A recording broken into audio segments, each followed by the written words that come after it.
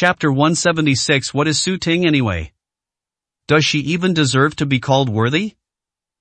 There have been many rumors circulating in the department lately, the most talked about one being that she has some kind of family relationship with the Lin family. Otherwise, Lin Xiaoran wouldn't have specifically asked her to be promoted. Deng Kong quickly moved closer to her and walked with her toward the elevator lobby. Team Leader Su, I just arrived and there are many things I don't understand. I've done a lot of silly things, please forgive me, I'm a very magnanimous person. Su Ting sneered, her chin practically pointing to the sky. If Lin Xiaoran hadn't offered her a promotion before, would Deng Kang still treat her this way now? Deng Kong chuckled and opened the office door for her. Then, when no one else was looking, he secretly slipped a note into Su Ting's hand. When you meet General Manager Lin, please put in a good word for him. We'll be colleagues and comrades in arms fighting side by side from now on, so it's always best to make money peacefully, isn't it? After saying that, Deng Kong pressed the elevator button for her and then turned and left. Su Ting then looked down at the note in her hand. It's a check. A full 100,000. Su Ting's heart raced instantly, and her hand holding the check trembled slightly. In the past, this would have been almost half a year's salary for her. Although Gu Yan had given her 500,000 yuan before. But the 500,000 yuan was ostensibly for her mother's surgery. Such reasons cannot be used indefinitely. But this 100,000 yuan was the real unexpected surprise. He hurriedly put the check away and then took out his phone to send a message to Deng Kong. I'll need Manager Deng's continued support in the future. Sending out a single sentence was a response to Deng Kang's overture. Su Ting felt that the future was bright and the air felt much fresher. After taking the elevator upstairs, I was led to Lin Xiaoran's office by her assistant. He pushed open the door and walked in, his face full of ingratiating intent. Mr. Lin, I am Su Ting, Lin Zai's wife. Lin Xiaoran didn't even look up, she just kept looking at the documents in her hand. Seeing her attitude, Su Ting felt a little flustered. She didn't know how Gu Yan had spoken to Lin Xiaoran to get her a promotion and a raise. But judging from Lin Xiaoran's attitude, at least for now, she clearly doesn't want to have any more contact with me. A hint of embarrassment flashed across Su Ting's face, then she said with a smile, President Lin, a friend gave me a bottle of perfume a while ago. I don't know much about these things, and thinking about how I, as your sister-in-law, didn't give you any gift when you and Xiaoyan got married. As he spoke, he took a bottle of perfume out of his pocket and placed it on the table. Lin Xiaoran then looked up. She recognized the perfume brand at a glance. This is a very representative perfume from Guerlain, priced at around tens of thousands of yuan. Lin Xiaoran picked up the perfume bottle and examined it. A hint of disdain flashed across his lips. You're quite generous. She was aware of Su Ting and Lin Zai's financial situation. The perfume they bought for tens of thousands of yuan was a huge expense for the two of them. Su Ting's ingratiating smile widened. My husband Lin Zai and Xiaoyan have a good relationship, so as his wife, I can't be inconsiderate. Besides, I got promoted thanks to President Lin. Lin Xiaoran placed the perfume back on the table. She doesn't like perfume. I dislike this way of giving myself gifts even more. In particular, Su Ting's attitude of considering herself a relative or friend of hers. Who does Su Ting even belong to? Do you even deserve it? His expression gradually turned cold. Is there anything else? Su Ting quickly bowed and said respectfully, It's nothing, I just hope that Mr. Lin can do me the honor of coming to our home for a meal next time. Xiaoyan loves his brother's cooking the most. I can also express my gratitude to you again. Oh. Lin Xiaoran lowered her head and continued looking at the documents in her hand. The implication of seeing the guest off was quite clear. Seeing this, Su Ting had no choice but to turn around and leave. But when she returned to her workstation, she had a smug smile on her face. She suddenly felt that she had been somewhat foolish. I used to think Lin Zai was useless. But he forgot that he also had connections like Gu Yan.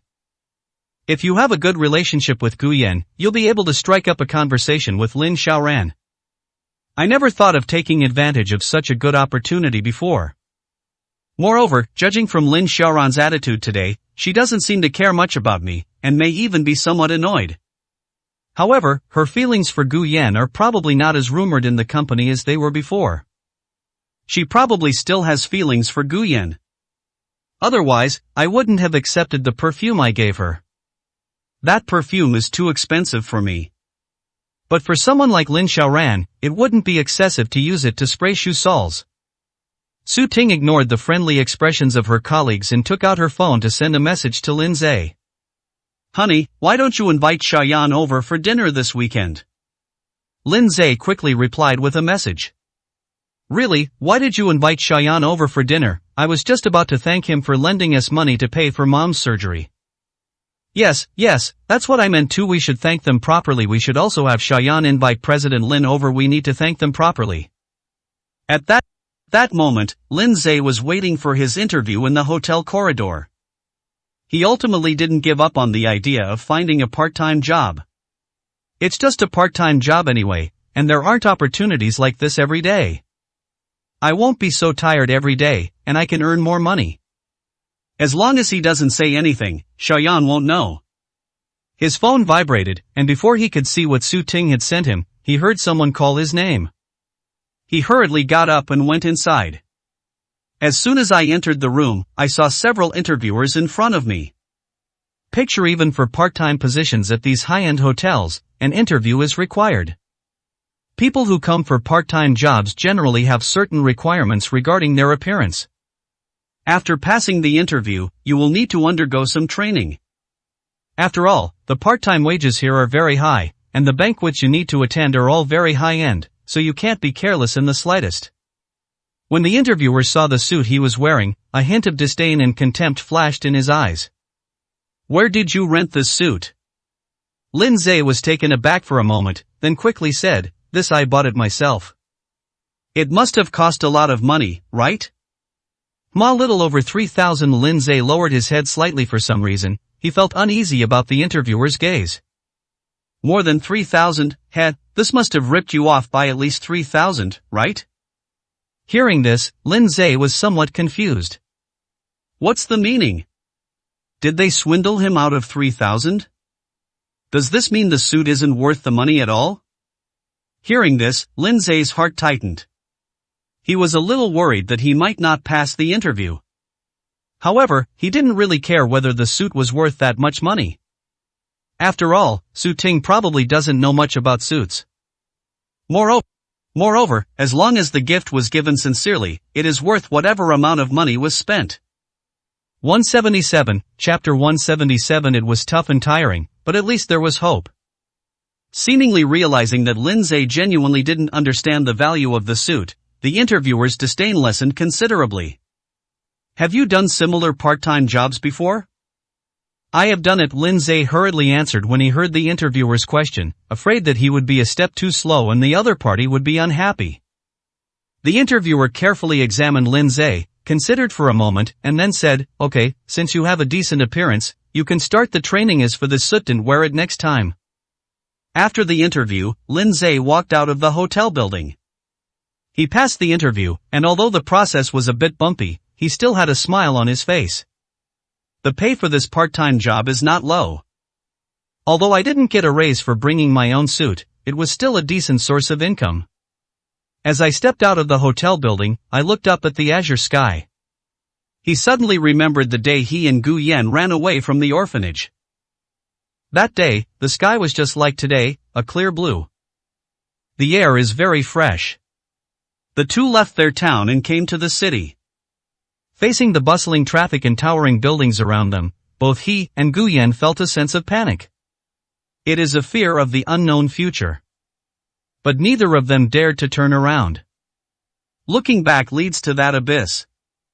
It's a hellish place where the strong prey on the weak, where you can't even get enough to eat after being beaten, you have to endure the cold on your own, and you can only drink water to fill your stomach when you're hungry. Later, the two of them did odd jobs in the city. Although their income was unstable and they often didn't earn much even after working all day, they earned more than half the salary of adults. Moreover, most of the time, many people see that the two of them are minors and simply don't dare to hire them for work. However, he didn't feel that this was any worse than being in the welfare home. There are also chores to do in the welfare home. Moreover, they often had to do the work of the older children as well, and even after finishing, they still didn't have enough to eat. Although life in this city is tough and tiring. But at least there is hope. At least, the two of them won't have to rely on each other's body heat to keep warm in winter. You can't just imagine what meat tastes like. Just like today, although the process was difficult, there is still more hope. In the afternoon, Gu Yan ate lunch and then took a nap, gradually feeling that his body was back under his control. However, his phone would occasionally receive calls from unfamiliar numbers. He didn't answer any of them. I just watched the phone ring and then it went silent. It will sound again, then disappear again. After blocking those unfamiliar numbers one by one, Gu Yan opened Weibo, trying to distract himself and stop thinking about those things. Because of the anniversary celebration of Peking University, the activity level of the fans under the Qinyu account has increased significantly. They even gained a significant number of new fans. The number of comments has also increased significantly. Basically, everyone hopes that he can return to the public eye. Some wanted him to release new works, some wanted him to start live streaming, and others asked him if he had written any new piano pieces over the years. Gu Yan looked at each one by one. Qinyu, please show up, since you've already played the piano at Peking University, can you post more of your works? Qinyu, are you really Ning Chen? I heard that Ning Chen is preparing to inherit the Ning family business. Is it because of the pressure from the family that you gave up the piano? In any case, we hope you won't give up, you've won so many awards abroad, it would be such a pity to give it up like this. Although we don't know what you've been through, we really miss you, how about you do a live stream? It doesn't have to be frequent, once a month would be fine. Have you finished writing all those original piano pieces you posted before? Will we have a chance to see the complete original piano pieces? That's right, in the past, Qinyu would always post some original fragments, but never a complete piano piece back then. We were always itching to write them. So many years have passed, he should have finished writing them by now, right? And that student named Zhang Yutong, why did she stop talking after posting an announcement on Weibo? I'm so angry. How lucky she is to have the great Qinyu accompany her, even if it's only for a part. Seeing these comments, Gu Yan's panic gradually subsided. Back then, he did release many excerpts of original piano pieces. However, none of them are complete piano pieces. Therefore, many fans have mixed feelings of love and hate for it. They love it because they genuinely enjoy the original pieces they wrote. What I hate is that there isn't a single complete piano piece. It wasn't that Gu Yan couldn't write those original piano pieces in their entirety back then. However, he wanted to give his first complete work as a gift to Lin Xiaoran. That's why I didn't finish writing it, I just selected some of my favorite parts, recorded them, and posted them online. After seeing Zhang Yutong's name, he became somewhat curious. I opened Zhang Yutong's Weibo and took a look. Aside from some of Zhang Yutong's past daily life, there is only one other post that can be considered an announcement or a response. My original stage partner was a little late that day due to some unforeseen circumstances. Fortunately, we received help and the show wasn't cancelled due to time constraints. I do know that Qinyu you're talking about's handsome and very talented. I can only say that it's perfectly normal and very deserved that he's loved by everyone. Seeing this, Gu Yan frowned slightly, worried that his identity would be exposed by Zhang Yutong. Once their identity is exposed, with these netizens, with their keen investigative skills, will surely be able to find out that she is already married and that her husband is Lin Xiaoran. However, he glanced at the time of the announcement again, it had been posted some time ago. Even now, some people still suspect that Ning Chen is Qinyu, which suggests that she probably hasn't revealed her identity.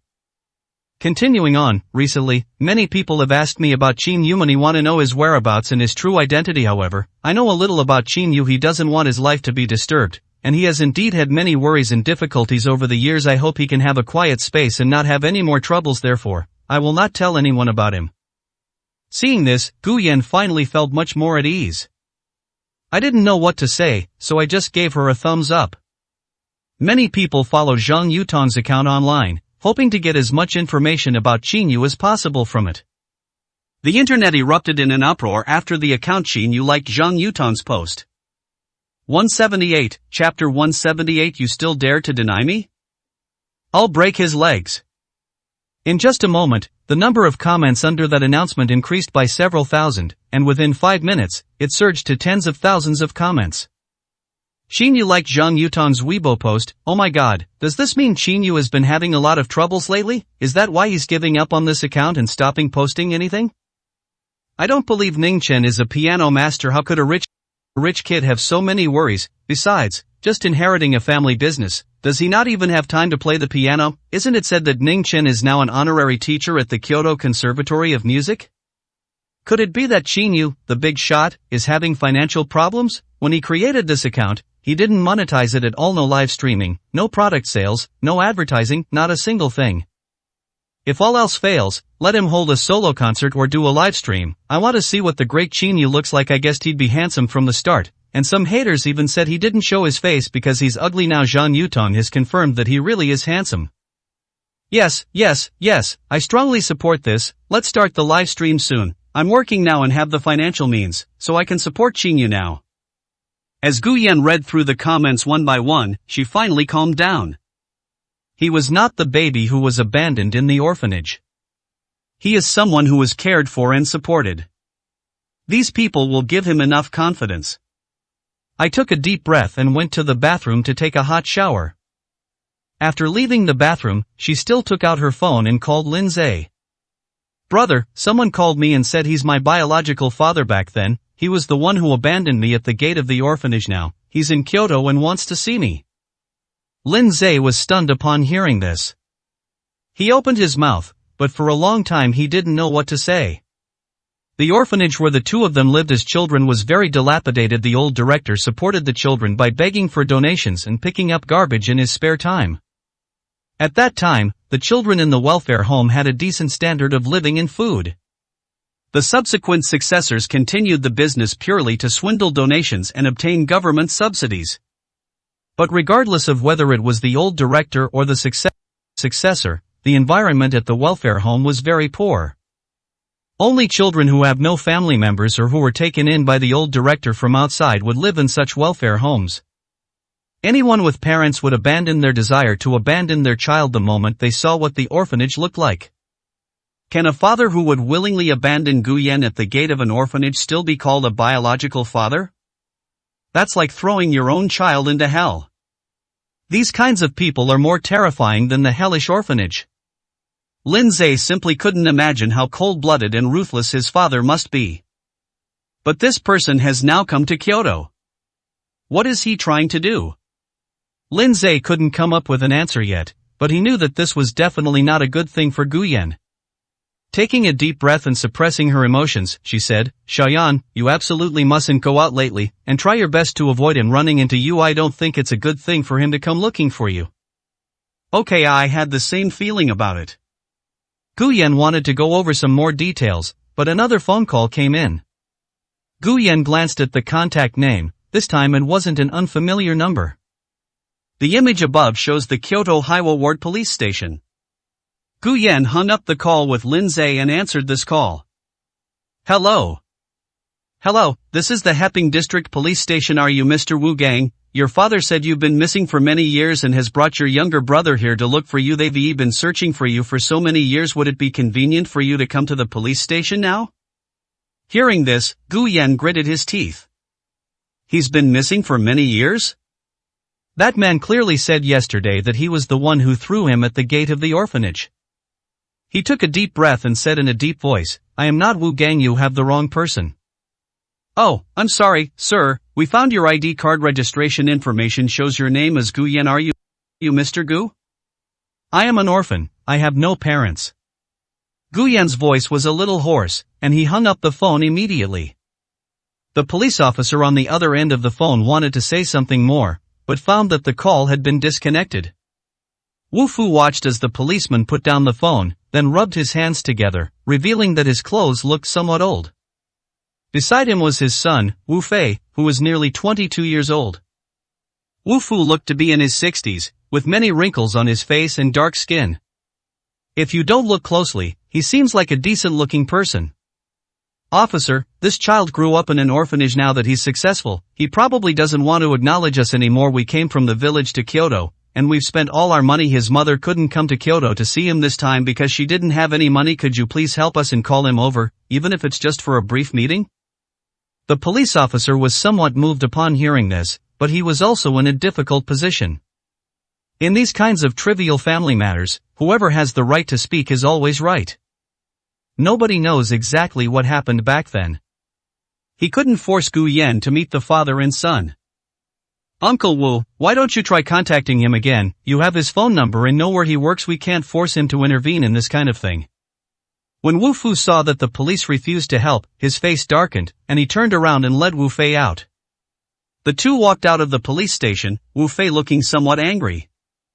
Dad, if you ask me, we should just go to his workplace and find him. Didn't they say he found a rich old man? My wife, her family owns a listed company. They have so much money they couldn't fill sacks in 3 days and 3 nights. We've never seen so much money in our entire lives. Wu Fu turned around and glanced at the police station, spitting angrily. If I hadn't thrown him out at the orphanage back then, would he be so lucky to have found a rich wife? If someone hadn't told me, I would have thought he was dead long ago. Wu Fei chuckled, his eyes filled with greed.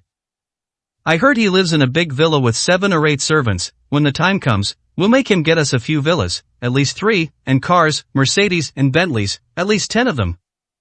Upon hearing this, Wu Fu's eyes were filled with greed. That's right, no matter what, I'm still his biological father. How dare he disown me? I'll break his legs. The two walked forward while cursing, intending to go directly to the Lin group to wait and see when Gu Yan would go to work. Anyway, the mysterious person has already shown them Gu Yan's photo. They recognized what Gu Yan looked like. But before they had gone far, the mysterious person sent them another address. Above is Lin Zhe's current address, and it also thoughtfully explains the relationship between Lin Zhe and Gu Yan. 179, Chapter 179. This time, I will protect you. The father and son immediately rushed to the address where Lin Zhe lived.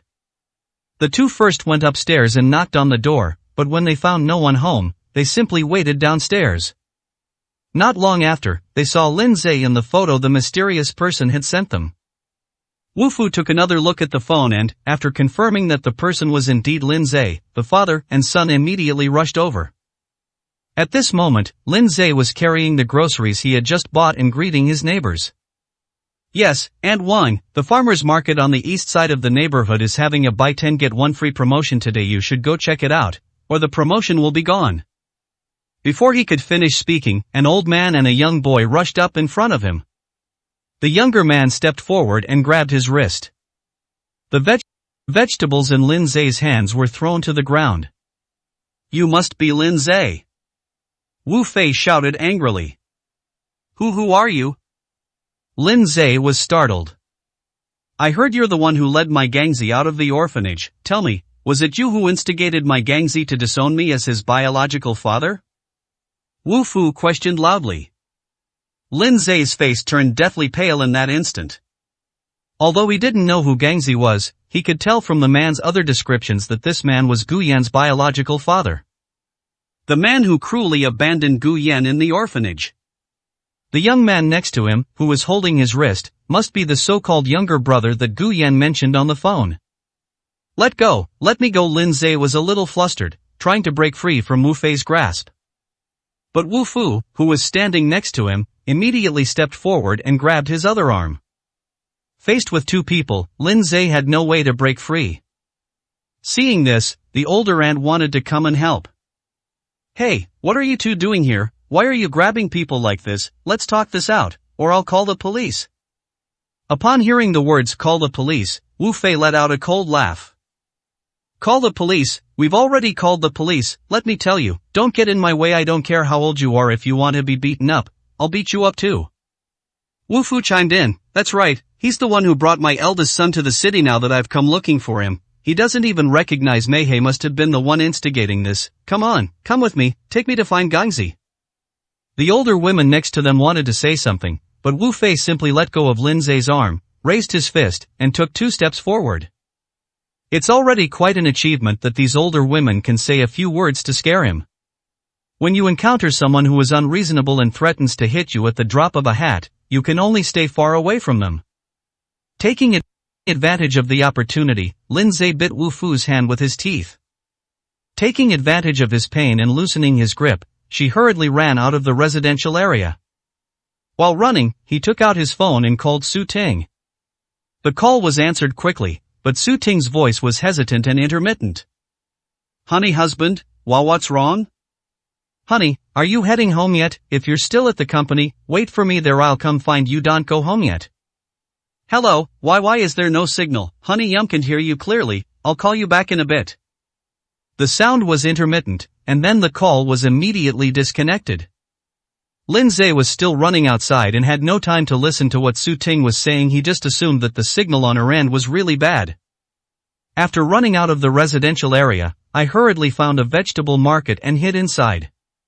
He found a corner to squat down, panting heavily. He couldn't possibly handle Wu Fu and his son alone, and he just hoped he wouldn't get entangled with them. Otherwise, I might be followed by these two people when I go to see Gu Yan someday. Moreover, these two people somehow obtained my home address. He might even find out that Su Ting is his wife. He'll not only pester him, but he'll also harass his wife. Su Ting was fairly good looking, and Lin Zhe was worried that she would be in danger if she got entangled with the father and son. I called Su Ting again, but this time no one answered. Lin Zhe knew that Su Ting had recently been promoted and had a lot of things to do, so she often came home very late at night. Sometimes it looks like she just came back from a shower. Su Ting explained to him that she had just been promoted and wanted to treat her colleagues in the department to a meal and a bath, which was normal social interaction. Lin Zhe hadn't thought much about it. At this moment, he was still wearing the suit that Su Ting had bought for him. He pulled the suit up a little, wrapping it tightly around his body, as if that would make him feel more secure. With trembling hands, she picked up her phone, ready to call Gu Yan, but Gu Yan called her first. I quickly answered the phone to avoid it ringing for too long. Shou Yan. Gu Yan immediately sensed that something was wrong with him and hurriedly asked, "Brother, what's wrong? Why do you sound so flustered? What happened?" Lin Zhe gritted his teeth and hurriedly said, "Your dad came to my house, and he brought your brother with him. I was almost dragged away by the two of them just now." Upon hearing this, Gu Yan frowned instantly. "Where are you now? I'll come pick you up." "It's in the farmer's market on the east side of the neighborhood. There are 3 entrances to this market. I'll wait for you at the entrance of a small alley next to it, where cars can also pass. They probably aren't very familiar with this area, so they probably won't be able to find me for a while." Gu Yan hurriedly went out and drove his car towards Lin Zhe's house. 20 minutes later, they arrived at Lin Zhe's place, the location he sent. After picking up Lin Zhe, they didn't stop for a moment and immediately stepped on the gas and headed towards the villa. Lin Zhe seemed to come to his senses only when the car stopped downstairs at the villa. "Shayan, their visit to you this time is definitely not for good news. I don't know who gave them my address, and they even told them about our relationship. They even know that I was the one who helped you escape from the orphanage." Gu Yan was initially somewhat afraid of this biological father who had suddenly appeared. The person who could throw him into that hellish orphanage was not a responsible father at all. Moreover, after living for so many years, this was the first time he had learned that he was not an orphan. This news also made him feel very panicked. However, seeing Lin Zhe looking so worried and even a little scared, he suddenly felt much calmer and less afraid. "Don't worry, brother, I won't let them hurt either of us. The fact that he abandoned me in an orphanage back then shows he's an extremely selfish person. Getting entangled with them will definitely not end well this time. I've dragged you into this time, I'll protect you." When Gu Yan said this, his eyes were very firm. Just like the day Lin Zhe led him to escape from the orphanage and come to the city. Even though she was scared herself, she stood in front of him and said, "Don't be afraid, brother will protect you, and we will have a good life together in the future." 180, Chapter 180. You're getting more and more skilled at lying these days. Lin Zhe was stunned when he heard this. Gu Yan opened his mouth, but didn't know what to say. In the end, he just sighed softly. He suddenly realized that his younger brother, who used to hide behind him and be protected by him, seemed to have grown up. Gu Yan asked softly, "Does your sister-in-law know about this?" Upon hearing this, Lin Zhe hurriedly took out his phone and sent a message to Su Ting. "Honey, don't go home tonight. Let's find a hotel to stay in. I'll tell you the details when we meet tomorrow." After sending the message, she looked at Gu Yan and explained, I called her earlier but she just got promoted and is very busy every day, often working overtime plus, her mother just had surgery, so she's under a lot of pressure lately. I called her, but the signal was bad, and I hung up after only a few words.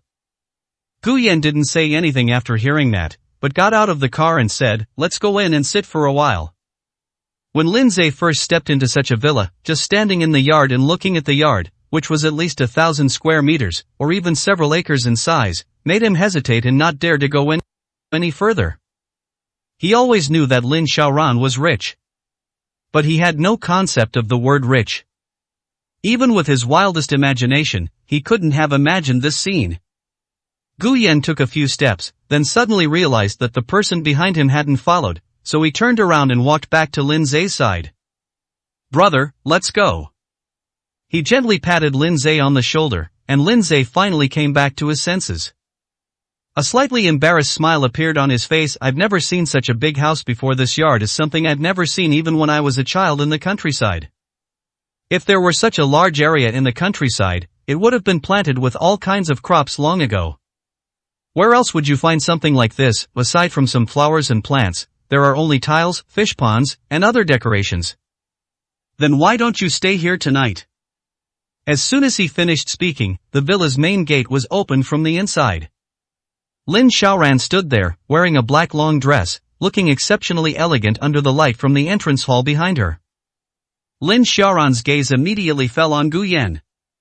When she noticed there was another figure next to Gu Yan, she looked over. Lin Zay had met Lin Xiaoran before, but only a few times. At first, he was actually quite worried that Gu Yan might be bullied if he was with Lin Xiaoran. Gu Yan has a rather introverted personality, while Lin Xiaoran seems quite assertive. Especially after hearing about the methods Lin Xiaoran used after starting her business, those rumors made him worry that his younger brother would be manipulated by Lin Xiaoran. It was only later, after learning that Lin Xiaoran was indeed very good to Gu Yan, that he felt much more at ease. However, every time Lin Zay faced her, he felt a sense of inferiority and fear. She gently tugged at Gu Yan's arm and whispered, I'll leave in a bit. I can go and pick up your sister-in-law so we can stay out for the night together. Before Gu Yan could say anything, Lin Xiaoran spoke first. Do you see that car over there? Gu Yan frowned and shifted his gaze over there. A Porsche Panamera. It's the same model as the car in the garage. This one seems to be a bit newer. The color is different to its blue. I think it's called glacier blue. Her emotions remained completely calm, and she simply murmured in Lin Xiaoran's face immediately darkened. What do you mean, you don't like it? Gu Yan felt somewhat confused. What's the point of whether I like your things or not? Gu Yan found Lin Xiaoran a bit strange. Shouldn't this question be asked of Ning Chen? He remembered that the car Lin Xiaoran gave to Ning Chen last time seemed to be the same color as this car. However, Gu Yan still had some questions. The car Lin Xiaoran gave Ning Chen last time was very expensive, much more expensive than this Porsche. After he and Lin Xiaoran saw this Porsche Panamera on the roadside, he even went to check its price. At that time, he felt that it was an astronomical price. Now, this car seems to be the cheapest one in Lin Xiaoran's garage. Suddenly, Gu Yan's face darkened. He seemed to understand why Lin Xiaoran had asked him that question. This car was a goal that the two of them once said they would work together to achieve in their future plans. Asking him now if he likes it or not is just another way of tormenting him. Last time I rented an old car from the garage and drove it for a day. So, you're going to buy a new one to give to Ning Chen soon? They find all sorts of ways to humiliate and disgust themselves. Lin Xiaoran is really good at this kind of thing. Gu Yan had to admit that he was disgusted by Lin Xiaoran this time. Another memory that was once cherished has now turned dark and unpleasant. Gu Yan pulled Lin Zay's arm and led him inside. When they reached the entrance, she found Lin Zay a new pair of slippers. At this moment, Lin Zay was still wearing that cheap suit. Under the lights inside the villa, he looked even more awkward and out of place. I carefully changed my shoes and then placed them in the corner. Gu Yan changed into his slippers and was about to lead Lin Zay inside when he heard Lin Xiaoran's obviously angry voice behind him. This car isn't what you wanted? Hearing this, Gu Yan was both amused and annoyed. He once wanted it. But that was the future he envisioned when he and Lin Xiaoran were still in love. Instead of now, a car used to humiliate him, which he doesn't want at all. She even asked him if it was what she wanted. Is this because they think they haven't humiliated themselves thoroughly enough? I don't want it.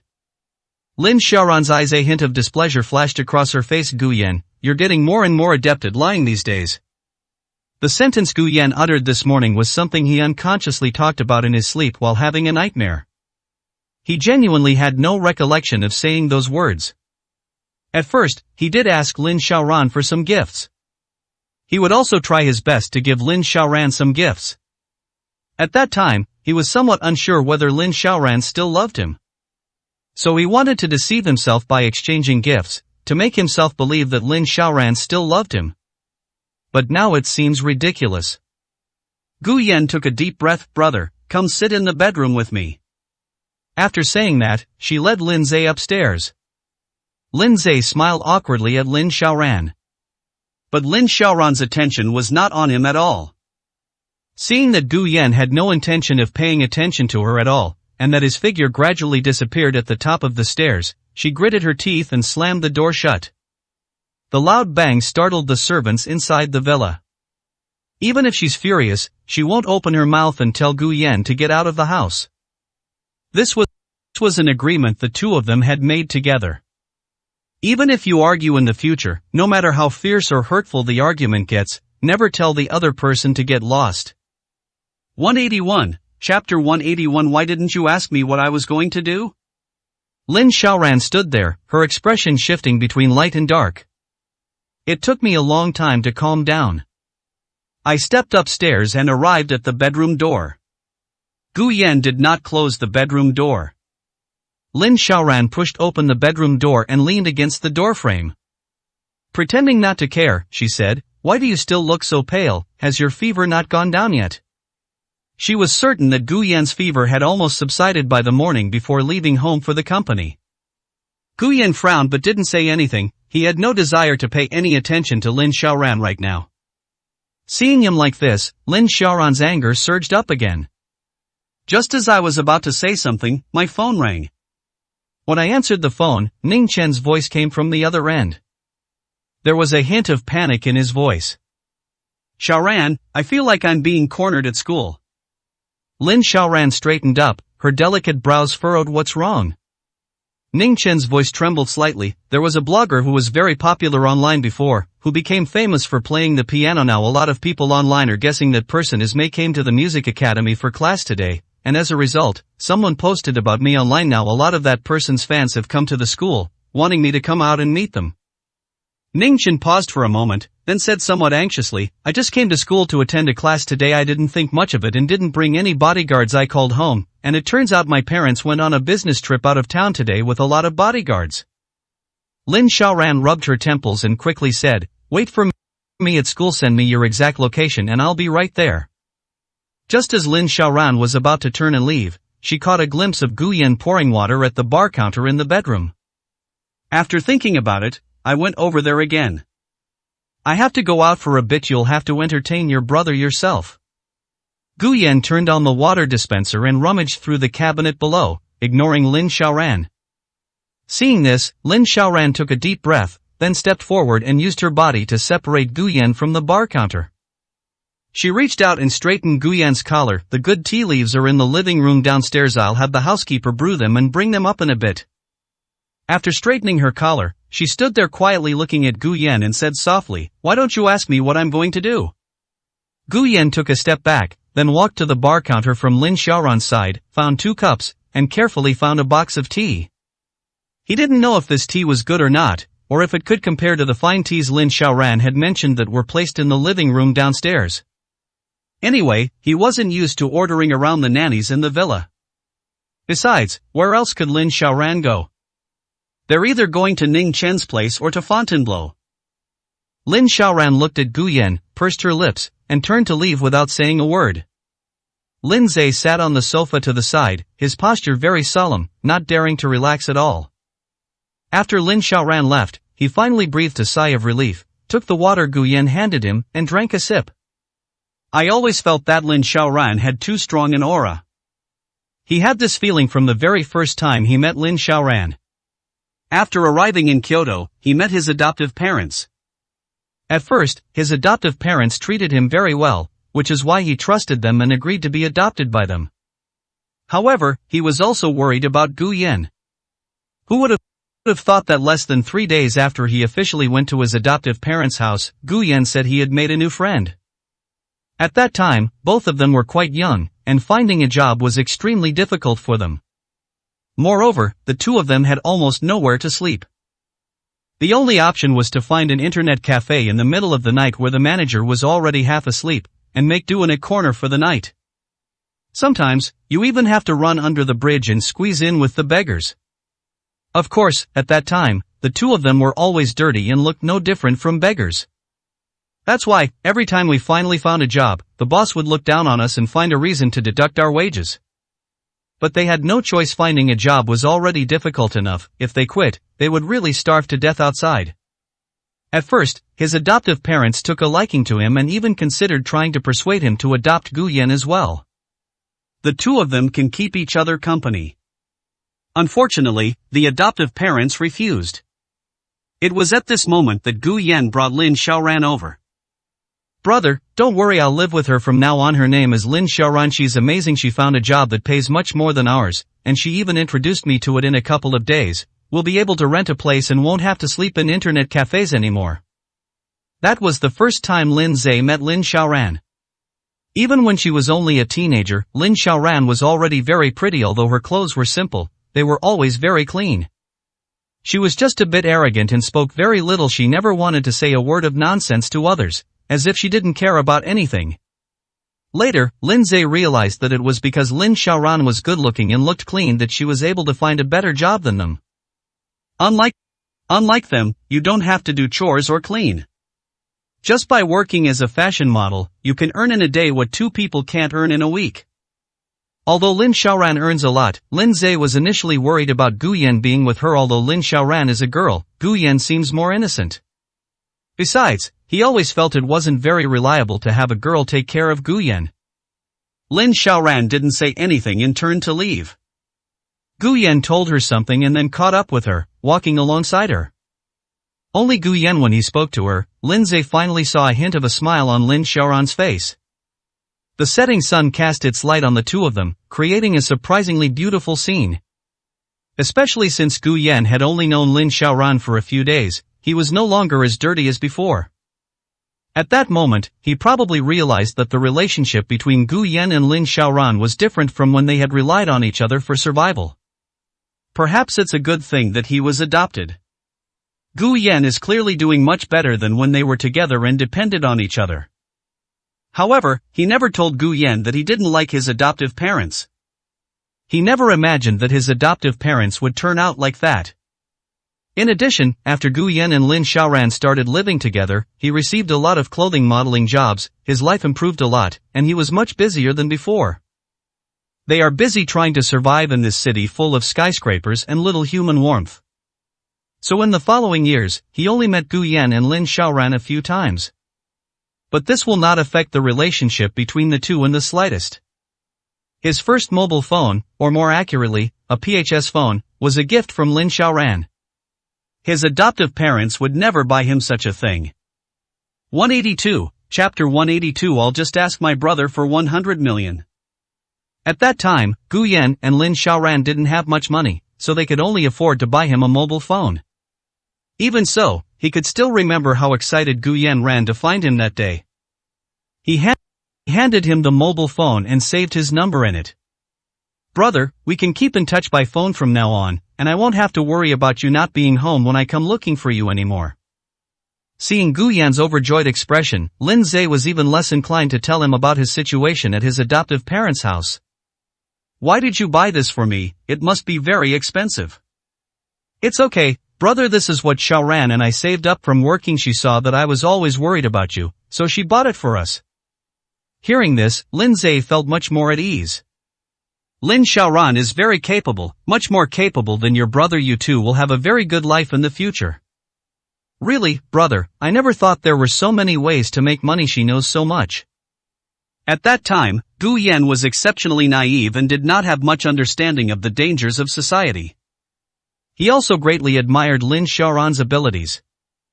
Brother, call me if you need anything in the future. Xiaoran said that we can work together to buy a house and a car in Kyoto, and then we can live the good life like the people on TV. At that time, Gu Yan was not yet an adult and had lived with Lin Xiaoran for less than a year. Lin Zhe was a bit older than the two of them, and having lived with his adoptive parents, he had a better understanding of the concepts of houses and cars. In Kyoto, owning even a small house is something that ordinary people might not be able to dream of even after a lifetime of hard work. Gu Yan, however, trusted Lin Xiaoran and wanted to work together with her for this future. Lin Zhe sometimes thought Gu Yan was a bit silly. I'm too trusting of others. Moreover, once they trust someone, they will wholeheartedly support them. Later, Lin Zhe heard that Lin Xiaoran had found a school for herself and Gu Yan to attend. Lin Xiaoran is very smart and learns everything very quickly.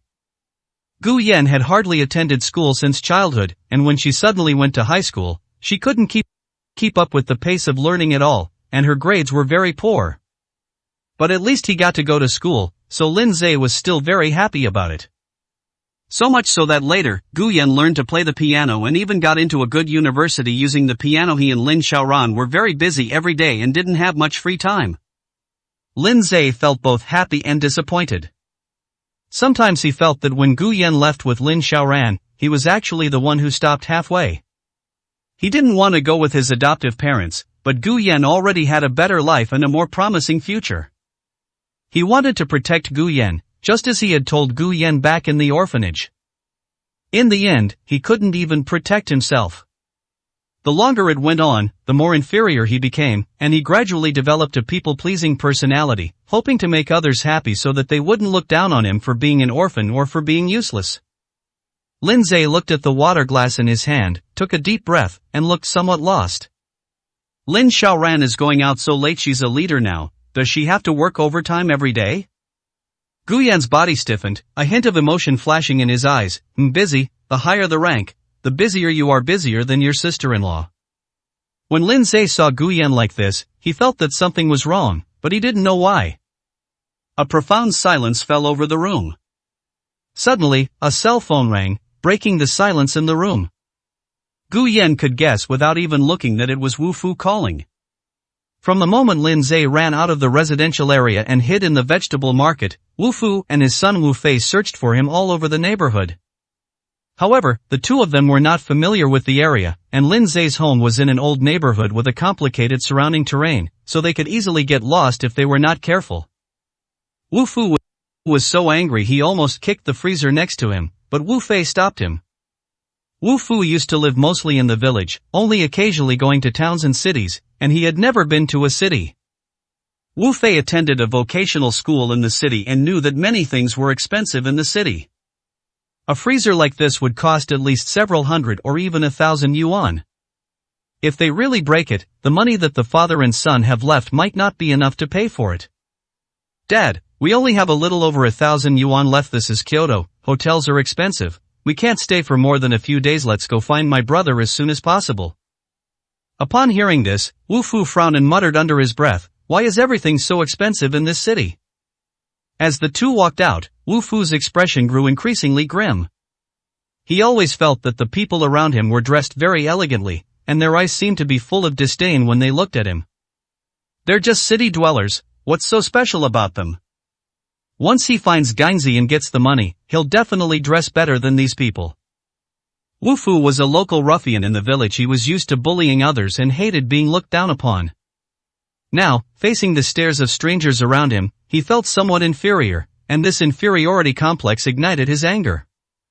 Xiaofei, who exactly is the person who told us about Gainzi? Couldn't they have given us some money first? They insist on waiting until everything is settled before giving us $1 million. Things are so expensive in this city. We've spent tens of dollars on meals these past few days.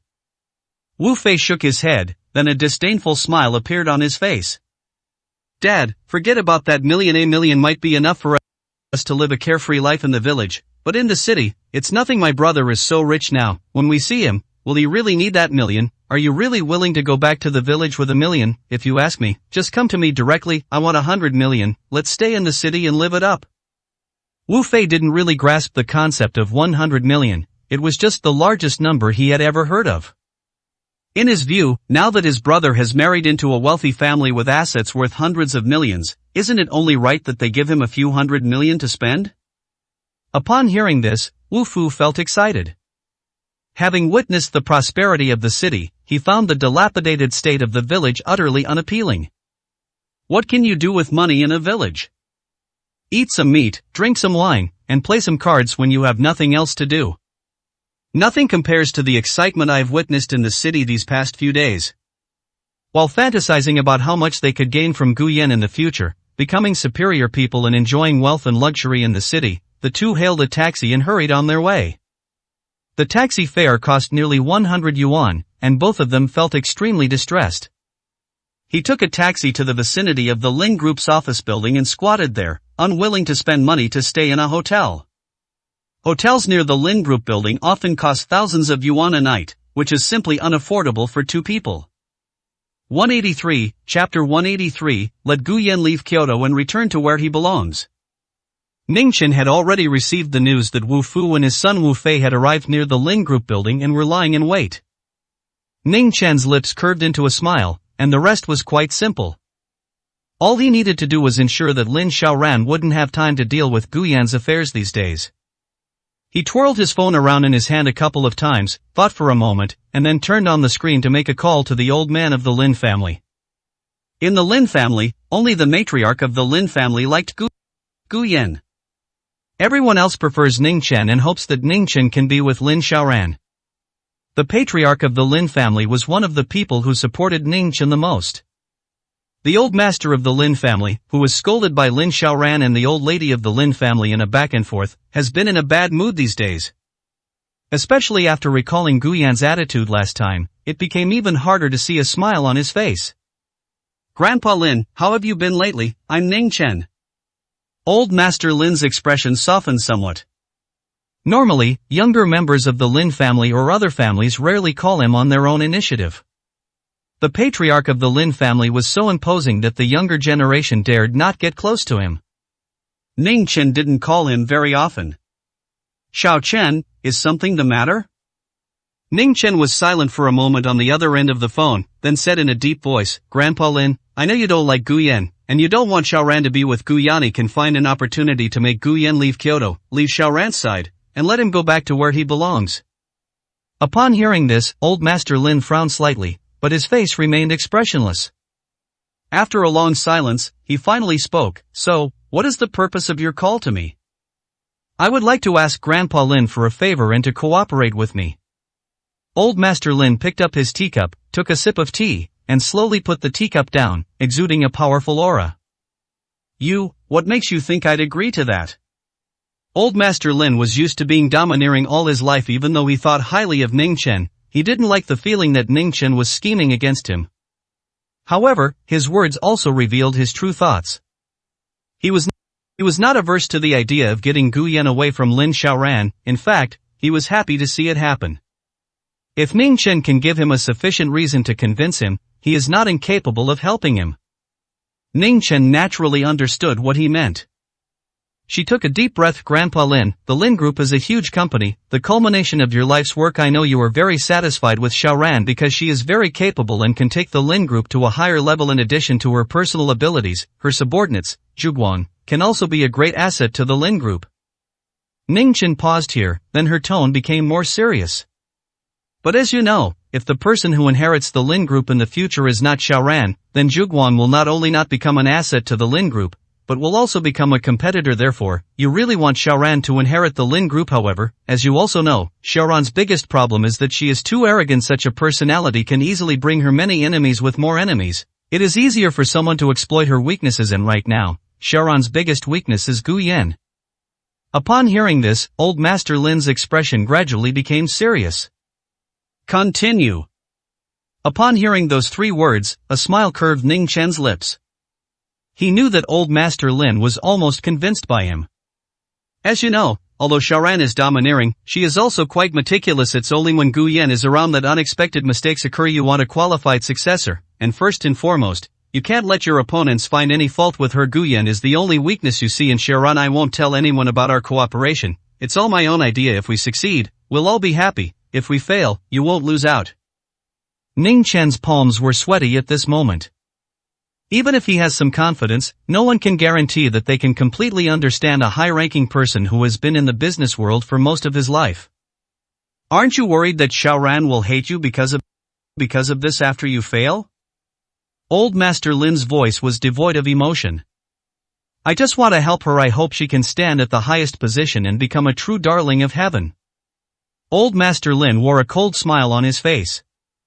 He's a man who's been through thick and thin. How could he not see through Ning Chen's thoughts? However, Ning Chen did manage to convince him. In any case, he won't lose anything, so why not? How can I help you? Upon hearing this, Ning Chen finally breathed a sigh of relief. The most difficult thing has been solved. With a slight smile, she said, I heard that the old Chinese medicine doctor that the old lady invited recently has returned home. As for the old lady's health, I happen to know that someone in Shanghai has invited a well-known medical team from abroad. That team is very difficult to invite, so why don't you have Xiaoran go there herself and see if she can invite that team over to examine the old lady's health? A cryptic glint flashed in Ning Chen's eyes. You can say it was the Ning family's idea. The Ning family also wanted to invite that team over to take a look at my sister and see if they could come up with a better treatment plan. Xiaoran shouldn't refuse. Lin Xiaoran cares a lot about the old lady and has always felt guilty about Ning Meng's situation. She certainly wouldn't refuse that request. There was a hint of certainty in old Master Lin's eyes. Ning Chen is smarter than he thought. If the plan were too obvious, Lin Xiaoran would have seen through it. A plan like this, that would be the most suitable. Having a legitimate reason for the attack is a win-win-win situation. Lin Xiaoran wouldn't realize there was anything wrong with this. Yes, I'll call her. Thank you, Grandpa Lin. Ning Chen said thank you and then hung up the phone. Not long after, Lin Xiaoran arrived at the Kyoto Conservatory of Music. Arriving at the teacher's lounge where Ning Chen was, he asked calmly, what happened? Whom did they mistake you for? His name is Qin Yu. He was quite popular online a few years ago. He plays the piano very well. Ning Chen's face instantly paled, and a hint of panic flashed in his eyes as he looked at Lin Xiaoran. Lin Xiaoran frowned slightly. She didn't know anything about some online celebrities, and had never heard of this name. Over the years, she has been busy with her career, sometimes not even getting enough sleep, so she has no time to care about these things. Ning Chen's voice seemed to tremble slightly. I've already said that I'm not that person, but these people just won't believe me. They insist that I give them an explanation and ask me why I quit the internet in the first place. Otherwise, they won't let me leave. These people are too emotional. I don't dare to go out by myself at all. 184, Chapter 184. Caring about you? Why? Lin Xiaoran frowned, ignoring what Ning Chen was saying. I've brought some men with me. We'll take you away from here and send you back. She had just seen those so-called fans outside. They were indeed very enthusiastic, and there were a lot of them. She could understand why Ning Chen was afraid to leave alone, and she had brought a lot of bodyguards with her beforehand. The two arrived at the parking lot and got into their car, escorted by bodyguards. As soon as Lin Xiaoran got into the car, her phone rang. Lin Xiaoran sat in the back seat, frowning as she answered the phone. The old man Lin called, and his explanation was exactly the same as the one Ning Chen had just told him. Lin Xiaoran frowned, looked up at Ning Chen sitting next to her, and said in a low voice. Going tonight? Go ahead. I heard that medical team is hard to hire and their schedules are full. If you go early, you might have a chance to bring them over to check on your grandma's health. Old Master Lin was right. Lin Xiaoran had heard of this medical team.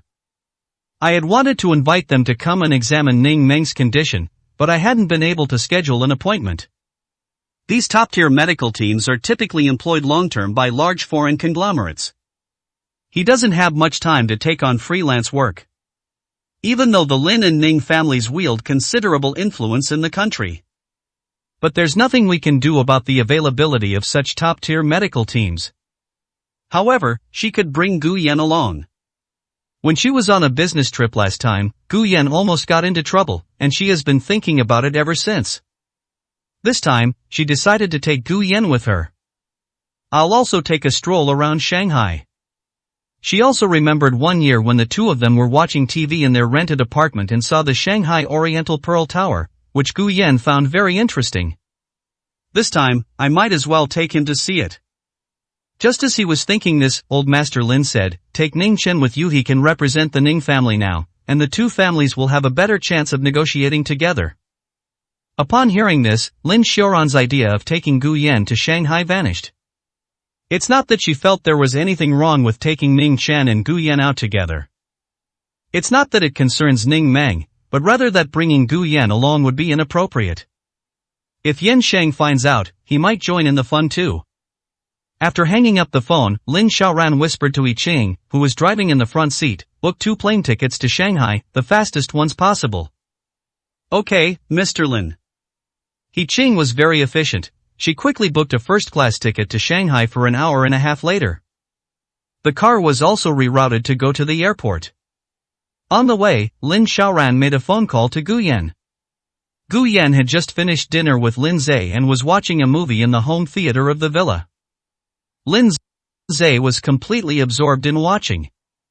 Even though this movie was released several years ago.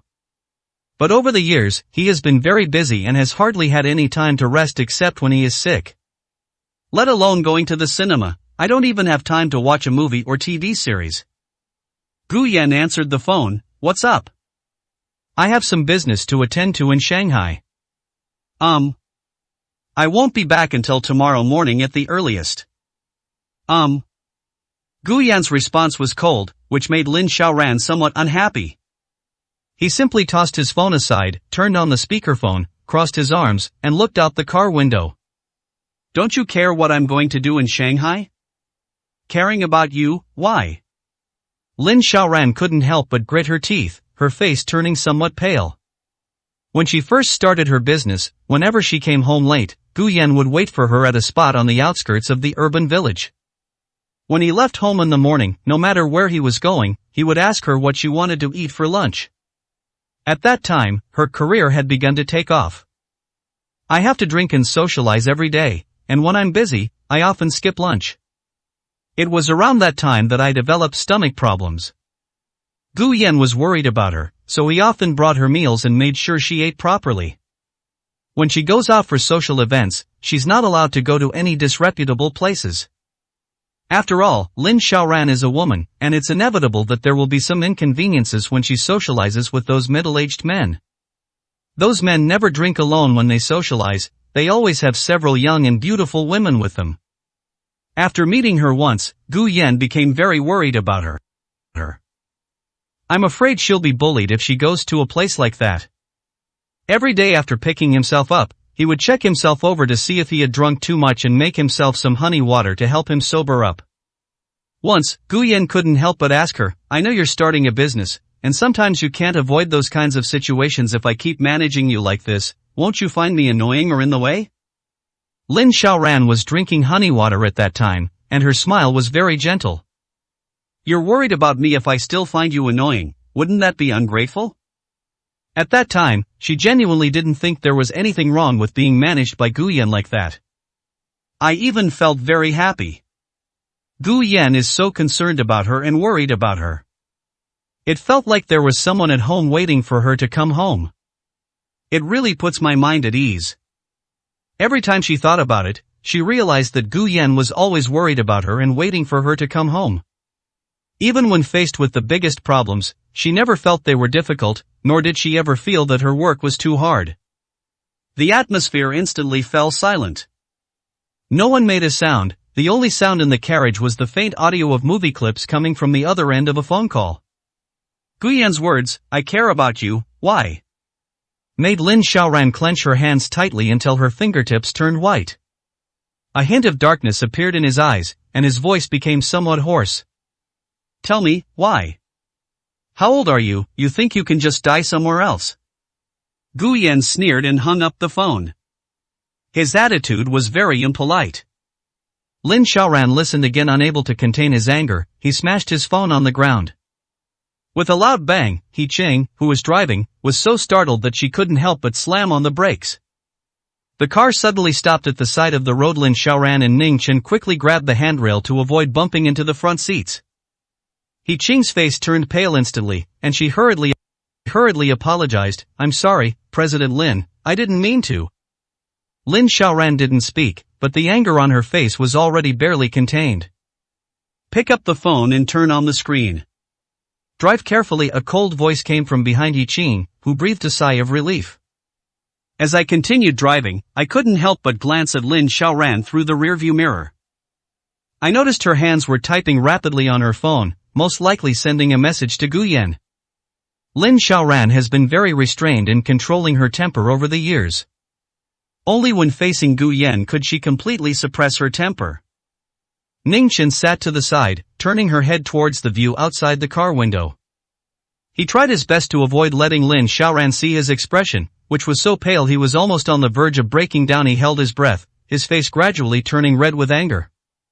185, Chapter 185. Gu Yan, why don't you cherish Lin Xiaoran like this?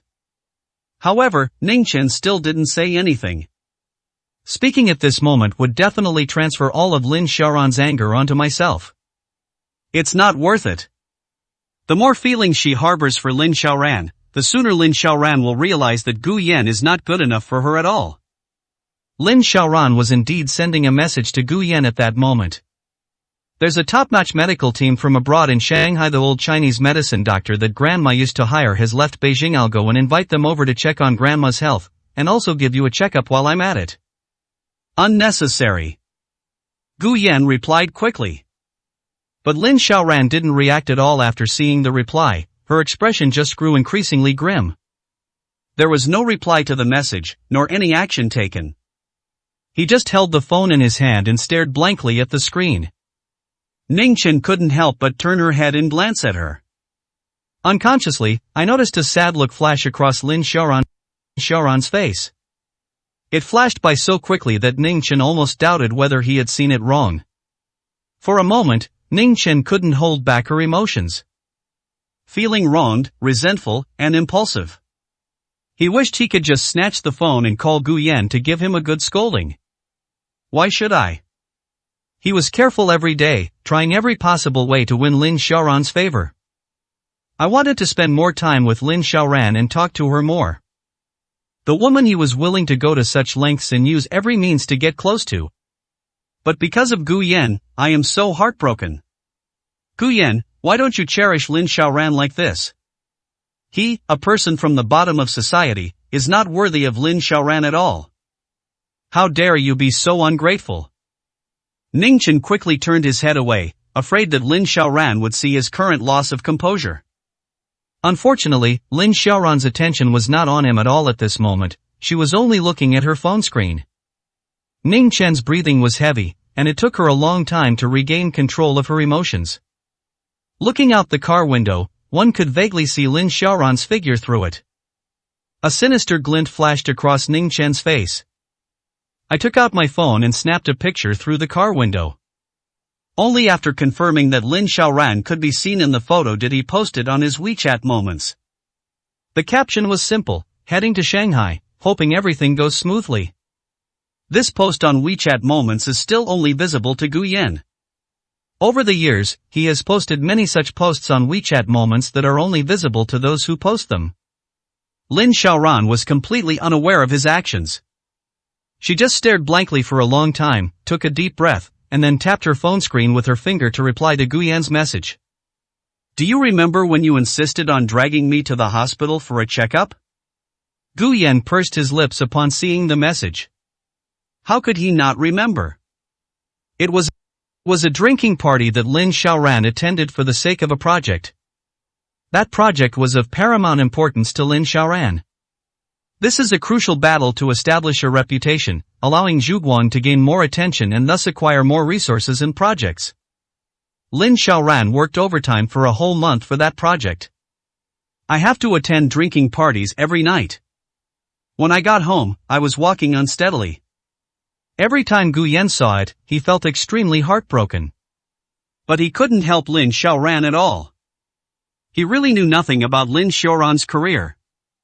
During that time, Gu Yan, who knew Lin Xiaoran very well, could tell that she was under a lot of pressure. That project also did not go very smoothly. One day, Lin Xiaoran staggered home again and then suddenly vomited blood. Startled, Gu Yan hurriedly carried him out of the rented house. At that time, there were no ride-hailing services in Kyoto.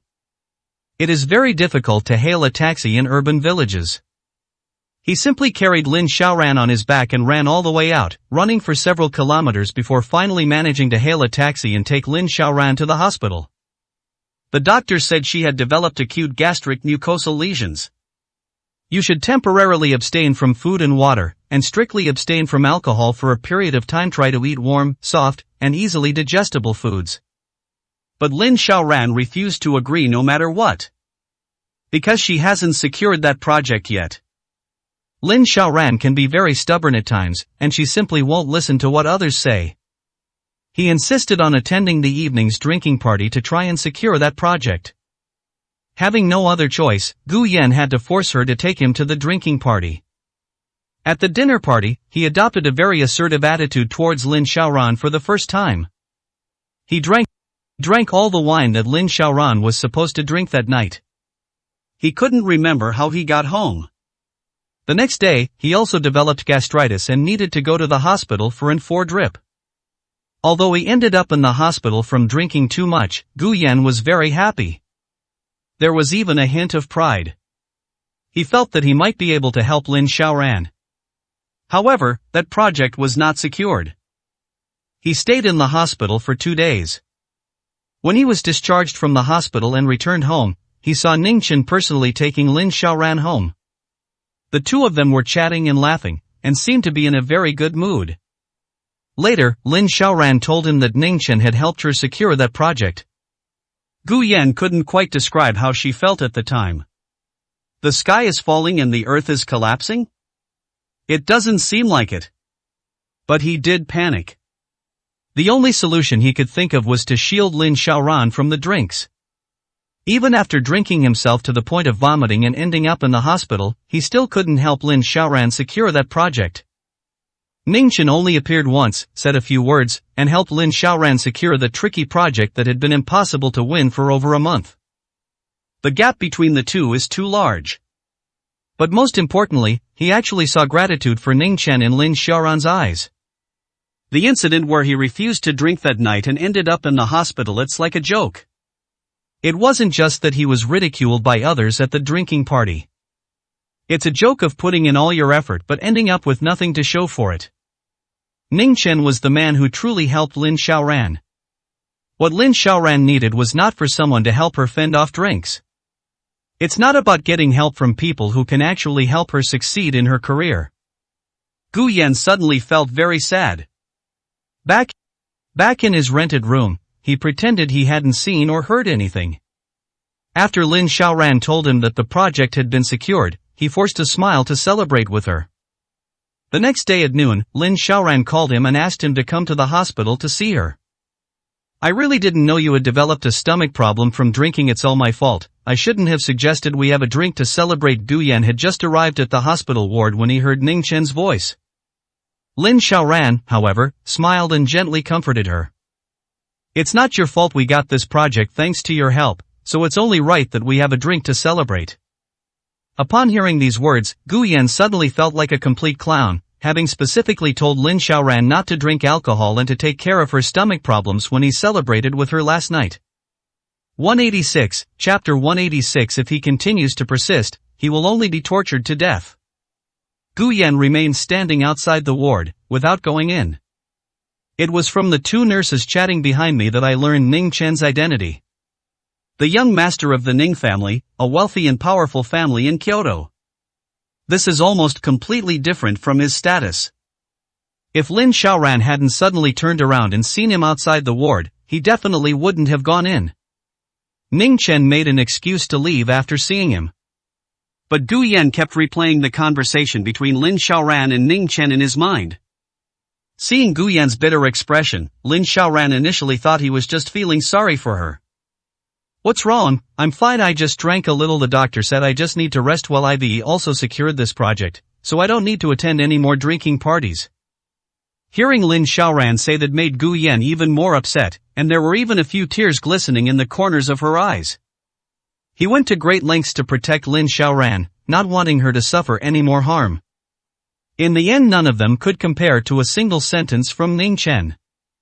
Lin Xiaoran ended up in the hospital again after drinking herself into oblivion. Seeing that Gu Yan's condition was obviously not right, Lin Xiaoran also panicked. What's wrong with you? Lin Xiaoran didn't think that spitting up a little blood and going to the hospital was a big deal. But Gu Yan stayed silent, with a bitter expression, and even looking like he was about to cry left Lin Xiaoran completely at a loss. She struggled to get out of bed, wanting to hug Gu Yan. But Gu Yan stopped her. You get some rest, I'm going back now. Gu Yan left after saying just one sentence. Seeing him like this, Lin Xiaoran couldn't stay in bed any longer, so she simply checked out of the hospital and went back to her rented apartment. As soon as Lin Xiaoran entered the room, she saw Gu Yan sitting blankly on the sofa without saying a word. What's wrong? Are you angry with me, or did someone bully you? Is Aunt Wang next door being unreasonable again? Many of the people living in urban villages are quite unreasonable. Last time, Aunt Wang, the neighbor next door, took away the vegetables that Gu Yan had bought and temporarily left at the door, and even arrogantly claimed that they were hers. Gu Yan couldn't stand it and argued with him. But Granny Wang simply started crying, making a scene, and threatening to hang herself, attracting all the neighbors to come and watch the spectacle.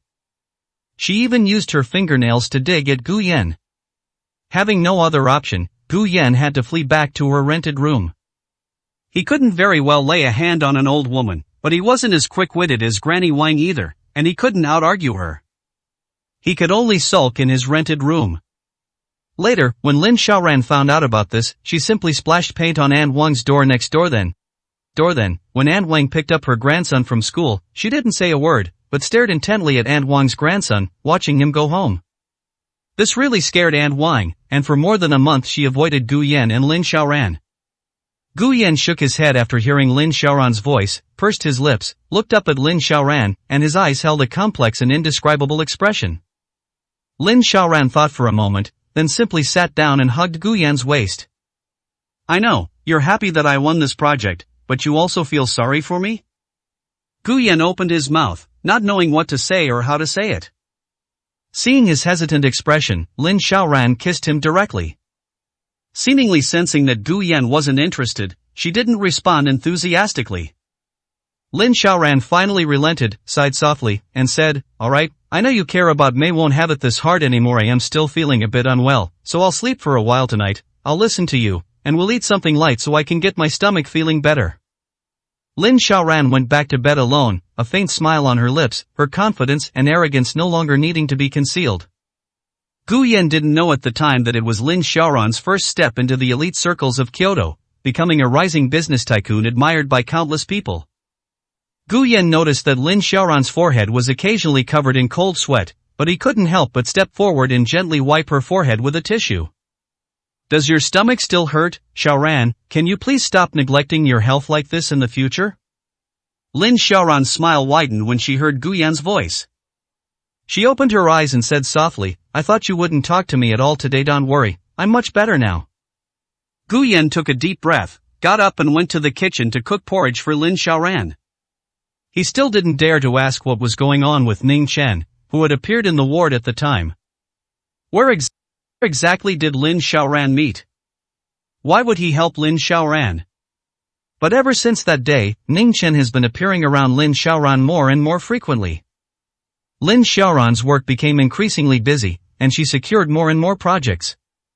So much so that, without realizing it, Lin Xiaoran no longer spent as much time with him as Ning Chen did with her. Gu Yan knew that he was no match for the young master of the Ning family. Even the most down-on-his-luck scion of a wealthy family in Kyoto was no match for him, an orphan. He gradually began to feel afraid. She worried that if Lin Xiaoran spent more time with Ning Chen, she would realize that she was no match for Ning Chen. She would compare herself to Ning Chen. Especially when he saw that familiar look in Ning Chen's eyes when he occasionally looked at Lin Xiaoran. The same look in his eyes as when he looked at Lin Xiaoran. It was full of love. Lin Xiaoran has gradually reached a higher level. But he has been stuck in the same place. I'm afraid it won't be long before the two of them become people from two different social classes. He was terrified. At that time, Guyan's heart was filled with Lin Xiaoran, and all he could think about was her. Lin Xiaoran's love cannot accommodate anything else. From his teens to his 20s, over a decade, Guyan's feelings for Lin Xiaoran never changed. All he wanted was to be with Lin Xiaoran forever.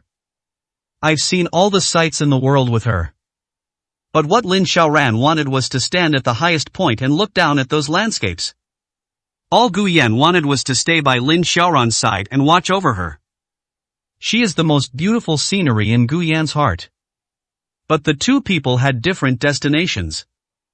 If we continue down this path, we'll eventually part ways. Each time, Guyan tried his best not to reach the fork in the road. Even on Lin Xiaoran's path, he walked very slowly, even crawling forward, and despite being covered in wounds, he did not want to give up. But there was nothing he could do to stop himself from watching the distance between him and Lin Xiaoran grow ever wider. Lin Xiaoran was getting closer and closer to his destination, but he was about to get lost on this unknown road. If he continues down this path, he will only be tortured to death. 187, Chapter 187. It seems Guyan has done something similar before. Lin Xiaoran and Ningchen boarded the plane, but Lin Xiaoran didn't say a word to Ningchen the whole way, and the atmosphere around them was very heavy. Ningchen wanted to say something to her several times, but seeing Lin Xiaoran's cold aura, he couldn't say anything. After getting off the plane, the two got into a pre-arranged car and headed straight for the Wang family's manor in Shanghai. The medical team is currently at the Wang family's manor in Shanghai, treating the Wang family's matriarch. Before coming, Lin Xiaoran had Yi Qing contact the Wang family in Shanghai. As one of Shanghai's top families, the Wang family warmly welcomed the visit of the two young people from the Lin and Ning families. For these top wealthy families in Shanghai, they don't care where Lin Xiaoran and Ningchen come from.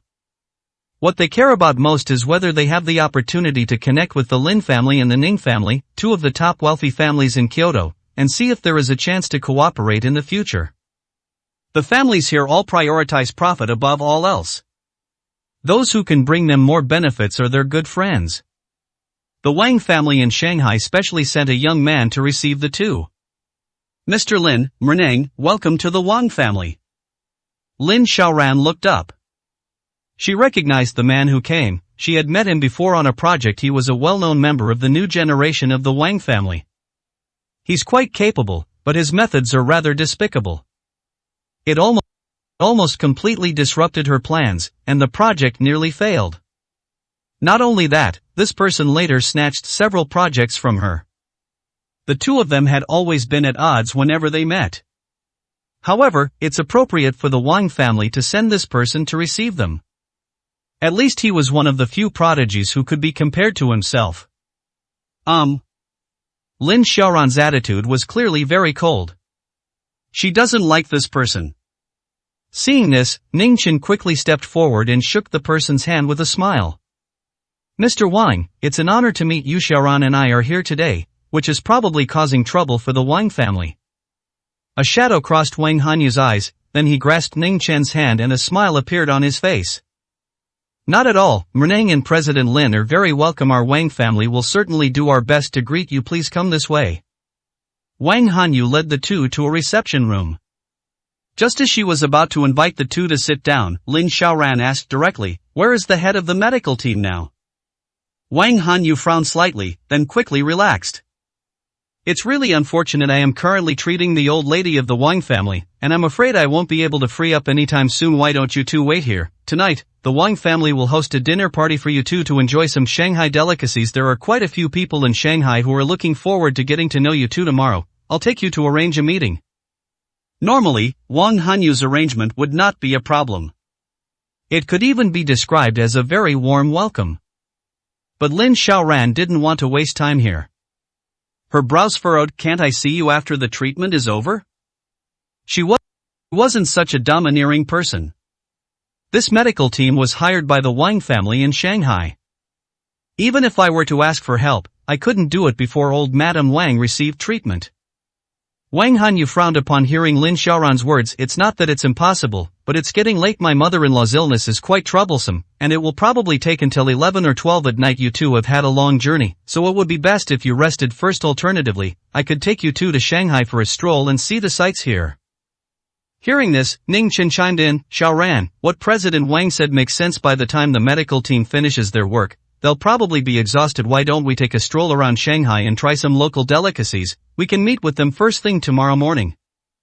Lin Xiaoran didn't look at him, but went to sit down on the sofa next to her. Go ahead and eat if you want. Ning Chen looked a little embarrassed and stepped forward to try to persuade him further. How long are you going to wait? It'll be past midnight. Even if you're not sleepy, the head of the medical team will be. We just invited them to Kyoto, but didn't let them go to see a doctor afterwards. It's a little tiring, but it won't delay them. She has never liked those social engagements. I'm not interested in exploring Shanghai. If Gu Yan were here, she might accompany him to see the Oriental Pearl Tower. Right now, she's not in the mood for that. Ning Chen, however, looked rather grim. He's essentially put himself in that position. Lin Xiaoran makes a good point. They came to invite people, not to send them directly to see a doctor. Being a little tired or sleepy won't interfere with anything. Moreover, he came here with Lin Xiaoran to ask for help for his sister Ning Meng. If I were to go out for food, drinks, and entertainment at this time, what kind of behavior would that be? Helpless, he smiled apologetically at Wang Hanyu, who was standing to the side. Mr. Wang, then Xiaoran and I will wait here. We apologize for the trouble. Seeing the two of them like this, Wang Hanyu shrugged. It's alright, I'll have someone bring some food and drinks over later. He had already experienced Lin Xiaoran's temper. He is not surprised by his performance. But he was still a little unhappy inside, though he didn't show it. The two sat on the sofa without saying a word. Ning Chen wanted to talk to Lin Xiaoran about something. But Lin Xiaoran kept her eyes closed and focused, giving him no chance to speak. With her eyes closed, Lin Xiaoran's mind was filled with many past images. They came all the way here to ask for a doctor. It seems Gu Yan has done something similar before. At that time, her stomach problems flared up again, and the medicine wasn't very effective. But she was busy with a new project and refused to go to the hospital for a checkup. Gu Yan then said she would ask a doctor to come to the company to see her. But why would a qualified doctor be willing to go out and treat patients? No doctor who was on temporary assignment at a hospital would dare to take such a risk. She also felt in her heart that Gu Yan's approach would not succeed. She was just too busy at the time and didn't have time to think about it. In the end, Gu Yan never brought the doctor to the company to find her. Instead, Ning Chen took the Ning family's doctor to the company to examine her and prescribe some medicine, which brought her stomach ailment under control and prevented it from worsening. Lin Xiaoran was unaware that Gu Yan had practically knelt down to beg for a doctor in a city next to Kyoto to come and treat her. When they arrived at the company building, they saw Ning Chen leading several doctors in white coats upstairs. He knew in his heart that the doctors Ning Chen could hire were definitely much more professional than those he could hire. The medicine given to Lin Xiaoran will be even better. So he didn't go up. Lin Xiaoran took a deep breath and cleared her mind of all thoughts. For some reason, every time she travels far away, she can't help but think of all the little memories she shared with Gu Yan. This time, I remembered many things. As she was thinking, she picked up her phone and sent a message to I Ching. Go find out if there are any souvenirs nearby, preferably related to the Oriental Pearl Tower. 188, Chapter 188. Her thinking logic is always different from that of normal people. I Ching acted quickly and found a souvenir shop in less than half an hour. He took pictures of all the souvenirs, especially those related to the Oriental Pearl Tower, and sent them to Lin Xiaoran. Lin Xiaoran didn't reply to her, but instead opened her conversation with Gu Yan again. What are you doing? Gu Yan did not reply. Lin Xiaoran frowned. At this moment, Gu Yan was eating egg tarts with Lin Zhe. The servants in the villa used to prepare desserts every day. Gu Yan can eat it anytime he wants. Gu Yan had never eaten it before. Even though Gu Yan said he wouldn't eat it, the servants would still prepare some and put it in the dining room. It was just that time of day again when the servants routinely asked Gu Yan if there was any dessert he wanted. Gu Yan instinctively wanted to refuse. But then he remembered that Lin Zhe had arrived, so he turned around and asked him. Lin Zhe had never eaten desserts before. I don't know much about desserts. I have seen egg tarts in TV commercials. He had always wanted to know what it tasted like, and when he finally had the chance, he couldn't help but say that he wanted to eat egg tarts. The servants quickly made all sorts of egg tarts and brought them up. Gu Yan and Lin Zhe ate while watching the movie. When one of the maids was serving tea, she couldn't help but say, "Sir, this is the first time you've ever made a request of us, and the first time you've ever asked us to make you something to eat." The maid's face showed a hint of joy. This person was transferred from the old house. He had worked at the Lin family's old house for most of his life and had always done a good job. But ever since she arrived at the villa, she has felt a sense of defeat. It feels like there's not much I can do here besides cleaning. Everything I do every day feels like a waste of time. Hearing the maid say this, Gu Yan was taken aback. He genuinely hadn't expected the maid to react this way. He has indeed been quite aloof at the villa lately. He still wasn't used to being waited on like that. From childhood to adulthood, whether he was living with Lin Zhe, or with Lin Xiaoran, or even during the years after they got married and lived in the villa, he had never experienced a life where he was waited on like this. It's really hard to get used to it right away. If Lin Zhe hadn't been here today, he probably still wouldn't have taken the initiative to make any requests to these servants. Just as I was about to take a sip of tea, my phone rang again. Gu Yan frowned. The call was from Lin Xiaoran. He had already seen Ning Chen's WeChat moments and knew that Lin Xiaoran had accompanied Ning Chen to Shanghai, so why would she suddenly call him? Gu Yan hung up the phone without answering. Lin Zhe suddenly spoke up, saying, "Xiaoyan, I want to go back. I still haven't heard from your sister-in-law. I want to go to her company to check on her. I am afraid she might not have seen the message I sent her and just go straight home." Don't. Before she could finish saying her part, the maid knocked on the door of the media room from the outside. "Sir, it's Mrs. Phone." Having no other choice, Gu Yan answered the phone. "What's wrong?" Gu Yan's tone was somewhat low. Lin Xiaoran pursed her lips. "I'll go back tonight. I had Yi Qing go out for a walk and find some souvenirs. See if there's anything you like, and I'll bring it back for you. I've sent you the photos."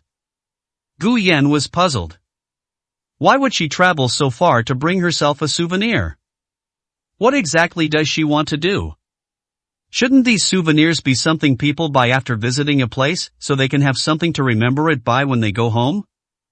Gu Yan opened the photo and glanced at it a few times, his face immediately darkening. No need. Gu Yan's tone grew increasingly cold. But Lin Xiaoran seemed not to understand. "Pick one, see which one you like." Lin Xiaoran was also looking through the photos at this moment. "Here are models of ancient towns, the Peace Hotel, and fridge magnets of the Bundam. Forget about these, they're not very nice. There's also a model of Jing'an Temple, in the style of a Ming Dynasty garden. Oh, right, and these of the Oriental Pearl Tower. Take a look and see which one you like. If you don't like any of them, I'll have Yi Qing go find some more." Gu Yan couldn't help but grip his phone tightly. He could tell that Lin Xiaoran had specifically looked for souvenirs related to the Oriental Pearl Tower for him. Most of these photos are souvenirs related to the Oriental Pearl Tower. He hadn't forgotten that he and Lin Xiaoran had made a promise to visit the Oriental Pearl Tower together. He originally thought Lin Xiaoran had long forgotten. But today, Lin Xiaoran reminded herself of this. What does this mean? Going to Shanghai with another man, and still having to remind yourself of the promise you two made? Do you want to humiliate yourself? Was he supposed to look at this keepsake she gave him every day to remember the promise they made, a promise that Lin Xiaoran had fulfilled with another man? Gu Yan took a deep breath. "Lin Xiaoran. What's wrong?" Lin Xiaoran suddenly felt that Gu Yan's voice seemed much hoarse. "Do you think this is fun? What's the meaning? Why don't you just buy the Oriental Pearl Tower and rename it?" If Lin Xiaoran buys the Pearl Tower and renames it Ningchen Tower, Gu Yan will probably be furious. Upon hearing this, Lin Xiaoran suddenly lowered her voice. Then you should wait a little longer. The Pearl Tower is not allowed to be privately owned right now. Once it becomes available for purchase, I'll have Yi Qing make the contact. Gu Yan couldn't help but laugh in exasperation. Lin Xiaoran is truly capable of doing something like this. In other words, the Pearl Tower is not allowed to be privately owned, otherwise Lin Xiaoran could indeed afford to buy it now. Moreover, every time he talked to Lin Xiaoran, he could never understand what she was thinking. She always thinks differently from normal people. The same. Gu Yan remained silent for a long time. Lin Xiaoran frowned. You don't like any of these? Then I'll have Yi Qing go find some more. The souvenir shops will all be closed later. Gu Yan sighed. Let's go with the last one, that model. He didn't want to cause trouble for Yi Qing because of himself, and he also wanted something to constantly remind himself of this. I reminded myself to break off my relationship with Lin Xiaoran as soon as possible. Lin Xiaoran hung up the phone and then sent a message to Yi Qing. Ning Chen watched Lin Xiaoran the whole time, watching her text Yi Qing and Gu Yan, and listening to the phone call between Lin Xiaoran and Gu Yan. His face turned bright red, his body trembled, and his eyes were bloodshot. It was as if the person was about to lose their mind. From the moment he went to the airport with Lin Xiaoran, his mental defenses began to crumble. Only when facing Gu Yan could he see how Lin Xiaoran would behave when she truly cared about someone. Only then can we see Lin Xiaoran's other emotions besides arrogance and indifference. Only then will she act like a woman, with her own little temper. But Lin Xiaoran would never act like that when facing others, especially when she was the first to be with him. 189, Chapter 189. If he dares to go back, he will never be able to come out again. Ning Chen felt like the blood vessels in his head were about to burst. I took a deep breath and tried my best to calm myself down. Forcing a smile, she said, Xiaoran, after we finish meeting with the head of the medical team later, shall we go out for a walk? No, thank you. Since you've come all this way, you should at least go see it. Come with me, even if it's just to buy some souvenirs. Lin Xiaoran didn't even look up. You can pick whatever you like. I'll have Yi Qing buy it for you. Ning Chen gritted her teeth and said nothing more. His eyes were already brimming with barely suppressed hatred. He simply didn't believe it. If I dedicate myself to this, I'll eventually win Lin Xiaoran's heart. Gu Yan is not good enough for Lin Xiaoran, and he is definitely no match for her. Sooner or later. Just then, Wang Hanyu arrived at the meeting room with the head of his medical team. Nearly an hour later, Lin Xiaoran led Ning Chen out of the reception room. Mr. Lin, Mernang, the guest rooms are ready. Please follow me. A servant from the Wang family stepped forward and said softly. Lin Xiaoran didn't make a move, but turned her head to glance at Wang Hanyu. No need, I have to go back to Kyoto.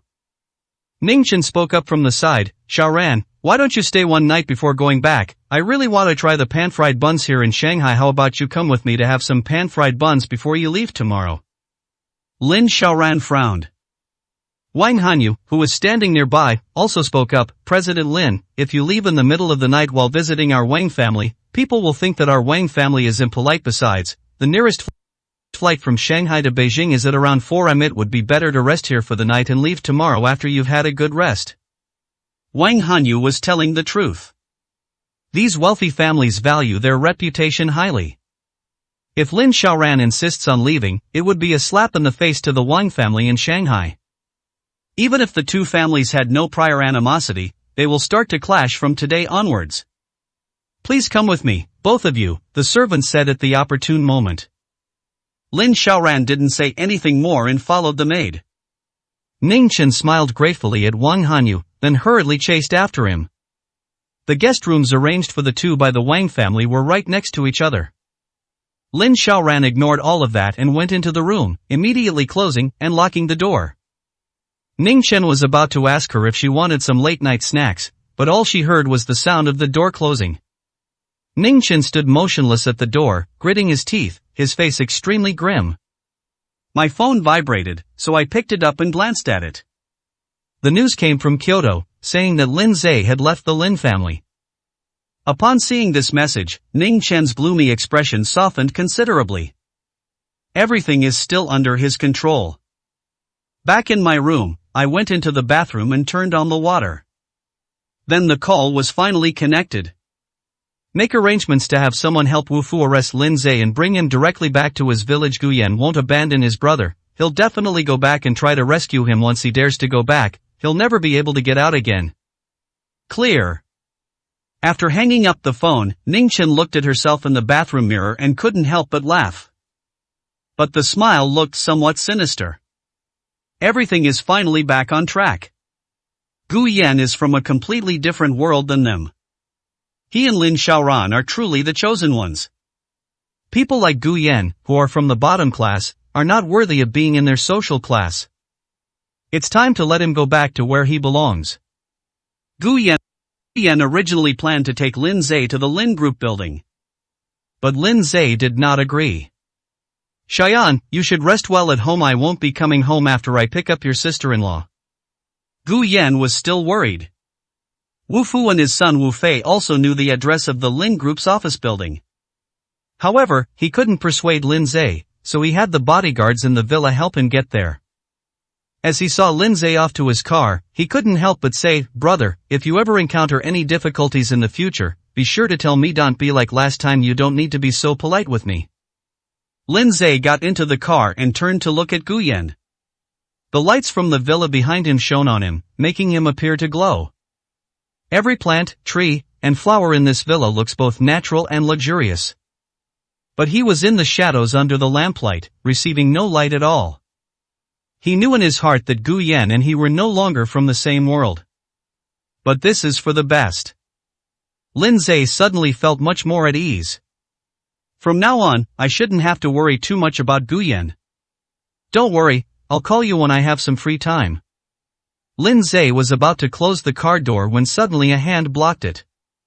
Gu Yan felt a little flustered for some reason.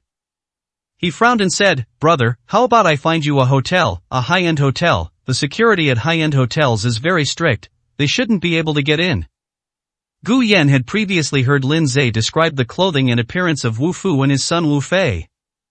It was obvious that the father and son didn't have much money on them. The cheapest rooms in high-end hotels in Kyoto cost 1 or 2,000 yen, which was clearly beyond the financial means of this father and son.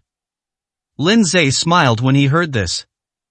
I still need to go see your sister-in-law. Don't worry, once I pick her up I'll find a slightly nicer hotel to stay in, there won't be any problems. Lin Zhe was still worried about Su Ting. No matter what, Su Ting is his wife. She was also the one who rescued him from the hellish home of his adoptive parents. Even if there is danger, he wants to stay with Su Ting. Seeing the love appear in Lin Zhe's eyes, Gu Yan also that's what I said. Lin Zhe is a person who values relationships very much. She is also an extremely easily satisfied person. He feels happy and joyful to have a home and be able to stay with the people he loves. He didn't care at all how much hardship or fatigue he would suffer. He would give anything to be with the person he loves. Perhaps it's because I've never felt what happiness is from childhood to adulthood. He feels content and happy with even the smallest bit of happiness, and he will hold on to that happiness with all his might. They were afraid of losing even this little bit of happiness and sweetness. Brother, after you pick up your wife, don't linger outside. Find a hotel to rest as soon as possible. Don't go to work for the next few days either. I am worried they might find out your work address. Don't worry about the money. Okay, don't worry. Gu Yan watched the car leave until it was out of sight before walking back to the villa alone. The thought of Wu Fu and his son Wu Fei's appearance filled him with mixed feelings.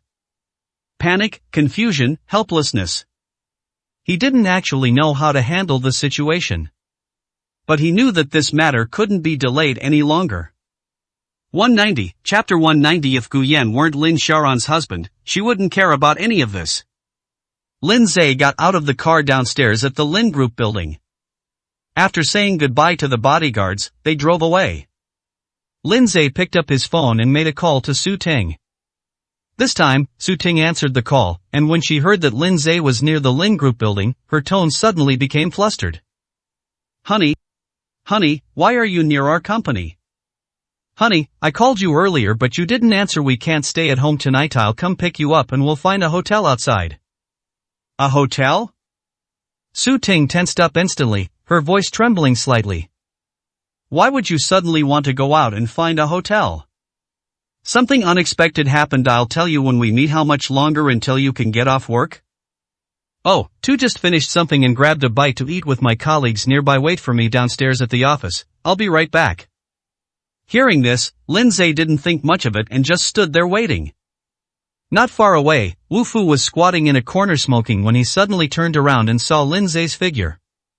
He rubbed his eyes and stared at them closely. He then poked Wu Fei, who was standing next to him. Son, look at that person. Isn't that Lindsay, the one we went to find today? Wu Fei was lying there half asleep when she heard Wu Fu's voice and opened her eyes impatiently. How could that be? He doesn't work here anymore, and who knows where he's gone. Suddenly, Wu Fei's eyes widened as he stared intently at Lindsay in the distance. Tease, it really is him. Dad, it really is him. Quick, let's arrest him. Wu Fu and his son Wu Fei hurriedly got up and ran towards Lindsay's direction. Lindsay was completely unaware that the father and son were right behind him. He simply stood there quietly waiting. On the other side, Su Ting also rushed over. She got out of the taxi about 500 meters from the Lin Group building and walked all the way there. When she saw Lindsay, she was about to stretch out her arms and wave twice, calling out his name. But then a black minivan suddenly pulled up in front of Lindsay and stopped abruptly. Several men got out of the van, immediately restrained Lindsay, and covered his face with something unknown. Almost visibly, Lindsay fell into a coma. Then several men lifted Lindsay directly into the car. Wu Fu and his son Wu Fei were stunned when they saw this. They stood still, too afraid to move forward. But the men waved to the two of them. Get in the car quickly. Wu Fu and his son Wu Fei were instantly terrified. The two looked at each other and understood each other's thoughts from their eyes. Run. However, a single sentence from one of the men made the father and son abandon their escape plan and run straight into the car. Hurry up, you don't want your payment anymore, do you? The fact that these people could utter such a sentence is enough to show that they are with the mysterious person who provided information to the father and son. Su Ting, carrying her bag, looked at the scene before her and her first thought was to run. He quickly turned around and ran away. The people in the van also saw her running away. However, none of them paid any attention to it and quickly drove away. Anyway, all these people were wearing masks, and their license plates had been tampered with. Even if they are seen doing what they did, there is no need to worry too much. Su Ting ran for a long time, until she had no strength left. After running for nearly 2 kilometers, she finally found a corner to catch her breath. She herself didn't understand why she ran away. But what can she do if she doesn't run? She definitely wouldn't be a match for those men. When I turned around and looked down at the Lin Group building, the van was no longer in sight. Feeling panicked, Su Ting hailed another taxi and went home. They returned to their small but always well-organized and clean home, which Lindsay always kept tidy and tidy. I changed into slippers and went to the kitchen to find something to drink. But then they saw the drinks that Lindsay prepared in advance every morning. She doesn't like to drink water. Lindsay would prepare some beverage ingredients every morning. Sometimes it's fruit juice, sometimes it's herbal tea. I'll leave it in the kitchen and prepare it for her after I get off work in the evening.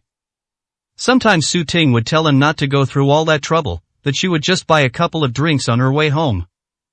But Lindsay refused.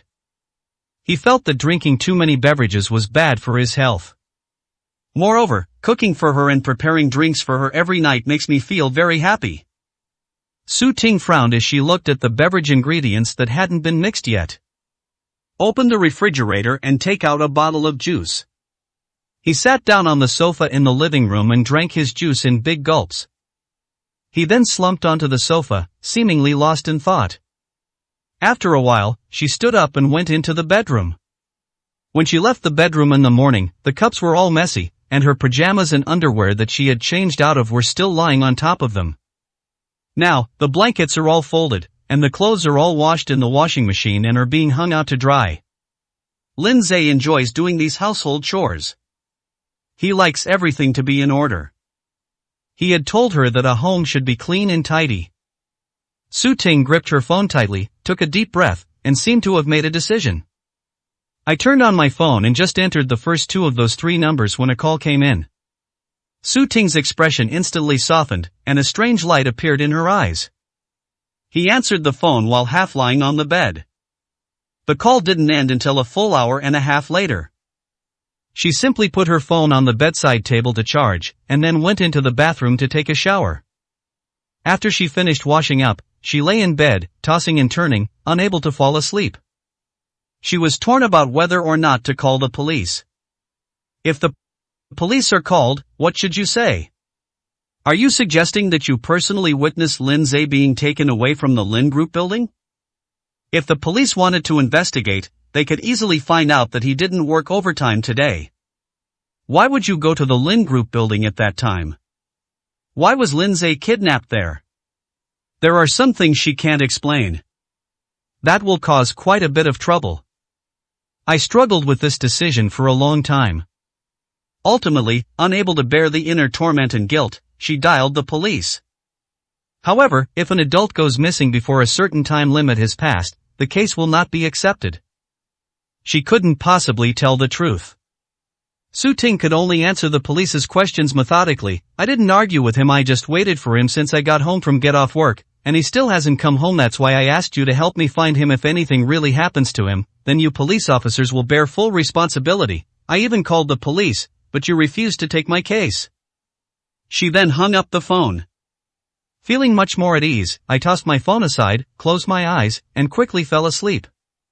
What she was really more concerned about was that Gu Yan would blame her when he found out later. Now that the police have been notified, she has a reason to brush off any questions Gu Yan may have later. Besides, if Gu Yan weren't Lin Xiaoran's husband, she wouldn't bother with all this trouble. 191, Chapter 191. I personally invited him, but he wouldn't cooperate, so I had no choice but to tie him up. The next morning, Gu Yan drove to the Lin Group building. 191, Chapter 191. I personally invited him, but he wouldn't cooperate, so I had no choice but to tie him up. The next morning, Gu Yan drove to the Lin Group building. He arrived half an hour earlier than usual today. After observing carefully for a while and confirming that no one dressed like Wu Fu and his son Wu Fei appeared, they entered the Lin Group building. He finally breathed a sigh of relief after he got to his workstation and sat down. His colleagues, seeing his somewhat furtive behavior, couldn't help but start mocking him. Hey, what kind of shady business have you been up to, acting so suspiciously? Hey, what are you saying? Didn't they already do those wrong things? Yes, it's really shameful to throw yourself into the arms of a rich woman and try to hook up with her. That's not how you put it. They clearly stole someone else's partner, which is even worse than what you're saying. Gu Yan ignored their sarcastic remarks and simply sat down at his workstation and picked up his phone. Lin Zhe hasn't contacted him since leaving the villa yesterday. If the bodyguards hadn't gone back to confirm that they had safely delivered him to the Lin Group building, he probably would have called Lin Zhe long ago. However, even by morning, there was still no news from Lin Zhe, so Gu Yan decided to give him a call. But when the call was made, it wasn't Lin Zhe who answered. It was the voice of a middle-aged man. Gangzi, it's your dad. Yuri finally willing to call your dad? Upon hearing this, Gu Yan's expression changed drastically. She looked down and carefully examined the call, confirming that she had called Lin Zhe, before hurriedly asking, "What did you do to Lin Zhe?" Hearing Gu Yan's anxious expression, Wu Fu was immediately delighted. The mysterious man's subordinate was right after all. Gangzi really cares about this friend of his.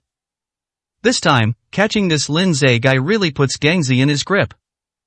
Look at what you're saying. I just heard this person is your friend, so I thought I'd invite him to come back to our village for a visit. If you miss him, you can come over too. I'll send you the address. You can go home and get acquainted with the place. At this point, Gu Yan paused for a moment, as if he had heard a young man next to Wu Fu say something. Then Wu Fu spoke up again. By the way, I heard your friend got married in Kyoto. Oh dear, this morning, the daughter of Granny Li from the east end of the village took a liking to this young man, saying she wanted to give him 20,000 yuan as a dowry and let him stay in her family as a son-in-law. This is great news. Although Granny Li's daughter has a bad leg and is bedridden, her family is well off. I think this will work. If you hadn't come back, I would have done it. I just don't know if Granny Li has. changed her habit of hitting people with a stick. Her daughter became paralyzed from an accident. Gu Yan's gaze instantly darkened. What exactly do you want to do? Why did you arrest Lin Zhe? Wu Fu's voice was calm, but Gu Yan could detect a hint of smugness in it. What do you mean by arrest? I invited him, but your friend really doesn't know how to respect the elderly and care for the young. I personally invited him, but he wouldn't cooperate at all, so I had no choice but to tie him up first. After Wu Fu finished speaking, he moved his phone to the side. Gu Yan could clearly hear someone seemingly having their mouth covered, making muffled noises as if trying to say something. Uncle Wu, it's settled. Then I'll bring you the 20,000 yuan tomorrow, and this kid will be sent to my house tonight. Then my family will have someone to do the work. Those 10-odd acres of land are still lying fallow. Hearing this voice, Gu Yan's heart sank. The dialect was so obvious, and it sounded very similar to Wu Fu's accent from before. It seems that the dialect is very similar to that of the place where the orphanage where he spent his childhood was located. It seems that Wu Fu really did capture Lin Zhe and send him to the countryside. Gu Yan felt a chill run through his body, and his back was almost soaked with cold sweat. The area around the orphanage where he spent his childhood was very poor. Of the dozen or so villages around, none are wealthy, they are all basically impoverished. These kinds of villages have never been reasonable. Many of the children in the orphanage were sold to nearby villages back then. It was only later, when the people who sold the children were caught and revealed the villages, that these children were able to escape from hell. However, some children who could not find their biological parents had no choice but to be sent to that welfare home. It could even be said that the welfare home was originally established to take care of these children. In impoverished areas like this, people have never been reasonable. They only recognize two things. One is money, and the other is unity. It is said that when the police tried to rescue the children, they were surrounded in the village and had to call in hundreds of reinforcements from outside to escape and arrest some of the suspects. He knew very well that Wu Fu was capable of doing what he had said.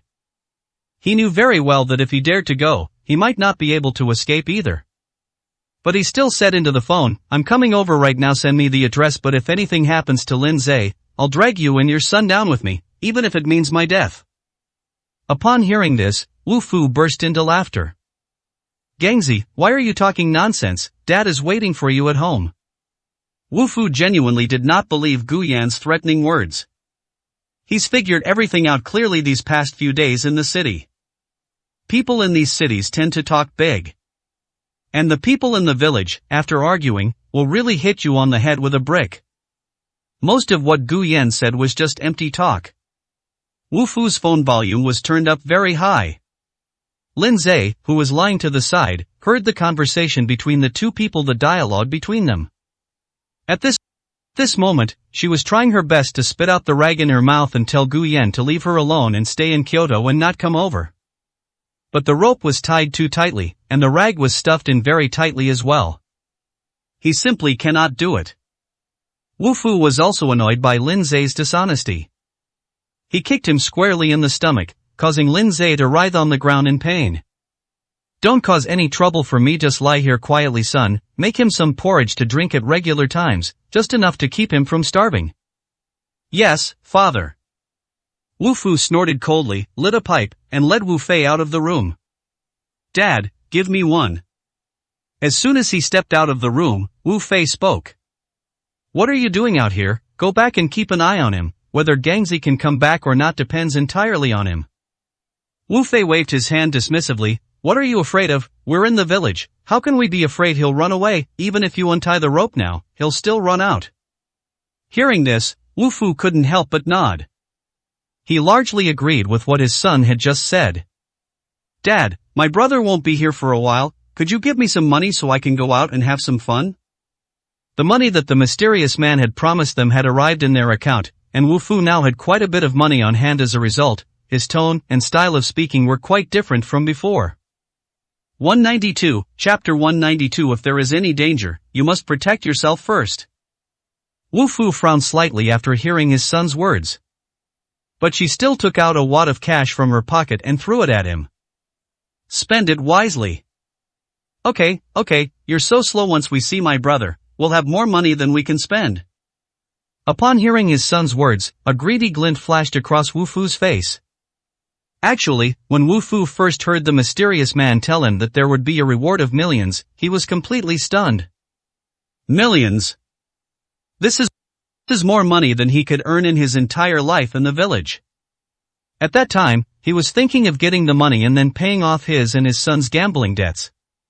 He had no idea what the mysterious man meant when he said that Gangzi was now very rich and had married into a wealthy family as a live-in son-in-law. But after visiting Kyoto and experiencing the big city, his heart changed. Everything is expensive in big cities. Moreover, the mysterious man immediately offered a reward of 1 million.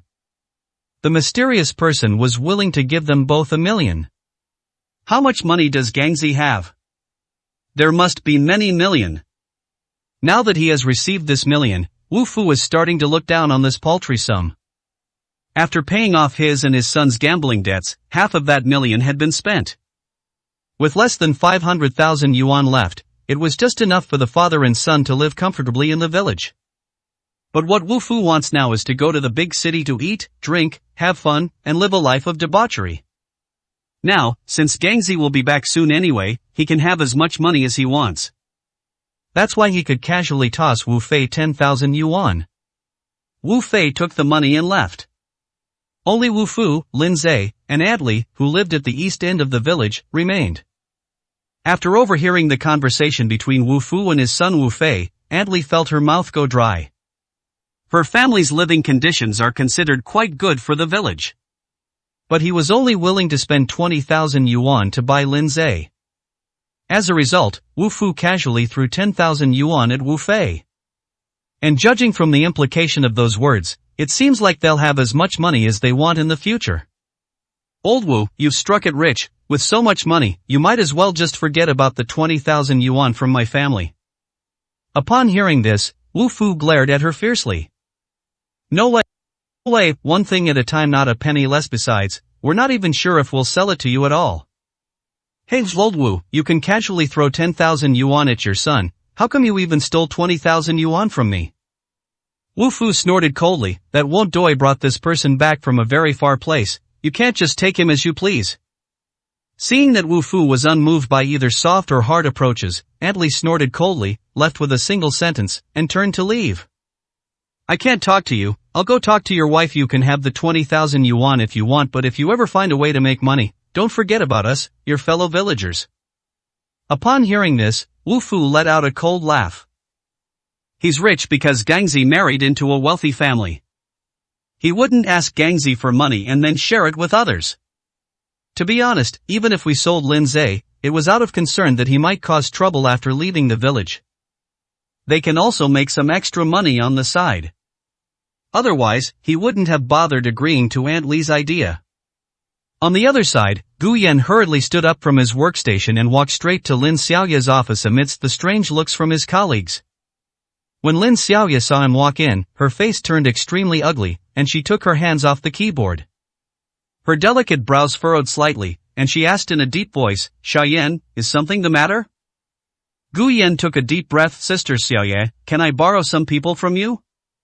Lin Xiaoya paused for a moment, then nodded and said, "Still a lawyer? Was the lawyer I found for you last time not good enough? Then I'll find you a better one." Gu Yan hurriedly shook his head. "No, Sister Xiaoya, I want to borrow a few more capable bodyguards from you." Gu Yan had considered borrowing people from Lin Xiaoran. Lin Xiaoran is currently in Shanghai, spending her time eating, drinking, and having fun with Ning Chen.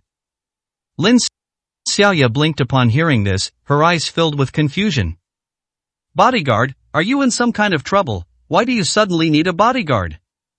Lin Xiaoya's tone was full of concern, and she even poured a cup of tea and handed it to Gu Yan.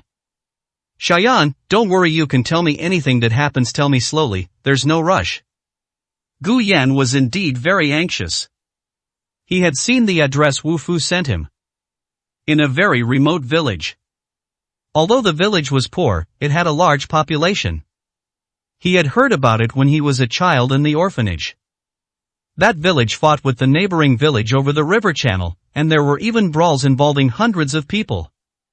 The longer Lin Zhe stayed in that kind of place, the more dangers he would encounter. No one can guarantee that Wu Fu and his son Wu Fei will not use violence against Lin Zhe. Gu Yan took a deep breath, trying his best to calm his expression. Sister Xiaoye, I can hire them 50,000 each, just for a few days 10 people will be enough. IDE really encountered a very urgent matter. Please help me, Sister Xiaoye, I will definitely repay you when I come back. Upon hearing Gu Yan's words, a flicker of emotion crossed Lin Xiaoye's eyes. She stood up and slowly walked to Gu Yan's side.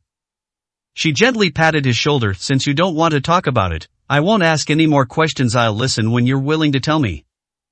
Lin Xiaoye looked at him and couldn't help but sigh softly. Alright, come with me. There are definitely not enough people here at the company right now. Come with me to the old house. I've found some people to go with you. I'll ask for leave for you at the company when. Let me know when you're done, and I'll let you report back on leave. I'll also have someone prepare a car for you. There are definitely too many people in your car. Hearing Lin Xiaoye's words, Gu Yan felt very grateful.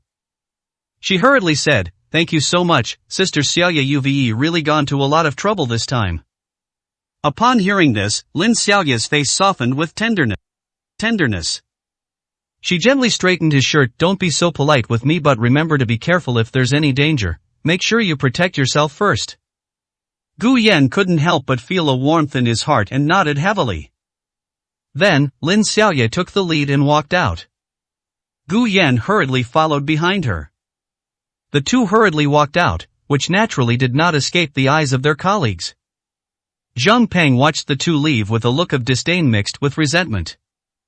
Walking up to Zhao Yongqi, he said, Brother Zhao, look at Gu Yan, he's shameless, he's getting so close to President Lin and the company's deliberately trying to show off, trying to tell us he's President Lin's man. Ugh, seeing his smug look makes me sick. Brother Zhao, what's going on between you and President Lin? You can't keep putting up with him like this. 193, Chapter 193. When she still loved him, she truly redeemed him. All of Zhao Yongqi's colleagues turned their attention to him. The meaning in his eyes was unmistakably one of support for him. These colleagues all admired Zhao Yongqi and had long believed that he would marry Lin Xiaoye in the future. The emergence of Gu Yan has made many people very unhappy. Zhao Yongqi felt the gazes of his colleagues around him, clenched his fists, and took a deep breath. I'm fine, so don't worry about Meth. New project is at a critical stage right now, so I need to make sure it's done properly first. We can't afford any problems at this time. Assistant Zhao, you can't keep tolerating Fish getting so cocky. If we don't do something, he'll think we're easy to bully. Exactly, Brother Zhao, you're not usually like this with outsiders, but isn't Gu Yan an outsider too? A colleague who was on good terms with Zhang Peng remarked, Brother Zhao's temper always becomes exceptionally good when it comes to matters involving General Manager Lin. This isn't a good thing. That's right, Brother Zhao, we need to find a way to teach this Gu Yan a lesson. We should just have to tear off the mask of civility. Zhang Peng immediately chimed in. Exactly, the thought of seeing him in the office every day makes me want to vomit. Several colleagues kept expressing their dissatisfaction with Gu Yan. Sarcasm, contempt, and even insults. It was as if Gu Yan was some heinous, utterly wicked person. But Gu Yan said that he hadn't done anything.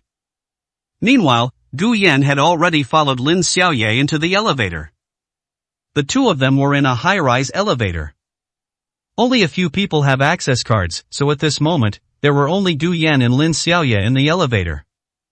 Seemingly sensing that Gu Yan was a little anxious, Lin Xiaoye couldn't help but ask, What happened? Is it dangerous? Should I find some more people to go with you? Gu Yan opened his mouth, but no words came out. He never told anyone in the Lin family, except Lin Xiaoran, about his background. Even Lin Xiaoran only knew that he was an orphan. It is unclear what he experienced in his childhood. When he first met Lin Xiaoran, he only said that he had never met his biological parents and had been living with Lin Zhe since he was a child.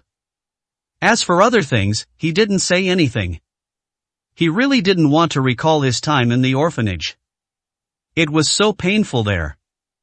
He likes Lin Xiaoran. He was also certain that Lin Xiaoran liked him at that time. He didn't want Lin Xiaoran to know that he had once lived such a hellish life. Lin Xiaoran will be sad. He didn't want to see Lin Xiaoran sad. Therefore, he used to always show Lin Xiaoran his most sunny side. All his smiles were directed at Lin Xiaoran.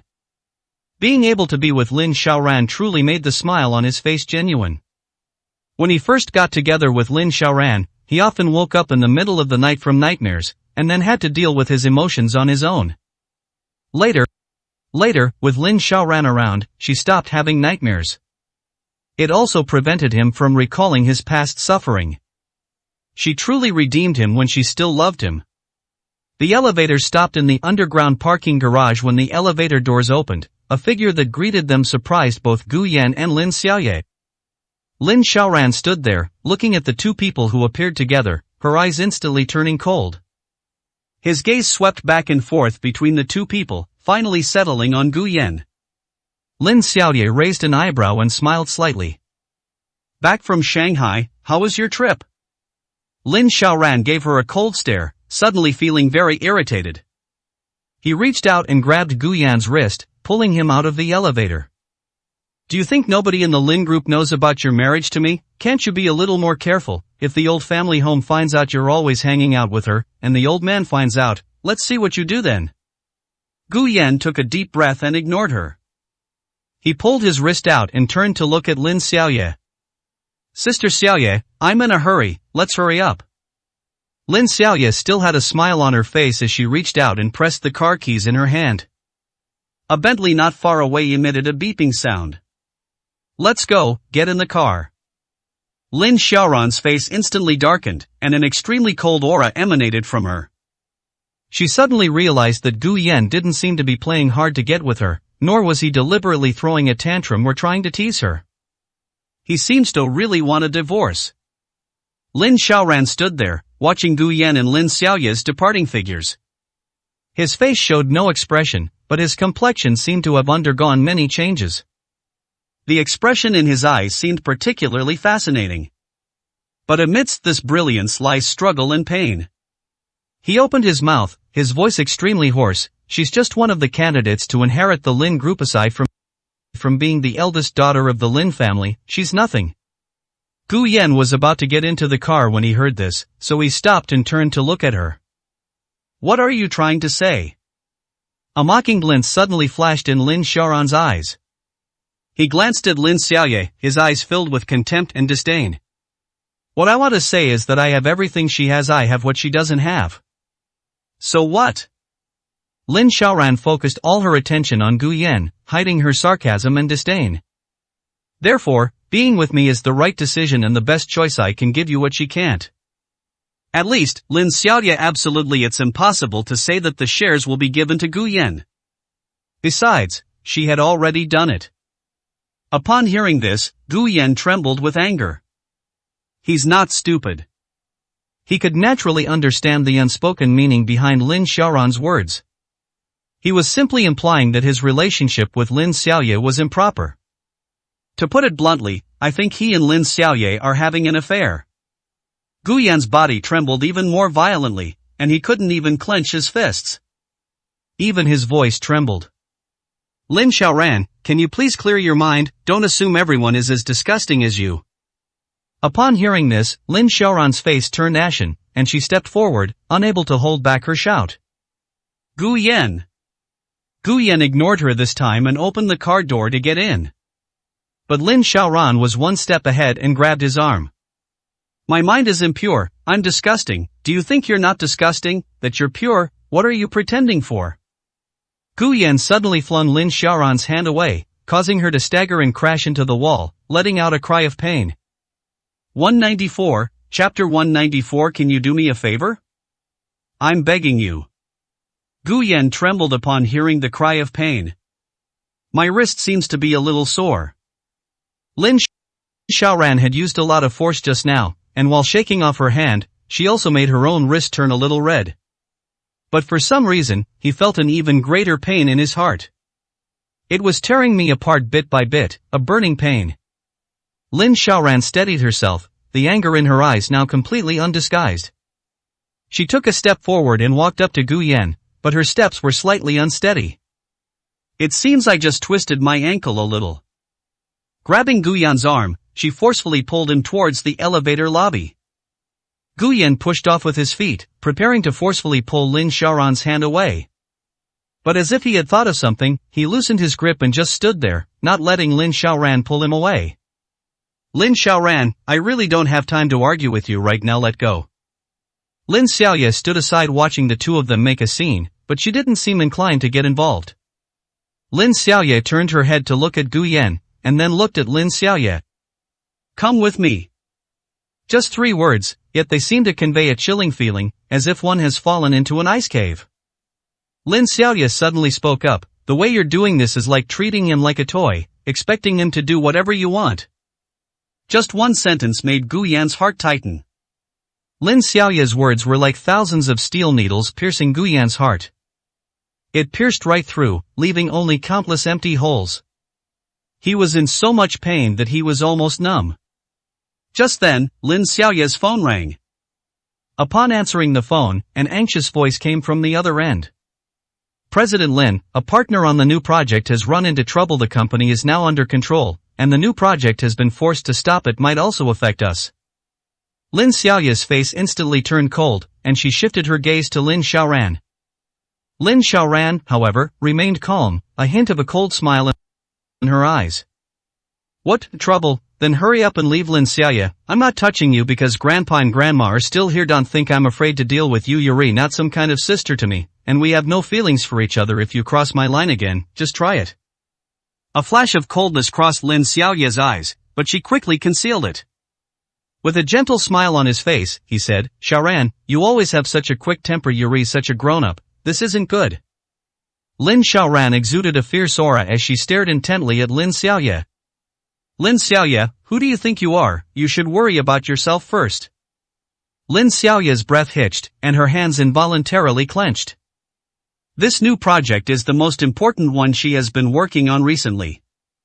Because she failed to secure a cooperation agreement with Longteng Technology, the old man already had some reservations about her. Fortunately, Lin Xiaoran also fell out with Longteng Technology because of Gu Yan's matter. Although the matter was eventually resolved, it could only be considered as making amends for past mistakes. However, Lin Xiaoran eventually resolved the matter. And indeed, she didn't achieve anything significant. Therefore, this new project absolutely cannot have any problems. Immediately afterwards, Lin Xiaoye received one phone call after another, all from people reporting on matters related to the new project. Lin Xiaoye took a deep breath, turned around and got into the car, which immediately drove off. Gu Yan turned around and just called out, Sister Xiaoye. But the car had already driven more than 10 meters away. Lin Xiaoye seemed to have forgotten what he had just asked her to do. Seeing her leave so dejectedly, Lin Xiaoran felt much better, and a smile appeared on her face. I told you, she's unreliable. Only I can solve all your problems. Do you really think she cares about you? Gu Yan seemed not to have heard Lin Xiaoran's words at all. He looked anxious and felt a little dizzy. What should ye do now? How do we rescue Lin Zhe? Should we call the police? Right. Call the police. Gu Yan immediately realized what was happening. Lin Zhe was kidnapped by Wu Fu and his son Wu Fei. He went to the police station. There's definitely no problem with that. Lin Xiaoran stood to the side, took out a souvenir from her pocket, and was about to hand it to Gu Yan. But then they saw Gu Yan typing something on his phone with trembling hands. After she saw the numbers clearly, she burst into laughter and anger. What, I just didn't let you stay with her, and you're going to call the police and have me arrested? Gu Yan ignored him. He just kept making the phone call to himself, and then quickly ran outside by himself. Lin Xiaoran was about to chase after her, but she had just twisted her ankle and was walking unsteadily, so she couldn't catch up at all. When she finally emerged from the underground parking garage, she saw Gu Yan standing on the street. She hurriedly and angrily walked over. Gu Yan put down her phone, her eyes filled with helplessness. He has already made a phone call. But they told him that Su Ting had already called the police last night. It only said that Lin Zhe had gone missing. Now he says he was kidnapped. They asked him if he had any evidence. However, Gu Yan hadn't thought about recording the call at all when she answered it earlier. Where would we find evidence now? But the location he mentioned was outside of Kyoto. This requires cooperation between the police forces of the two regions, and they should not rush to dispatch officers without concrete evidence. We can only ask the police in that area to send someone to check the situation first. But Gu Yan understood perfectly. In those villages, the villagers are very united. It's very difficult for the police to get any results from them. If Wu Fu and his son Wu Fei simply hide Lin Zhe in a mountain, it will not be discovered at all. There is simply no way to rescue Lin Zhe in a short period of time. On the contrary, it will only alert the enemy. Gu Yan's heart at this moment, all that remained was helplessness. At this moment, Lin Xiaoran had already walked to his side, her face extremely pale. What's wrong? Weren't you going to call the police and have me arrested? Is it because the police aren't paying attention to your unreasonable behavior? Lin Xiaoran's tone carried a hint of sarcasm. But in Gu Yan's heart, a sliver of anticipation arose. It seems he can still ask Lin Xiaoran for help. Gu Yan didn't actually want to talk to Lin Xiaoran. He hates Lin Xiaoran. He especially hated the way she had coldly ignored him when he asked her for help, ruthlessly cutting off his hand and leaving him completely without hope. But now, he has no choice. Lin Xiaoran. Lin Xiaoran was slightly taken aback when she heard Gu Yan call her name. Most of the resentment and anger in her heart dissipated instantly. She gently reached out and straightened his clothes, then took out the Oriental Pearl Tower-shaped souvenir model from her pocket and waved it in front of Gu Yan. The souvenir you wanted. Gu Yan didn't even glance at the souvenir, he simply looked down at Lin Xiaoran. Could you do me a favor, I'm begging you? 195, Chapter 195 Lichuan County. Seeing Gu Yan like this, Lin Xiaoran's expression also turned serious. What's wrong? Lend me some bodyguards, the more the better. I need to rescue someone, my brother has been kidnapped.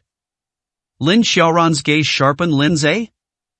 Lin Xiaoran didn't ask why, she just took out her phone and made a call. After arranging for He Qing to find someone, he stood there without moving. Gu Yan overheard what Lin Xiaoran said to He Qing on the phone, and then hurriedly turned around and ran towards the underground parking lot. He had just panicked and forgotten that he had parked his car in the underground parking lot, so he rushed out in a hurry. When Lin Xiaoran saw him running back, she hurriedly called out to him. Why are you running? Gu Yan had just asked her for help, and she had agreed. Now that I hear what she says, I feel bad ignoring her. He stopped, turned around, and said, I'll go get the car. I'll go with you. Gu Yan thought for a moment, then didn't refuse. He ran back and pulled Lin Xiaoran towards the underground parking lot. Wait! Lin Xiaoran said, her tone slightly annoyed. What's the rush? I'll have He Qing drive over. Are you worried about crashing in that state? Gu Yan knew in his heart that Lin Xiaoran was right. Given his current condition, if he were to drive, he could easily cause a car accident. Then you drive. After saying that, he pulled Lin Xiaoran and ran towards the underground parking lot. This time, it was Lin Xiaoran's turn to shake off his hand. I just sprained my ankle, are you going to let me drive? Hearing Lin Xiaoran's words, Gu Yan felt a little embarrassed and could only stand there and wait for He Qing with Lin Xiaoran. Fortunately, He Qing acted quickly and drove to the side of the road immediately. The two got into the car. After giving the address to He Qing stepped on the gas. The car sped along. Lin Xiaoran and Gu Yan sat in the back seat. Lin Xiaoran tossed the bag next to her to Gu Yan. These are all for you. If there are any you don't like, just pick them out and throw them away. After saying that, he bent down gently and rubbed his ankle. Gu Yan opened the bag and looked at the souvenirs inside. If the timing weren't so bad, he might actually be very happy and take these souvenirs out to look at them properly. This trip to Shanghai is for a medical team, we want to invite them to come and examine the old lady. Hearing this, Gu Yan's heart skipped a beat. It turns out that Lin Xiaoran's sudden trip to Shanghai was for the old lady. Bringing Ning Chen along was probably also for Ning Meng's sake. I went yesterday and rushed back this morning. I guess they didn't spend much time in Shanghai. The two of them probably didn't go to the Oriental Pearl Tower together. These souvenirs were probably bought by He Qing. Remembering that he had once told Lin Xiaoran that he wanted to go to the Oriental Pearl Tower with her, he suddenly felt relieved. Even though he hates Lin Xiaoran now, she didn't want all the memories and promises they had made together to be tainted by Ning Chen. The car arrived at the villa, where more than a dozen bodyguards were already waiting. In addition, there were 2 commercial vehicles. After stopping the car, Lin Xiaoran asked, "How far is our destination?" He Qing hurriedly said, "It will take about 5 hours and cover about 600 kilometers." Hearing this distance, Lin Xiaoran frowned. Where? Lichuan County. Gu Yan had sent the address directly to He Qing's phone, so Lin Xiaoran didn't know the exact location. Upon hearing this address, the expression in his eyes changed slightly.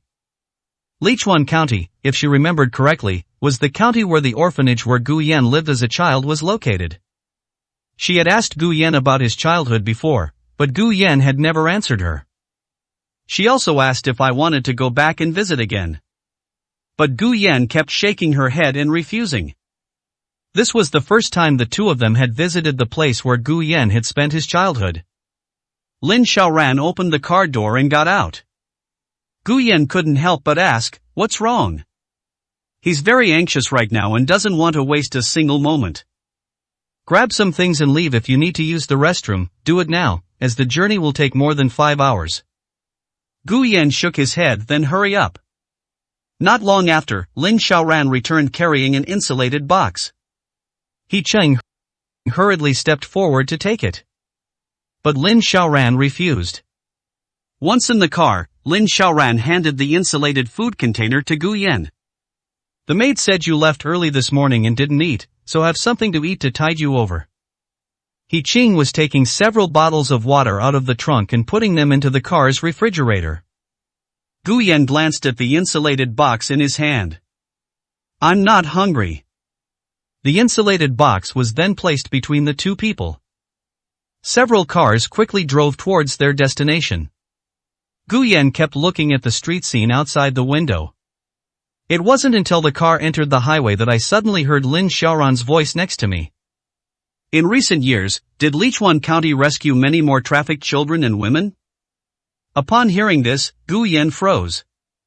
He remembered that when he was a child in the orphanage, the person who bullied him the most was someone who had been sold to a nearby village when he was a child after being rescued. He couldn't find his biological parents, so he was sent to the orphanage. Gu Yan couldn't help but clench her hands, and her breathing became much more rapid. I closed my eyes, and cold sweat gradually trickled down my forehead. The people who like to bully others most in the welfare home are those who were once trafficked. Being trafficked is indeed a very pitiful thing. But it is precisely because they were abducted that, as they grew older, they came to believe that the people who bought them were their parents. But someone told them that they had been sold there. But they couldn't find their biological parents, so they could only watching the others being picked up by their biological parents. They were all still children, so their psychology was easily affected. They develop a liking for bullying others and find pleasure in bullying other people. But since they can't bully children with parents, they can only bully orphans like Gu Yan who haven't been trafficked. When people hear about child trafficking, they feel sorry for the victims. But Gu Yan felt terrified. Lin Xiaoran wasn't stupid. She could naturally see that Gu Yan wasn't in a good state. He seemed very scared, but he was trying hard to suppress the panic deep inside him. She reached out and placed her hand on the back of Gu Yan's hand, then gently leaned her head against his shoulder. But Gu Yan immediately moved to sit outside, subconsciously avoiding the situation. Lin Xiaoran's body froze instantly, and she stood there motionless. He slowly withdrew his body, his face expressionless, and said coldly, 3 years ago, a couple who had lost their child went to Lichuan County to look for him, only to be beaten half to death. This matter attracted the attention of the relevant departments, who spent 3 months establishing a special task force and rescued more than 30 trafficked children and women from nearby villages. The entire human trafficking gang was arrested, the ringleader was executed, and the accomplices received life sentences. This case shocked the entire country at the time. It was the third large-scale human trafficking case cracked nationwide. The previous case, it seems, was also in Lichuan County. 196, Chapter 196. My husband were getting a divorce soon. Lin Xiaoran didn't usually pay much attention to these things. But she had heard about Lichuan County from Gu Yan before. So I saw it by chance and have kept it in my heart ever since. Coincidentally, within 30 years, 2 large-scale human trafficking cases were cracked in Lichuan County. The time before that, Gu Yan seemed to be only a few years old. Lin Xiaoran pursed her lips upon hearing these words. How could he not know these things? It was the first case that was solved that led to him being bullied in the welfare home for many years. Later, after hearing that another human trafficking case had been cracked in Lichuan County, Gu Yan thought to himself that the welfare home would probably take in some more children. The car had only driven less than 3 kilometers on the highway when Lin Xiaoran's phone rang again. This time, it was the old lady who called. Xiaoran, where did you take so many people? Lin Xiaoran turned her head and glanced at Gu Yan. I have some business to attend to outside. She didn't mention that she was accompanying Gu Yan out. One reason is that the old lady's health is not very good right now, and she doesn't want the old lady to worry. Anyway, with me here, Gu Yan won't have any problems. Another reason is that Gu Yan's current state suggests he doesn't want others to know what happened today. However, after hearing Lin Xiaoran's words, the old lady of the Lin family did not give up. Instead, she pressed on, what exactly did you go about? You're not allowed to do anything impulsive or excessive, you understand? Lin Xiaoran said helplessly, Grandma, do you really think I'm that unreasonable? What do you think? Lin Xiaoran pouted, alright, you called me just to ask where I'm going? Upon hearing this, the old lady of the Lin family snorted coldly. Do you still remember Professor Gu? Lin Xiaoran certainly remembered. Professor Gu was very famous in Kyoto. He is one of the few experts who can teach at both Peking University and Tsinghua University at the same time. He is a leading figure in his field in China. It can be said that Professor Gu enjoys a high reputation in Kyoto. Compared to wealthy families like the Lin and Ning families, they are in no way inferior. The Chinese people have far more respect for learned people than for wealthy businessmen. Although Lin Xiaoran had never attended Professor Gu's classes back then. However, Professor Gu's wife was a good friend of the Lin family matriarch, and Lin Xiaoran had visited her several times. Professor Gu was very kind to her. It is said that when she first visited Professor Gu, she was the same age as his missing daughter. When Professor Gu's daughter disappeared, it caused quite a stir in Kyoto.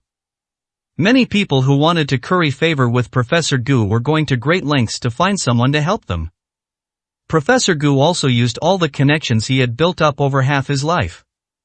It's fair to say that they've practically turned half of Kyoto upside down.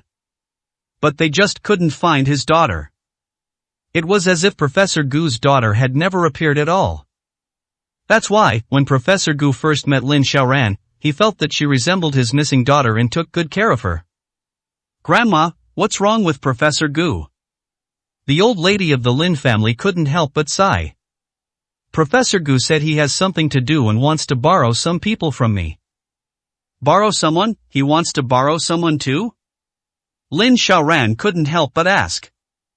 The old lady of the Lin family heard this and said, oh, who else needs to borrow people? You took so many people with you, is someone asking you for help? Nothing, Grandma, please tell me about Professor Gu's matter first. The old lady of the Lin family didn't ask any more questions. Old Gu's daughter went missing, right? He's been asking around for years, and recently someone said she seemed to have been spotted somewhere. He's the kind of person who won't give up, and he still wants to go see her, but I've heard that the people there are a bit tough, so old. He's afraid he might not come back alone, and he's also worried that if he does find his daughter, he won't be able to bring her back, so he wants to borrow some people from me. Hearing this, Lin Xiaoran finally understood why such a perfectly normal professor would suddenly ask the Lin family for a bodyguard. After thinking for a moment, Lin Xiaoran asked, where is it? He's so old, does he really have to go by himself? Why don't you tell me where it is, and I'll see if I can take someone there after I'm done with my business? It seems to be Lichuan County, the place that's infamous for the human trafficking case. Old Gu's temper is such that once he's made up his mind, no one can stop him. Besides, he's already gone quite a distance. He's even left the capital, before he remembered to ask me for help if he wants to go, then let him go. You can help find a few people to go with him. Lichuan County?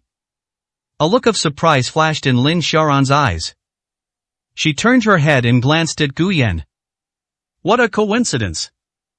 Gu Yan had no interest in listening to what Lin Xiaoran was talking about with the person on the other end of the phone.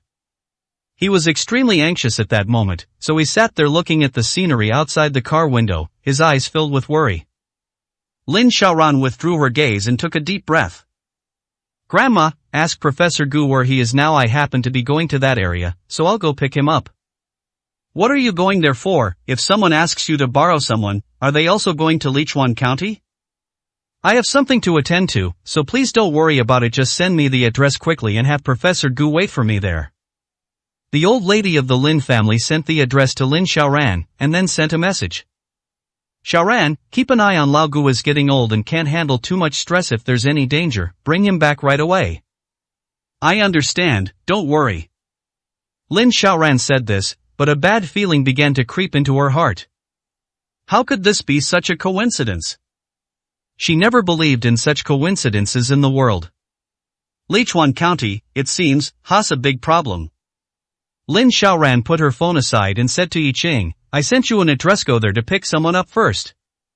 Gu Yan glanced at her, seemingly wanting to say something but holding back. He didn't want to waste a single second. Seeing his expression, Lin Xiaoran offered an explanation. Professor Gu was also going there, so we can pick him up on the way. It won't take up much time. Gu Yan didn't react much when he heard the name Professor Gu. Although he had heard of this person, he had never met him and was not familiar with him. Since Lin Xiaoran said it wouldn't take up much time, he didn't bother asking any further questions. The car drove for nearly 100 kilometers before turning into a service area to pick up Professor Gu. Professor Gu sat in the passenger seat and looked at Lin Xiaoran. Xiaoran, thank you for your help this time. Professor Gu, you're too kind. When Professor Gu noticed that there was another person sitting next to Lin Xiaoran, he couldn't help but ask, who is this? A smile appeared on Lin Xiaoran's face. My husband. Upon hearing this, Gu Yan was about to retort when he remembered that Lin Xiaoran was going to help him. He opened his mouth, but in the end he only muttered softly, let's get a divorce soon. The sound wasn't loud. But Lin Xiaoran, who had been paying close attention to Gu Yan, overheard it. He immediately stopped smiling, his face darkened, and he glared fiercely at Gu Yan. 197, Chapter 197. But as time went by, it could no longer be concealed. Professor Gu glanced at Gu Yan and Lin Xiaoran. At his age, how could he not see that something was wrong with these two people? He smiled and said, it's good to be young. When your Aunt Wan and I were young, we always argued. At this point, Professor Gu's expression became much more dejected. But ever since that day, I haven't dared to argue with her. I am so sorry to her. The atmosphere instantly fell silent. Lin Xiaoran knew which day Professor Gu was referring to. The day Professor Gu's daughter went missing. Gu Yan didn't say anything either. He was unaware of what Professor Gu was talking about and dared not speak rashly. What's your name, young man? Gu Yan. That's great. Come over for dinner sometime. It's a pity your Aunt Wan passed away a few years ago. Otherwise, I would let you try her cooking. Hearing this, Gu Yan was stunned for a moment.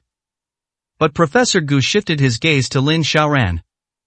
A few years ago, you told your aunt when you were getting married, but you never bothered to bring your fiancé home to meet us. The last time you came over for dinner, your Aunt Wan hadn't even finished cooking when you were in a hurry to leave, saying someone at home was sick. Professor Gu was probably getting old, he just says whatever comes to mind. His gaze shifted back and forth between Gu Yan and Lin Xiaoran. It's a lucky thing to meet someone you like. When you're young you should cherish it. Upon hearing Professor Gu's voice, Gu Yan slowly lowered his head. It's really lucky to meet someone you like when you're young. But this good fortune cannot last a lifetime. People change. Emotions are a very complicated thing. When two people are in love, they wish they could stay together forever and give each other their whole being. But when they stop loving someone, they can be more ruthless than anyone else. They wished they could crush the other person into a deep pit, so that the other person would never have a chance to rise again. Those who have loved are more ruthless than those who hated from the start. You should talk less and get some rest, Lin Xiaoran suddenly said. Clearly, she didn't really want to hear these words either. Given their current situation, Professor Gu's words will not help them reconcile. Instead, it made them even sadder. This old man has only just met Xiaoyan after all these years, and you won't even let this old man say a few words? I've been busy these past few years. I was planning to visit her when I had more free time. Lin Xiaoran's face was expressionless. Professor Gu was somewhat angry.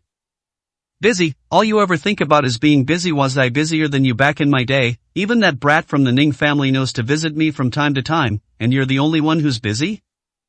Upon hearing this, Gu Yan's heart tightened instantly. He could tell that Professor Gu and Lin Xiaoran had a good relationship. But he had never seen himself. Or rather, Lin Xiaoran never intended to take her to meet him. On the contrary, Ning Chen had already met him and visited him from time to time. Lin Xiaoran has indeed kept him well hidden all these years. He hid so well that no one had ever seen him except Ning Chen. Perhaps from a long time ago, Lin Xiaoran no longer had feelings for him. I couldn't help but clench my fists and close my eyes. Lin Xiaoran seemed to sense that something was wrong with his mood, so she sat down next to him and gently placed her hand on his fist. What are you thinking about? In the past, Gu Yan's eyes were always bright and his face was always smiling. He could never hide his emotions. She only needed to glance at him to know what he was thinking. But now, Gu Yan's face was expressionless, and his eyes showed no emotion. I can't see through it, and I can't guess what it is. It's annoying. Lin Xiaoran disliked the way Gu Yan seemed unable to understand her emotions. She knew that this was wrong, and that there was a problem in their relationship. Whenever I feel upset, I can't help but recall the past we shared. It's like trying to erase the wrong parts and cover them up with past successes. But as time went on, it became impossible to hide it anymore. Gu Yan didn't speak, but opened his eyes and looked out the car window. Professor Gu looked at the two of them through the rearview mirror, smiled and shook his head. Sigh, the old man is getting old, he should take a nap. Then, he yawned and actually fell asleep. Lin Xiaoran's car has a lot of space, and whether in the front or back, you can adjust the seat to a comfortable angle and take a nap. It takes at least 5 hours to get from Kyoto to Lichuan County. By the time we get there, it will probably be midnight. If you want to go and save people, you definitely need to be in good mental condition. Lin Xiaoran took a blanket from the side and covered herself with it. He then glanced at Gu Yan, his eyes showing some displeasure. She sat down next to Gu Yan, hugged his arm, and rested her head on his shoulder. Gu Yan turned to look at her, trying to pull his arm away. But Lin Xiaoran said softly, Professor Gu is asleep, don't move around and don't wake him up. Gu Yan frowned and said nothing, nor did he struggle anymore. He simply turned his head to look out the car window, his face full of worry. Lin Xiaoran covered Gu Yan with the blanket. You should get some sleep too. Who knows what might happen when we get to our destination. Gu Yan had to admit that Lin Xiaoran was right. But he was anxious and just couldn't fall asleep. The car sped along, finally arriving in Lichuan County after 1 a.m. Upon arriving in Lichuan County, it was still quite a distance from the village of Wufu and his son Wu Fei, requiring nearly another hour's drive. Lin Xiaoran originally wanted to contact the local person in charge. But the village was too remote, and the roads were difficult to travel on, and the roads were dilapidated. Normally, almost no leaders would go there. Lin Xiaoran could not be contacted, either the person in charge of the area that is too far down. We can wait for the city leaders to come soon, it doesn't necessarily have to be long. They simply drove all the way to the edge of the village. The countryside wasn't quiet at midnight, the sounds of insects chirping and dogs barking filled the air. Gu Yan picked up his phone and called Lin Zhe. But the phone was switched off and no one answered. Just a few hours earlier, Adli from the east end of the village had already gone to the Wu family with money to propose marriage. Adli's family is wealthy, they've always been considered the richest family in the village. From a young age, Adli's daughter relied on her wealth to bully and oppress people in the village. Bullying the elderly and children is commonplace. Later, perhaps out of divine intervention, she fell seriously ill and became paralyzed from the waist down. But this did not temper her personality. Instead, he became even more irritable. Aunt Lee found several young men for her to marry into her family, but she either disliked their looks or their incompetence. He would beat and scold her whenever he had nothing else to do. The young men couldn't stand it, so they simply ran away. As a result, it's now impossible to find any young men in the nearby villages who are willing to marry into the Lee family. It's not difficult for people in the village to find a young girl to marry. But no one would buy a young man to marry into the family. Now that I've met Lin Zhe, he's handsome and looks like a capable worker, with calluses all over his hands. Most importantly, since the people are not locals, even if they want to leave, it will be very difficult for them to do so. Naturally, Aunt Lee couldn't resist going to propose marriage. 198, Chapter 198. It was he who mustered up the courage to escape from the orphanage with Gu Yan. Wu Fu originally did not want Aunt Lee to take Lin Zhe away. After all, Lin Zhe was the leverage he used to threaten Gu Yan. But then I thought, if Gu Yan comes, I definitely can't let him see where Lin Zhe is. What if the two of them run away when I'm not paying attention? Besides, he still needs to figure out how to get Gu Yan to give him money. He readily agreed to Aunt Lee's request, only making one condition, that Lin Zhe beat him to death or maim him. Over the years, Aunt Lee has had quite a few sons-in-law come to live with her. But he doesn't even really like his own daughter. She's a spoiled child. Her daughter would yell at and hit the young men, and if the young men dared to back down, her daughter would get even angrier. To avoid upsetting her child, she simply tied the person up and placed them in front of her daughter's bed so she could hit them. Everyone who passed by Aunt Lee's house in the village heard the screams of a man coming from inside. Some people in the village, when chatting idly, never mentioned discussing these things. This Lee family's daughter is really something. Even though she's paralyzed, she still gets beaten up by this man and screams like a baby. There was a hint of sarcasm in his words. But Aunt Lee never felt ashamed. Instead, he was quite proud of himself, saying, "Of course, how could my daughter not be amazing? Anyway, I bought her with money, so what's the difference between her and your little girls? If she doesn't listen, you have to beat her until she obeys." The villagers didn't think there was anything wrong with what she said. Everyone in the village has the surname Wu. Aunt Lee's daughter naturally also has the surname Wu. They're considered one of our own. In this village, any girls or children who disobey the purchases are beaten. They became obedient after being beaten for a while. Everyone in the village agrees with this. They wouldn't sympathize with those who married into Aunt Lee's family. They had all been paid. She was no different from the young girls they bought. After bringing Lin Zhe home, Aunt Lee locked the door from the inside and pulled Lin Zhe to her daughter's bedside by a rope. "Daughter, what do you think of this young man? I just bought him for you." Aunt Lee's daughter, Wu Yu, had her eyes light up the moment she saw Lin Zhe. "Mother, where did you find this? This one is quite good looking, so why is it tied up?" Aunt Lee beamed with joy when she heard her daughter's words. "Let me tell you, this was brought back from Kyoto by your uncle Wu Fu. It cost me tens of thousands of yuan to get it. Kyoto is such a rich place. Look how clean and healthy it is. We didn't waste the money."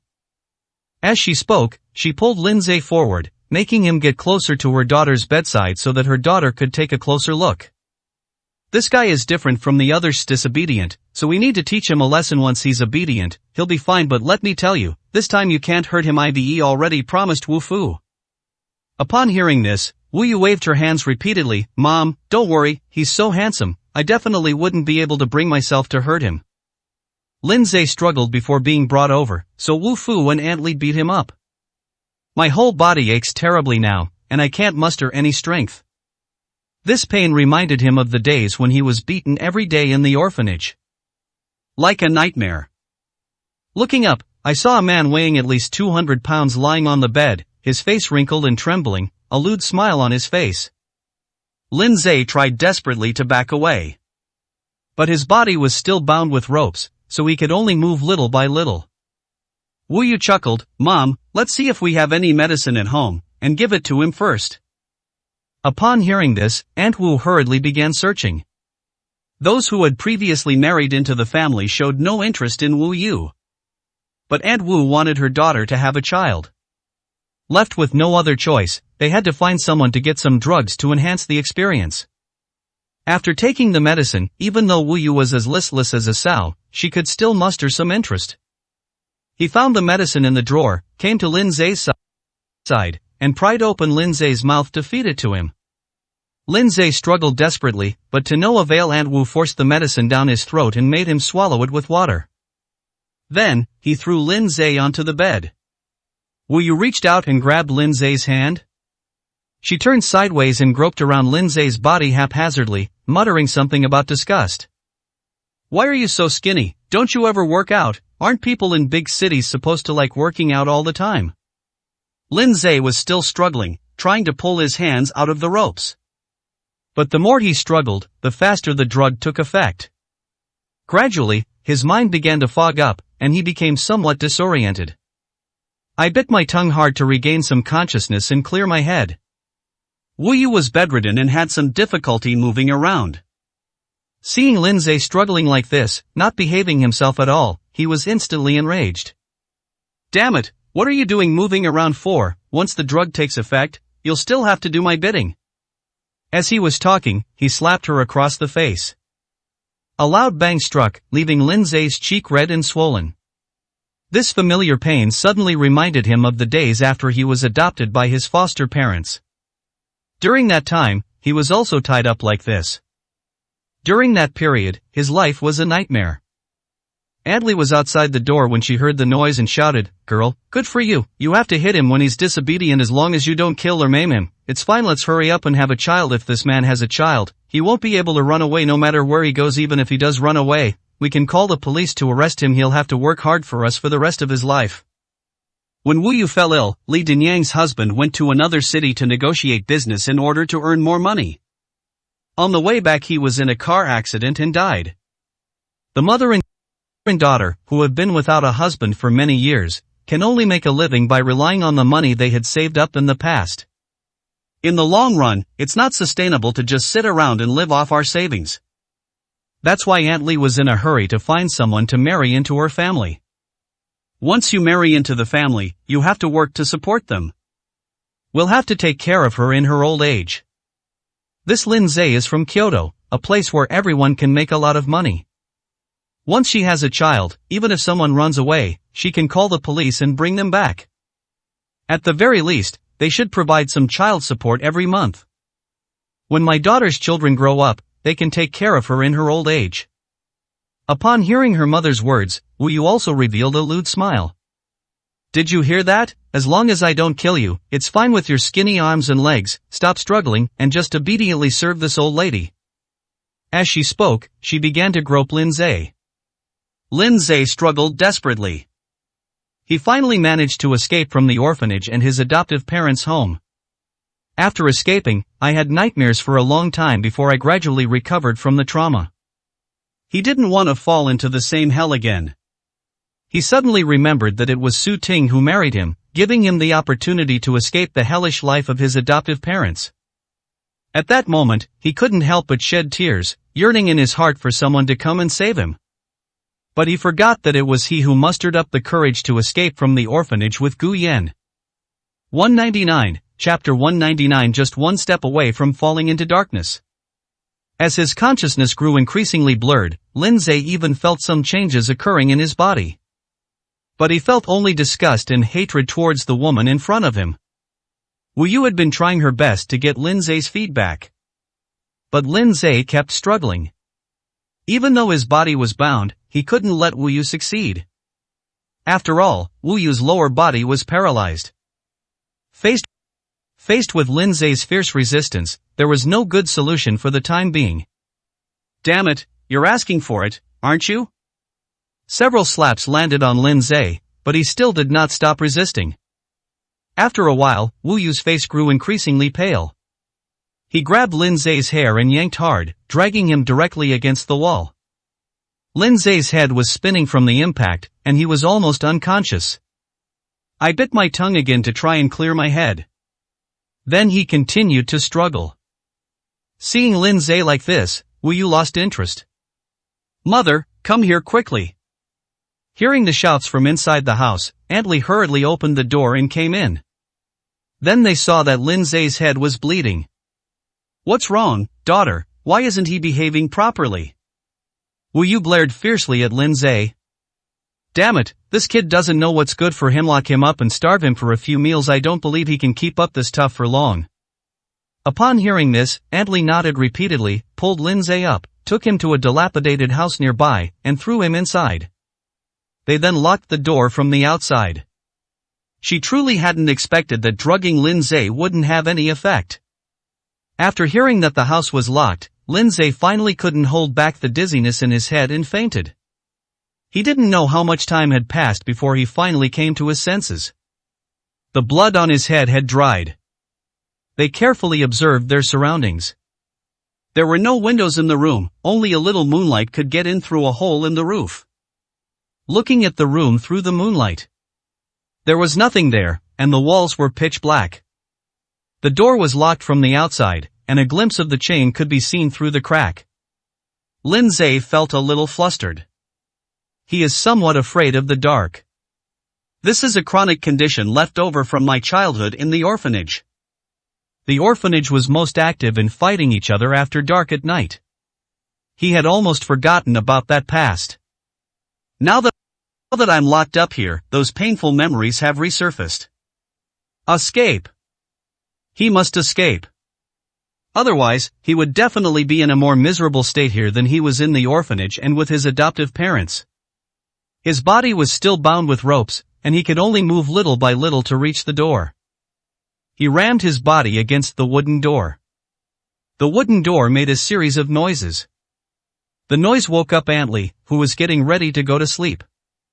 Aunt Lee arrived at the door and kicked the wooden door with her foot.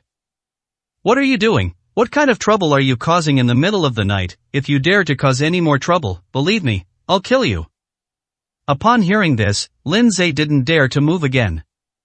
He had to find a way to untie the ropes binding him.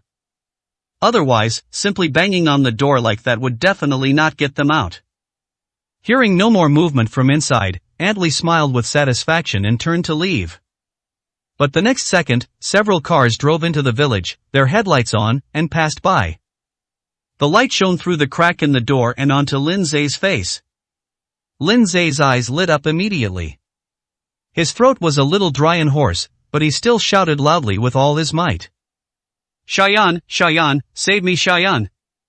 He didn't call out anyone's name. At that moment, he knew very well that the only person who could save him was Gu Yan. However, with his body tied up, he couldn't do anything but bang his head against the wooden door while shouting in pain. Aunt Lee was startled by the sudden appearance of several cars in the village.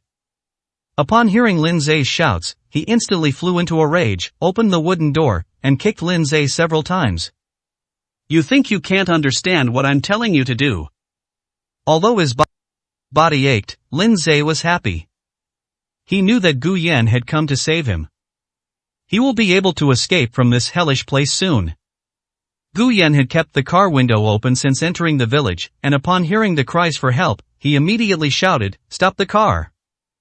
Before the car had even come to a complete stop, he opened the door and ran out, heading in the direction of Lindsay's voice. I ran into the yard and saw a figure standing there kicking something. Gu Yan shone his flashlight and instantly saw Lindsay, whose head was covered in blood, being beaten by someone. The two people were only a few meters apart, but their situations were worlds apart. Lindsay felt as if he were on the edge of a deep pit in hell, just one step away from falling into darkness. But Gu Yan came to rescue him, bringing light with him. Seeing Lindsay's miserable state, Gu Yan rushed over, pushed Aunt Lee to the ground, squatted down, and hugged Lindsay. Brother, are you alright? Come on, I'll get you out of here right now.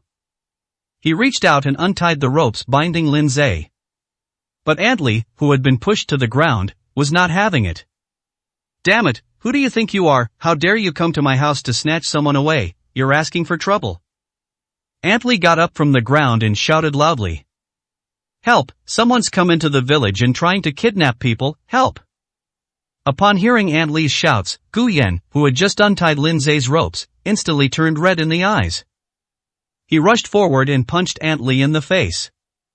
After knocking her to the ground, he held her down and punched her repeatedly. "You're the one who bullied my brother, aren't you? I'll beat you to death." Lindsay had never seen Gu Yan so furious.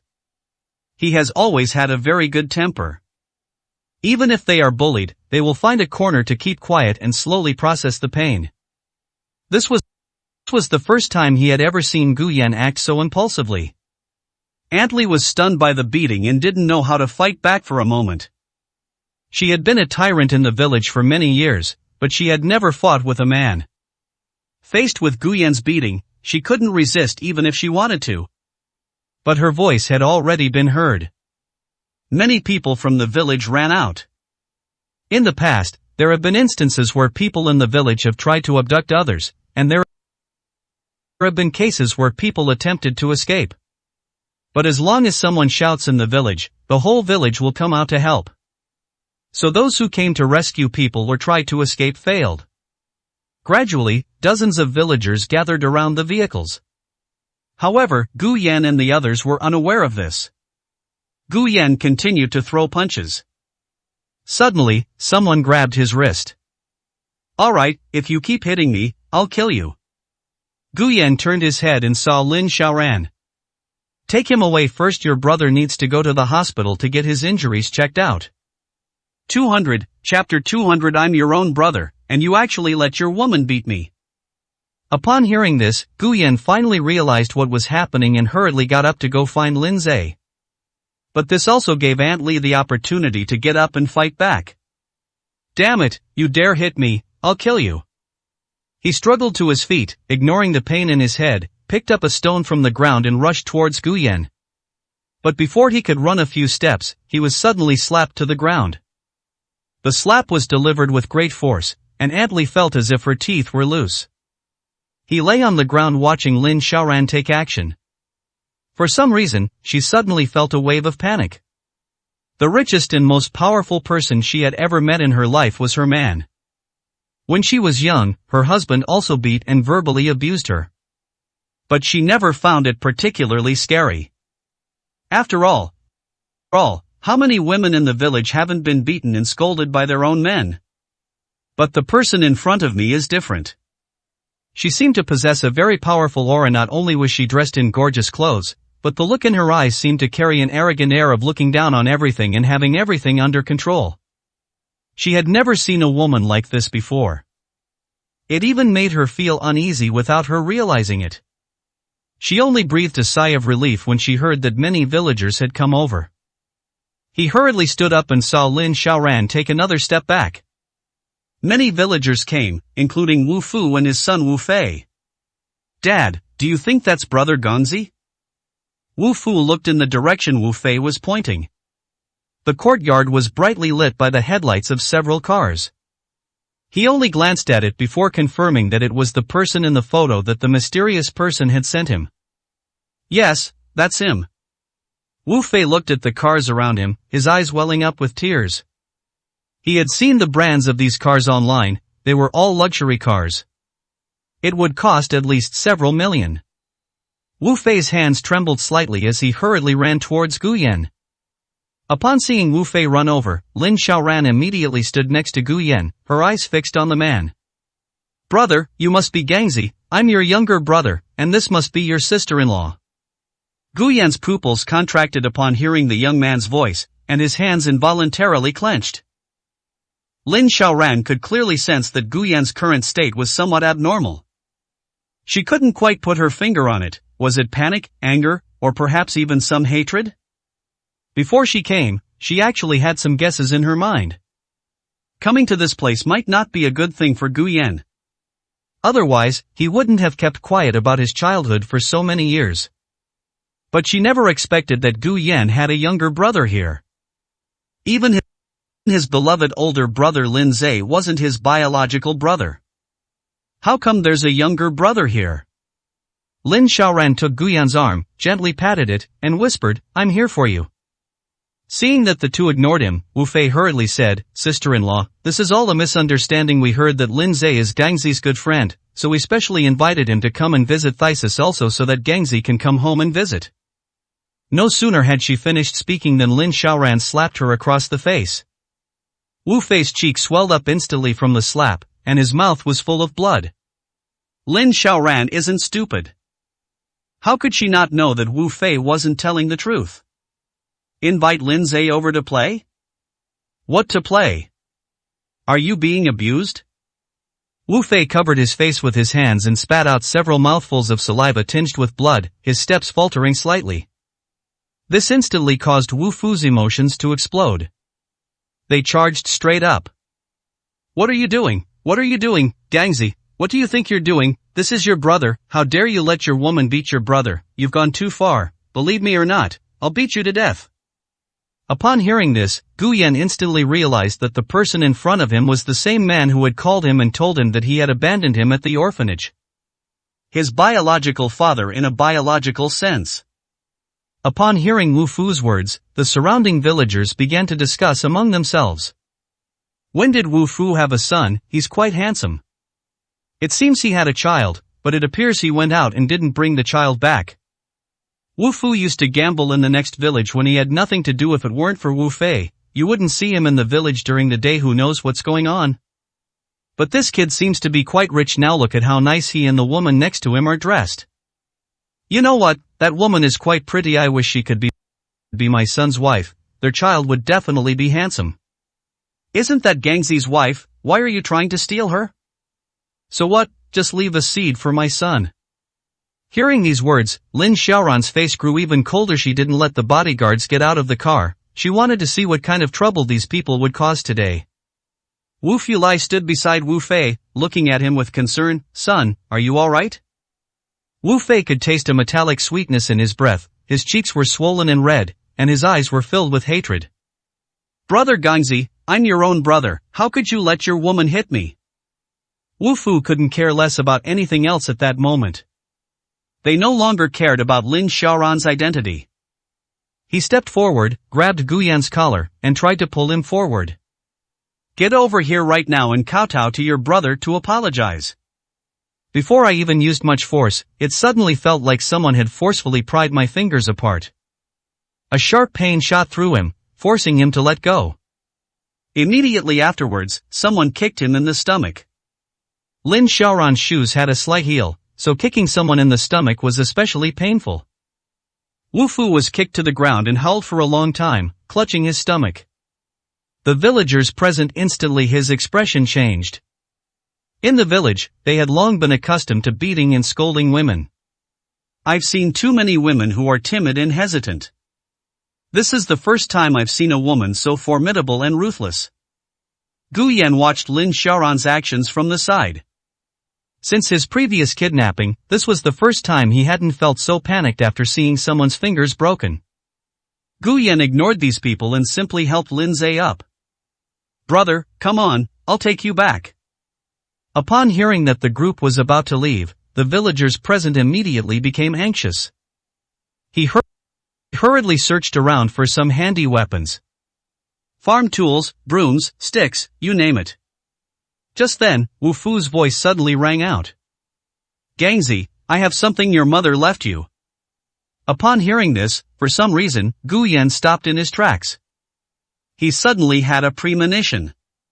He should go and see what Wu Fu was talking about. Otherwise, he'll regret it later.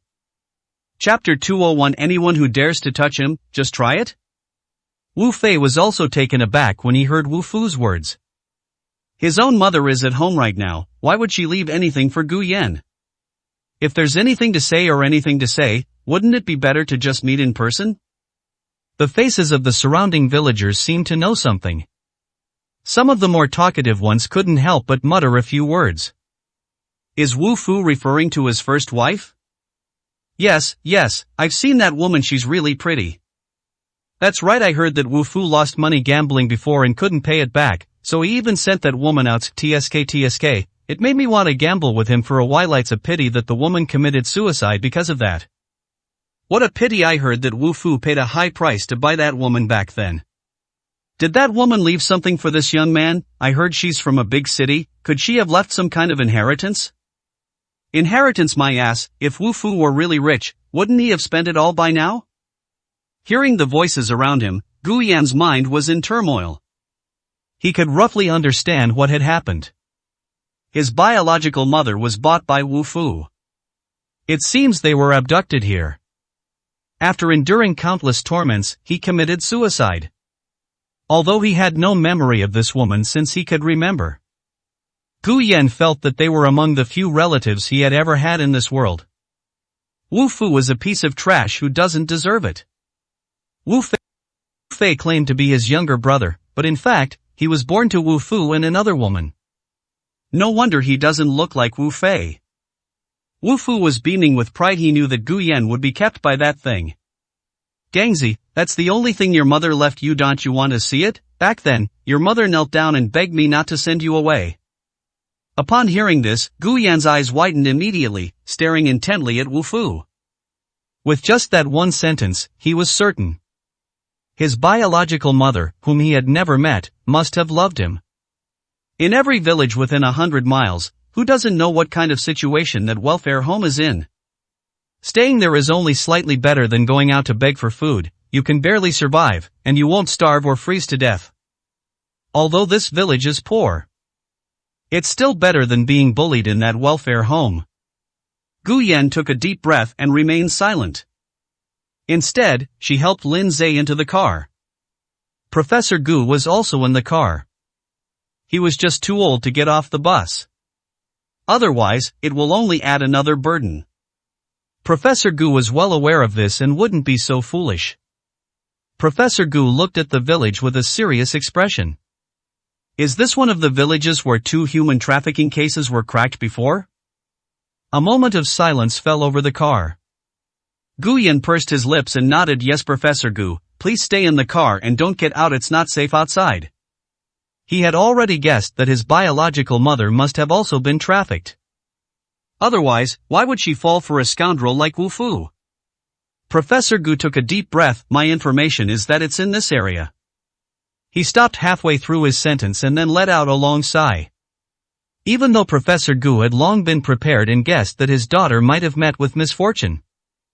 But when he saw the situation before him and realized that even the worst-case scenario he had made was very likely to come true, he still found it hard to accept the outcome for a while.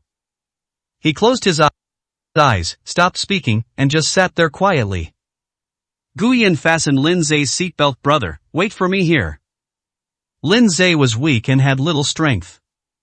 She reached out and grasped Gu Yan's hand with difficulty. Xia Yan, thank you. Gu Yan didn't say anything, but simply lowered his head and closed the car door. Why thank me?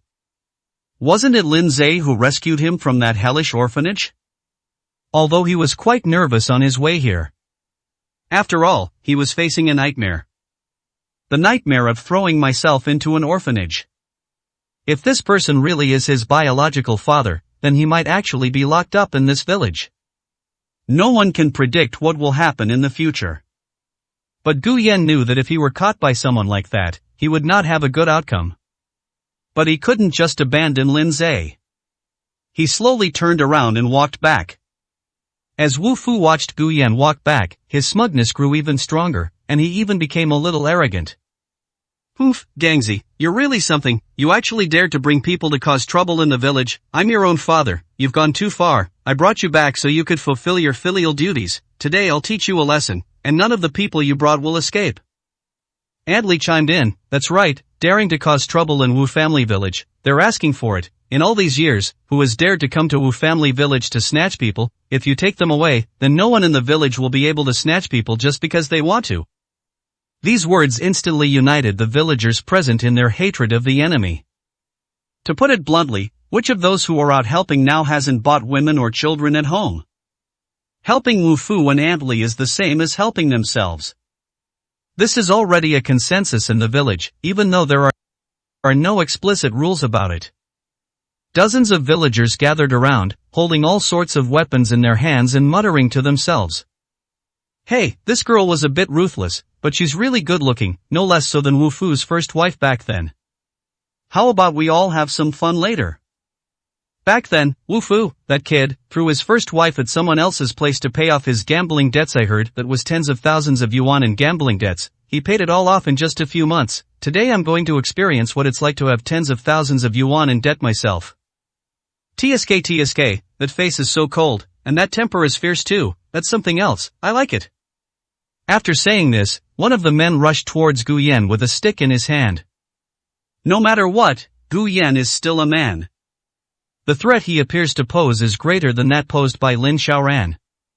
Therefore, most people focus their attention on Gu Yan first. A loud bang.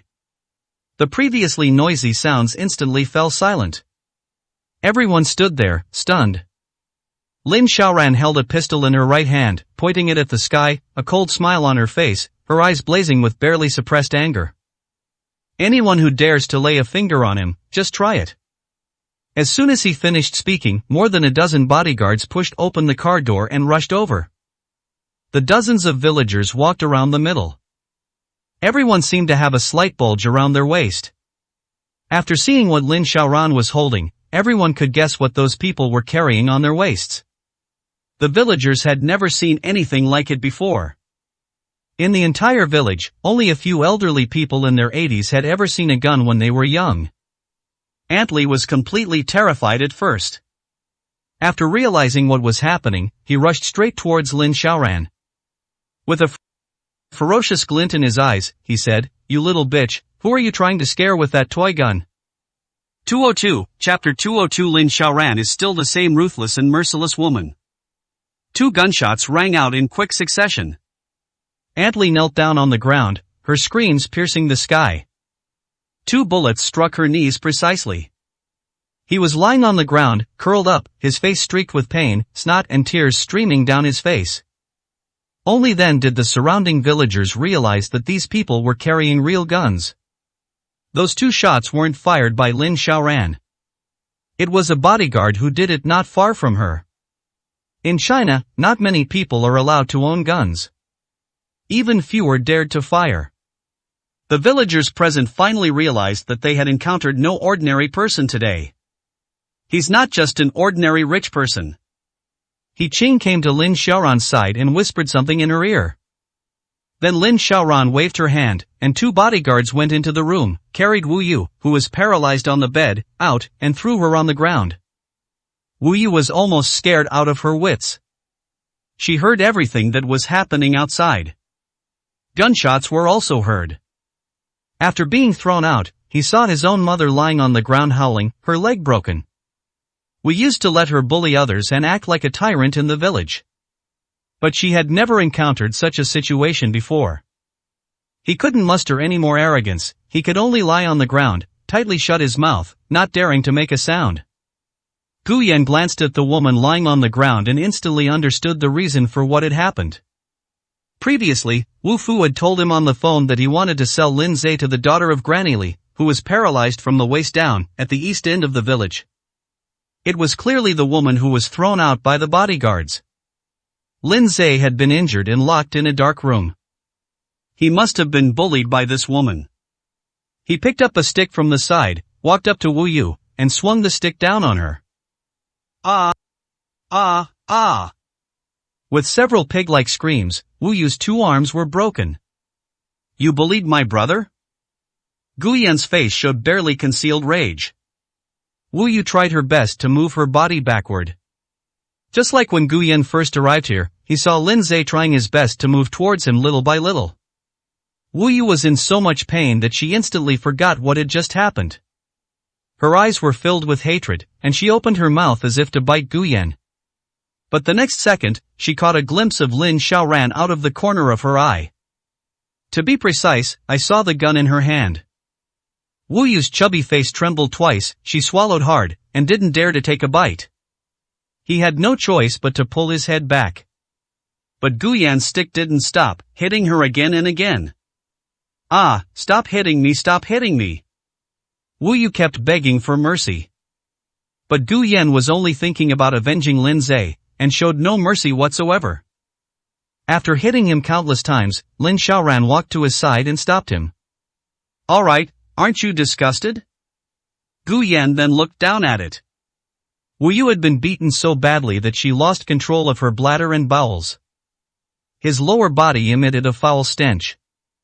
Gu Yan's face was cold, and his eyes were bloodshot.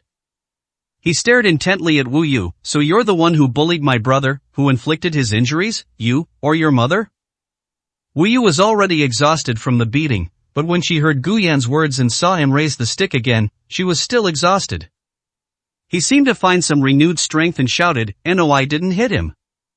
Gu Yan kicked her hard. Then he walked back to Aunt Li's side. So you're the one who hit him? Aunt Li was still wailing, the pain making it impossible for her to hear what Gu Yan was saying. Seeing that Aunt Li did not respond, Gu Yan simply took the stick and smashed it down.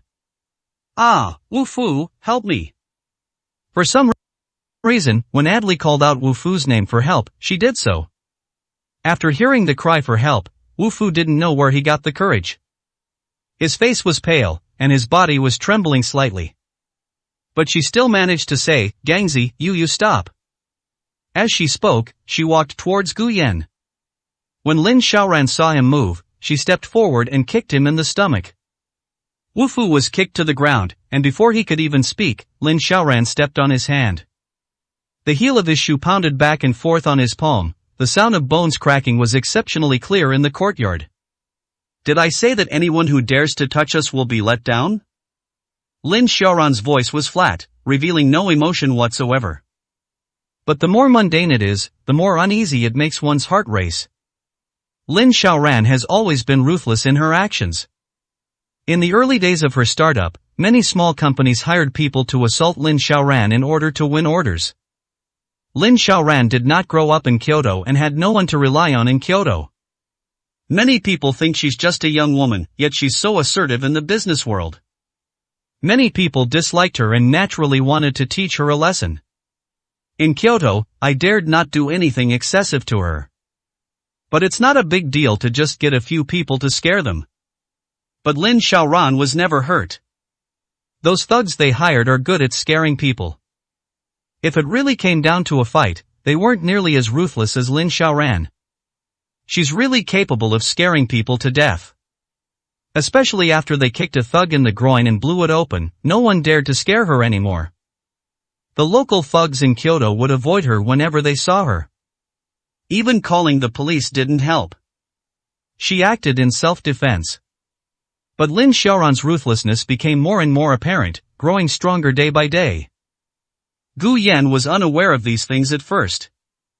On another occasion, I was having dinner with Lin Xiaoran. A few thugs robbery in the alley. As a result, he turned and ran away after encountering Lin Xiaoran. Gu Yan only found out later. The so-called leader of that group of thugs went to cause trouble for Lin Xiaoran after taking money from others. Lin Xiaoran, however, remained calm and instead took the initiative to make her move. He slapped each of those thugs hard across the face. For those petty thugs, such an act of physical assault is a huge loss of face. The so-called boss wanted to save face, so he beat up Lin Xiaoran. But she kicked him so hard that his genitals were ruptured. It lost its intended function from then on. But Lin Xiaoran did not stop. He kicked the leader who was lying on the ground more than a dozen times. I heard that if he had been taken to the hospital in time, he could have been saved. Those few kicks completely robbed the leader of his due public authority. The local thugs in Kyoto all say she's crazy. If you can't afford to offend them, you can only avoid them. That scene just now made it clear to everyone that Lin Xiaoran is still the same ruthless and merciless Lin Xiaoran.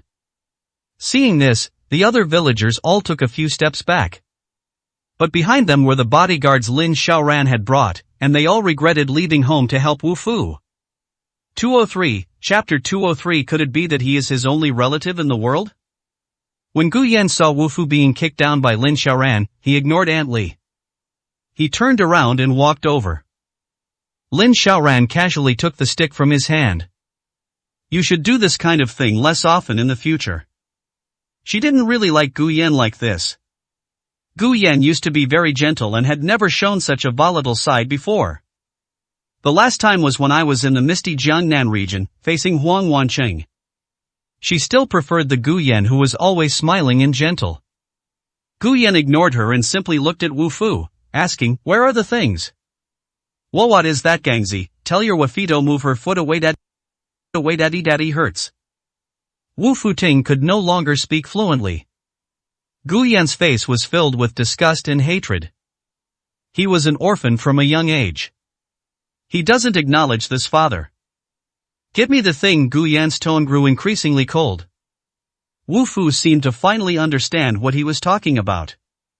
He hurriedly said, Tu was just saying that casually Shesh didn't leave you anything. I sold all her things for money.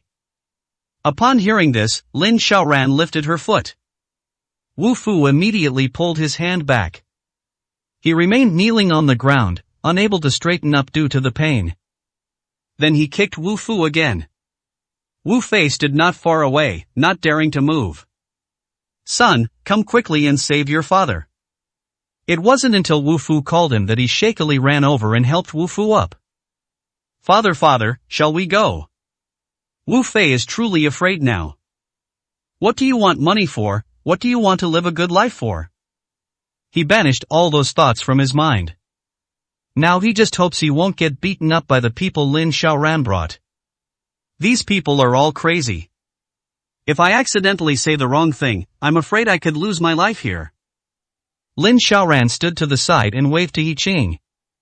The situation here is beyond her ability to handle on her own. Since the gun has been used, we need to get the local leaders to come and take a look. Yi Qing hurriedly returned to her car and made a phone call. At the same time, Professor Gu also got out of the car. The farce here has now subsided. His purpose in coming to Lichuan County has not yet been resolved. Some people say they have seen his daughter in Lichuan County. Wujia village also belongs to Lichuan County, so why don't we ask someone about it first?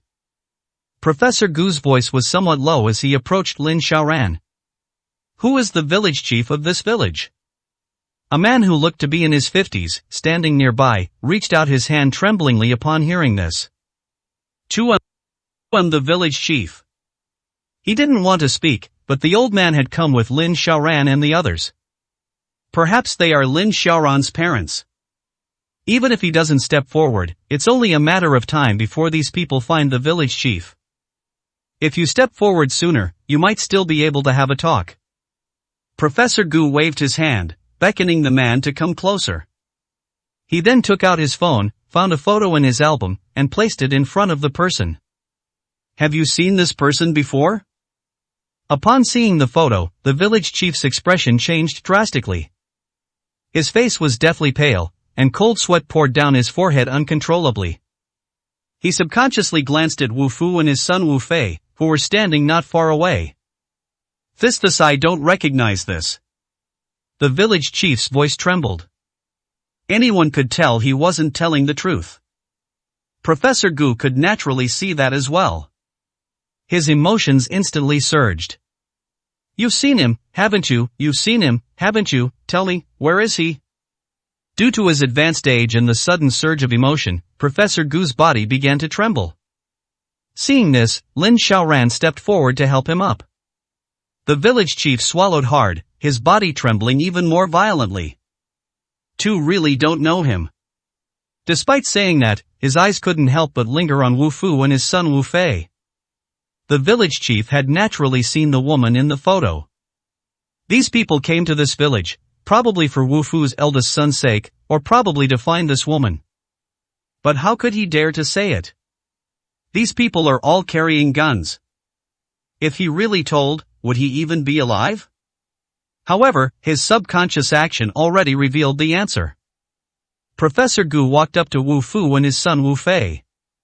He held up his phone and said in a deep voice, "Have you seen this person before?" Wu Fu glanced at the photo, and his already pale face became even more panicked. 2. He couldn't utter a complete sentence for a while. Professor Gu was over 70 years old this year. Logically speaking, he has experienced countless ups and downs and would rarely lose control of his emotions like this. He stepped forward, grabbed Wu Fu by the collar, and shook him violently. Tell me, have you seen him? Where is he now? Wu Fu was so frightened that his whole body went limp and he collapsed to the ground. Lin Xiaoran also came over and simply raised her gun and pointed it at Wu Fu's head. Explain. Just one word was enough to scare Wu Fu so much he wet himself. He screamed in a breakdown, "Shesh dead, I didn't kill her, she committed suicide, I didn't do it." Upon hearing this, Professor Gu's brain instantly became congested with blood. Even before he came, he had already considered this possibility. But he still couldn't withstand such a blow and fainted. Lin Xiaoran quickly caught Professor Gu and beckoned 2 bodyguards, saying, "Quick, get him to the hospital." 2 bodyguards quickly lifted Professor Gu into the car and sped off to the hospital. Lin Xiaoran took a deep breath, looked at Gu Yan, and then at Wu Fu. Suddenly, he asked, "Gu Yan, his surname is Wu, why do you have the surname Gu? What is your mother's last name?" This question is almost spot on. Gu Yan's mind was in turmoil, and he couldn't quite figure out what had happened. She pursed her lips and replied softly, "The old dean's surname is Gu, so I'll take Gu's surname too." Upon hearing this answer, Lin Xiaoran frowned, as it seemed that the answer was not quite what she had guessed. But then Gu Yan continued, "He abandoned me at an orphanage when I was very young from what I can remember. All I have are memories of the orphanage." Lindsay got out of the car as Professor Gu was being carried into it, and suddenly spoke up, "The old director told me actually, when you were sent to the orphanage, there was a note with the character Gu written on it, that's why your name was changed to Gu." Upon hearing this, Gu Yan was instantly stunned. Lin Xiaoran was also stunned. This answer tells almost everyone definitively. Gu Yan's biological mother is very likely Professor Gu's biological daughter. It's just that we haven't obtained more concrete evidence yet. However, this evidence is no longer that important. Gu Yan's breathing became rapid. For a moment, my mind went blank, and I didn't know what to do. He never imagined that Professor Gu, whom he had only met for the first time, might be his only relative in the world. As dawn broke and the atmosphere grew increasingly somber, several cars drove into the village. 204, Chapter 204. That's why Gu Yan was dumped at the entrance of the orphanage. The visitors were leaders from the local county. Among the cities under the jurisdiction of Lichuan County, there are several projects invested in by the Lin Group. It generated a significant amount of GDP. The city's leadership attaches great importance to one of the future heirs of the Lin Group. Upon hearing that Lin Xiaoran had arrived in Wujia village, the county leaders rushed over at breakneck speed. "President Lin, I'm so sorry for not greeting you properly." The person in charge came forward and shook hands with Lin Xiaoran. After looking around, he was immediately overcome with a cold sweat. How could he not see that something was amiss? Especially Aunt Li, who was kneeling on the ground. The wound on the knee was clearly a gunshot wound. It's time to draw guns. This is clearly not a minor conflict. President Lin, what exactly is going on? The person in charge wiped the cold sweat from his forehead and asked softly. Lin Xiaoran's face remained expressionless. He simply said in a cold voice, "I remember, a human trafficking case was cracked in Wujia village a few years ago, wasn't it?" Upon hearing this, the person in charge turned pale instantly. Yes. Did you see a car drive away when you arrived?" "I saw him. The person in that car is Gu Yong. Professor Gu is the Professor Gu who received an award a few years ago." The person in charge was somewhat puzzled. He had heard of Professor Gu Yong. Those who receive such recognition are certainly not insignificant figures. As the person in charge of a region, he should probably have some understanding of this. Before he could even ask, Lin Xiaoran gave him the answer he wanted. Professor Gu's daughter has been missing for a long time. If nothing unexpected happens, she was abducted and sold to this village. Back then, why was there no news of Professor Gu's daughter when the human trafficking case was solved? It wasn't until today, when we came to look for her, that Professor Gu learned that his daughter had been sold here? Upon hearing this, the person in charge's eyes instantly filled with terror. Who is Professor Gu? He was renowned in academic circles and made significant contributions to the development of China. He can be described as someone who has taught countless students and dedicated his entire life to making contributions. This kind of person's daughter was sold. Even after decades, this human trafficking case has been solved. But he still hadn't received any news about his daughter. How absurd. However, this is not the final result. Lin Xiaoran's next words immediately turned the person in charge's face ashen. Professor Gu couldn't take this blow and fainted as old. It's hard to say if he'll pull through. IVE already had him taken to the hospital. You'd better hope he's alright otherwise. Upon hearing this, the person in charge felt utterly devastated. Professor Gu was one of the most outstanding experts in his field, both domestically and internationally. A top-notch, irreplaceable expert. If he really dies in this village, then he's finished. Mr. Lin, this human trafficking case is not my responsibility. I am not entirely clear on the specifics. Here's what I'll do. I'll have someone find all the files from back then and check them carefully to see if there are any problems. The person in charge wiped the cold sweat from his forehead. Don't worry, if any mistakes are found, I will punish them severely. I will give those who are incompetent a good beating. This is a typical example of shirking responsibility. Lin Xiaoran has seen many similar disgusting faces in Kyoto over the years. Not in charge, then what's going on with this village? Such a grown person, and during the initial investigation, not a single person stood up to speak. How have you conducted the census all these years? As Lin Xiaoran spoke, she pointed to Lin Zhe, who was standing next to Guyan. Furthermore, what era are we living in? How can there still be people in this village who dare to traffic people? Now it's not just women and children who are kidnapped, but even men are being kidnapped and sold to others to marry into other families. Right, your Lichuan County is so great, so powerful. If someone dares to do such evil deeds, are all your people bribed, or are there people in cahoots, working together in the same evil? Upon hearing this, the person in charge shook his head repeatedly. President Lin, absolutely not, absolutely not. Lin Xiaoran crossed her arms and looked at the person in charge with a cold gaze. So you're saying there are incompetent people in this village who can't get anything done, and that they've managed to evade over a dozen censuses without anyone noticing the large increase in the village? How did you recruit these incompetent people? Did someone take money, or is it that everyone from top to bottom is incompetent, with no one capable of doing anything? Upon hearing Lin Xiaoran's reprimand, a hint of displeasure flashed in the eyes of the person in charge.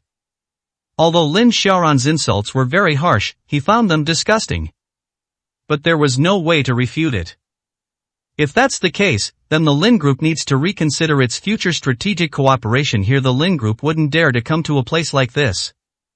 The Lin Group's previous investments here were quite successful. They originally planned to expand the scale of investment.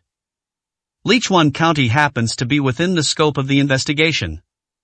If this incident causes Lichuan County to be eliminated from the competition, it even led the Lin Group to abandon its investment here. Even if he doesn't die, he'll be badly injured. Those in power will hate him. The person in charge hurriedly looked at the village chief and glared at him fiercely. Speak, who is in charge of the census in your village? How did you manage to evade the annual census? And what's the story with Professor Gu's daughter, and who dared to kidnap her? The village chief was terrified. He had seen the person in charge in front of him before when he went to the county town for a meeting. But he had difficulty even exchanging a few words with the other person. But now people treat Lin Xiaoran like this. How could he not? They realized they had kicked a steel plate. But how could he dare to tell the truth? The person in charge of the village's census was his younger brother. He is also Wu Fu's cousin. That was the person who found Gu Yan's mother outside and brought her back to the village. If my brother and I hadn't already gotten married and had wives, how could Wu Fu have gotten such a great deal? Later, Gu Yan's mother died too young. Gu Yan was too thin and fell ill, but Wu Fu didn't want to spend money on treatment. He didn't have the money to buy women. He can't find a wife who was willing to accept him having a child. That's why they dumped Gu Yan at the entrance of the orphanage. If he dares to reveal this, then he and his brother are probably doomed for life. Faced with the person in charge's questioning, he simply collapsed to the ground, refusing to utter a single word. When Lin Xiaoran saw him like this, her face immediately turned cold. Because the person in charge was nearby, she did not raise her gun this time. He simply stepped forward and kicked the village chief to the ground, saying, "Are you pretending to be mute? Do you need me to find someone to treat you?" The village chief had already witnessed Lin Xiaoran's ruthlessness, and at this moment he couldn't help but wail. "You don't know anything, don't force me, don't force me, I won't say anything, you might as well kill me, I won't say anything. He didn't say it, so only he died. If he tells them, they'll all die. 205, Chapter 205 Husband, you're alright now, let's go. Upon hearing the village chief's words, Lin Xiaoran suddenly smiled. To others, that smile was aloof and incredibly beautiful. But in the village chief's eyes, it was as terrifying as a demon coming to reap his life. Lin Xiaoran pulled out a gun, pointed it at the village chief's head, but didn't say a word. In an instant, the village chief was so scared he wet himself. Upon seeing this, the person in charge rushed forward to stop them. President Lin, recently some leaders have come down to inspect, so it's really not a good time to cause trouble, otherwise, you might also face considerable problems. When higher-ups come to inspect, they certainly aren't low-ranking officials. If things really escalate here, Lin Xiaoran will indeed be in considerable trouble. She is now in fierce competition with Lin Xiaoye. She didn't think Lin Xiaoye would let such a good opportunity slip by. Lin Xiaoran snorted coldly and put the gun away. Looking at the village chief, who was already terrified and had wet himself, his eyes were full of contempt. After looking around, Lin Xiaoran suddenly said, I'm taking these people with me. The person in charge looked in the direction Lin Xiaoran was pointing. Wu Fu and his son Wu Fei, along with the village chief. The person in charge's face instantly turned extremely ugly. Mr. Lin, with so many people here, it's not really appropriate for you to take these 3 people away. Lin Xiaoran's eyes held a hint of coldness. These people committed kidnapping in broad daylight, they even trafficked women to death. Do you hope that Professor Gu will wake up and make a big fuss about this, or do you think that if Professor Gu doesn't wake up, things won't escalate here? Upon hearing this, the person in charge opened his mouth but didn't know what to say. If it were Professor Gu who caused trouble, that would be far more terrifying than Lin Xiaoran. If Professor Gu dies, the trouble will be even greater. A nationally renowned expert died here because his daughter was abducted and killed. Even if he had 10 mouths, he couldn't explain it clearly. And Lin Xiaoran's voice rang out again, and the person in charge trembled in fright. He really doesn't want to hear Lin Xiaoran's voice anymore. Lin Zhe had some confidential business documents that my husband had stored with him before. Now they're gone, and I suspect they took them. The whole village is a suspect. The person in charge could easily tell that Lin Xiaoran was just making excuses to thoroughly investigate the village. But he also understood in his heart, this Wu family village cannot be investigated. He took a deep breath, his face turning fierce. He glared fiercely at the surrounding villagers, who took the documents. Hand them over right now, or your whole village will be in jail. Seemingly feeling that his scare tactics weren't enough, the person in charge shouted 2 more words. Shoot him. When a matter involves life and death, it's impossible for those present not to be selfish. None of the villagers dared to speak up, they simply kept pushing the blame onto Wu Fu and his son Wu Fei, as well as the village chief. They weren't so stupid as to not realize that Lin Xiaoran was targeting these people. Better to die for your fellow Taoist than for me. They don't want to die. Therefore, the 3 people were tied up by the bodyguards brought by Lin Xiaoran and put into the car. Lin Xiaoran then turned around and looked at the person in charge. Professor Gu needs to receive professional treatment. The treatment level here is not good enough. Once his condition stabilizes, I need to take him back to Kyoto as soon as possible. Upon hearing this, the person in charge's expression immediately softened considerably. Good thing you left. He couldn't wait for Lin Xiaoran to leave. However, that document is very important to me. Taking these few people away is definitely not enough. The document is worth nearly 100 million. Who knows which person in this village wants to keep it for themselves. The 2 women on the ground are very suspicious. After all, Lin Zhe was found in their house. I am putting this out there today. Whoever finds the document, I'll give them 10 million. The county officials could immediately tell what Lin Xiaoran wanted to do. The villages in Lichuan County have always been very united. Otherwise, the human trafficking cases back then wouldn't have been so difficult to solve. Now, with a non-existent classified document and a reward of 10 million, we can directly shatter their so-called unity. Let them suspect and hate each other. Once Lin Xiaoran and the others leave, Aunt Li and her daughter will surely suffer. Lin Xiaoran didn't pay attention to the reactions on these people's faces. She simply walked slowly to Gu Yan's side, took his arm, and spoke softly. Honey, it's all over now, let's go. Gu Yan's mind has been a complete mess since the beginning. So chaotic that I had no thoughts at all. Like a walking corpse, he followed Lin Xiaoran into the car. The car that took Professor Gu to the hospital earlier has returned. One of the two bodyguards stayed at the hospital to take care of him. Lin Zhe was sitting in the passenger seat of the car. Lin Xiaoran and Gu Yan sat in the back row. Lin Zhe's head was still covered in blood, and his body was covered in wounds. Seeing Gu Yan get into the car, he turned around and looked at Gu Yan. Gu Yan seemed to snap out of her daze and looked up at Lin Zhe. I don't know if it was because they saw the bloodstains on his head and the injuries on his body, or because they remembered what had just happened. Suddenly, tears began to stream down Gu Yan's face. But his face remained expressionless. After Lin Xiaoran and the others left, the villagers present indeed shifted their anger to Aunt Li and her daughter. Well, Liang, I was wondering why Wu Fu suddenly brought a man back from Kyoto. I initially thought you were looking for a man for your daughter, but it turns out you just wanted some documents. No wonder you locked that guy up right away, and also you're hitting and yelling at him. You want to take some documents from him, right? Confidential information worth hundreds of millions. Shooting you wouldn't be an exaggeration. Hand over the documents right now, otherwise, you and your mother are dead today. Aunt Li had no idea what documents were in question. The gunshot wound on my knee is still very painful and bleeding.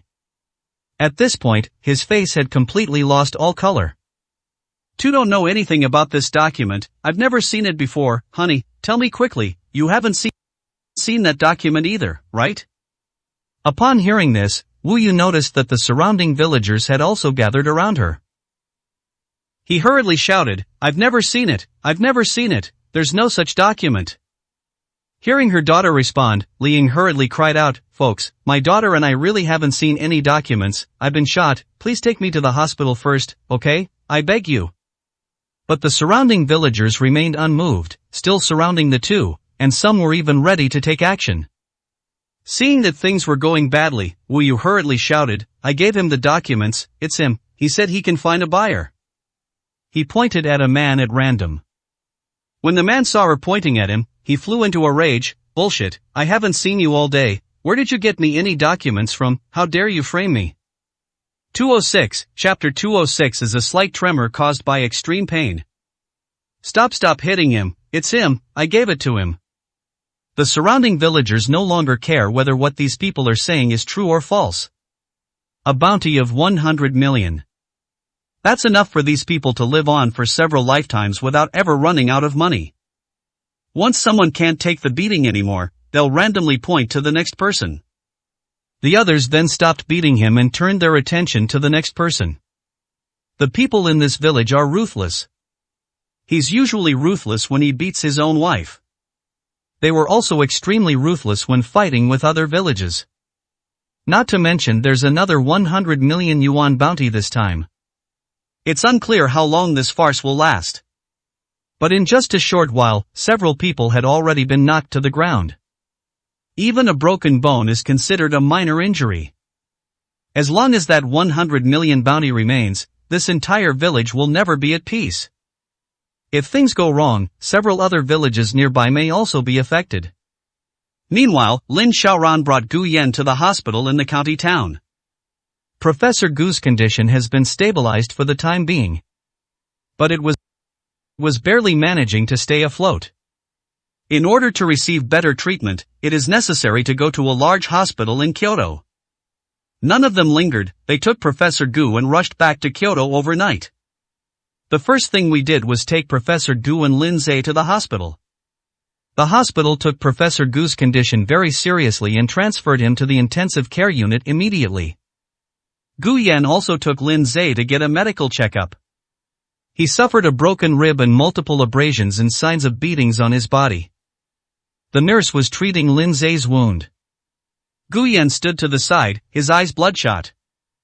2 hours later, Lin Zhe was wrapped in many bandages, including several layers around his head. From a distance, it looks no different from a mummy. The doctor also fitted Lin Zhe with a chest strap for fixation, and for the foreseeable future, Lin Zhe will have to stay in the hospital and rest in bed. By the time all the formalities were completed, it was already afternoon. Gu Yan then suddenly realized that Su Ting seemed to have been out of contact for a long time. Lin Zhe has been missing for so long, isn't she worried at all? Brother, have you called your wife? Didn't you say you were going to pick her up from get off work that night? Where is she now? Lin Zhe was lying in the hospital bed at the moment, having just regained some strength. Upon hearing Gu Yan's question, he opened his mouth but couldn't say anything, so he slowly closed his eyes, avoiding Gu Yan's gaze. Seeing Lin Zhe's appearance, Gu Yan had some guesses in his mind. She took a deep breath, said nothing more, and simply pulled the blanket up to cover Lin Zhe. Would you like some water? Lin Zhe gently shook his head and slowly opened his eyes. Xiaoyan, the person I trust the most is still you. Upon hearing this, Gu Yan's eyes reddened. Before he could say anything, Lin Xiaoran walked in from outside the ward. Gu Yan was going to help Lin Zhe with all the necessary procedures. She didn't get a moment's rest either. Professor Gu is in such a state that he is still lying in the intensive care unit, his life hanging in the balance. She was traveling with Professor Gu, and many people contacted her to inquire about the situation. We still need to coordinate with the hospital to ensure Professor Gu's future treatment plan. After finally finishing up, I went into the ward. The moment she saw Gu Yan, a surge of anger welled up inside her. On the way back from Lichuan County, she asked He Qing to look up some things about Gu Yan's childhood, including how he got to the welfare home and what life was like there. She couldn't quite understand it. Why has Gu Yan never told her about his childhood? How did they escape from the orphanage and come to the city, to Kyoto? How did he get through all these years? Why have I never told her these things? Could it be that I am not worthy of his trust? This anger had been building up inside me. Previously, I could suppress my feelings for the time being because I had other things to deal with. Now that it's all over, I'm even angrier. Let's go back and rest first. I'll have someone take care of things here. Lin Xiaoran tried her best to suppress her emotions. Gu Yan has been working nonstop since yesterday, and he looks very unwell right now. I can't even stand up straight. His eyes were bloodshot, and his face was pale. But Gu Yan disagreed and insisted on staying there. Lin Xiaoran almost couldn't suppress her anger for a moment. He stepped forward, grabbed Gu Yan's wrist, and dragged him outside. Having endured nearly 2 days and 1 night of this ordeal, Gu Yan had no strength left to break free from Lin Xiaoran's grasp. She pulled him, and he stumbled, involuntarily walking out. After the two reached the door, Lin Xiaoran turned to Lin Zhe and said, "I'll arrange for a few people to come and take care of you later. Call me if you need anything, don't hesitate to ask." After learning about the situation yesterday, she finally understood why Gu Yan cared so much about Lin Zhe. Previously, she only knew that Lin Zhe had taken good care of Gu Yan when he was young. I never expected that the care and protection would go to this extent. Gu Yan was about to free her wrists from Lin Xiaoran's restraints when she heard Lin Zhe behind her say, "Xiaoyan, I'm fine, you should go back and rest first. Come see me when you're rested, otherwise I'll worry about you." Hearing this, Gu Yan stopped resisting. He got into the car with Lin Xiaoran. As soon as she closed the car door, Lin Xiaoran could no longer suppress her anger. Gu Yan. Gu Yan paused for a moment, then turned to look at Lin Xiaoran. "What's going on with Wujia village? What's going on with the welfare home? Why have you never told me about your childhood?" "I already said that." Upon hearing this, Gu Yan opened his mouth, his expression instantly turning helpless. "What are we going to talk about?" "How so?" "If it weren't for the sudden appearance of Wu Fu and his son Wu Fei in Kyoto." He himself didn't know that he actually had biological parents. However, his so-called biological father abandoned him in an orphanage. They were thrown into that hellish abyss. As for the nightmares he had while in the orphanage, they were something he had always wanted to escape. Normally, I try not to think about it, so how could I possibly recall the pain I experienced there? A look of pain flashed across Gu Yan's face, his eyes filled with struggle. He didn't want to recall those painful memories from the past. This time, it not only made him recall all the pain from his childhood, but also made him learn an even more painful truth. The familial love he had always longed for since childhood turned out to be the culprit that threw him into the abyss. Even his biological mother may very well have loved him. But he never even met that person had already committed suicide. My body couldn't help but tremble slightly, a tremor born of extreme pain. 207, Chapter 207. Or is he a bastard born from that kind of woman? Seeing Gu Yan like this, Lin Xiaoran's anger dissipated almost completely. This was the first time she had ever seen Gu Yan in such pain. Before they got married, the two rarely argued. After getting married, she was always busy with work. When she occasionally saw Gu Yan, he was either arguing with her or looking like he was about to go crazy with anger. I have never experienced such quiet pain before.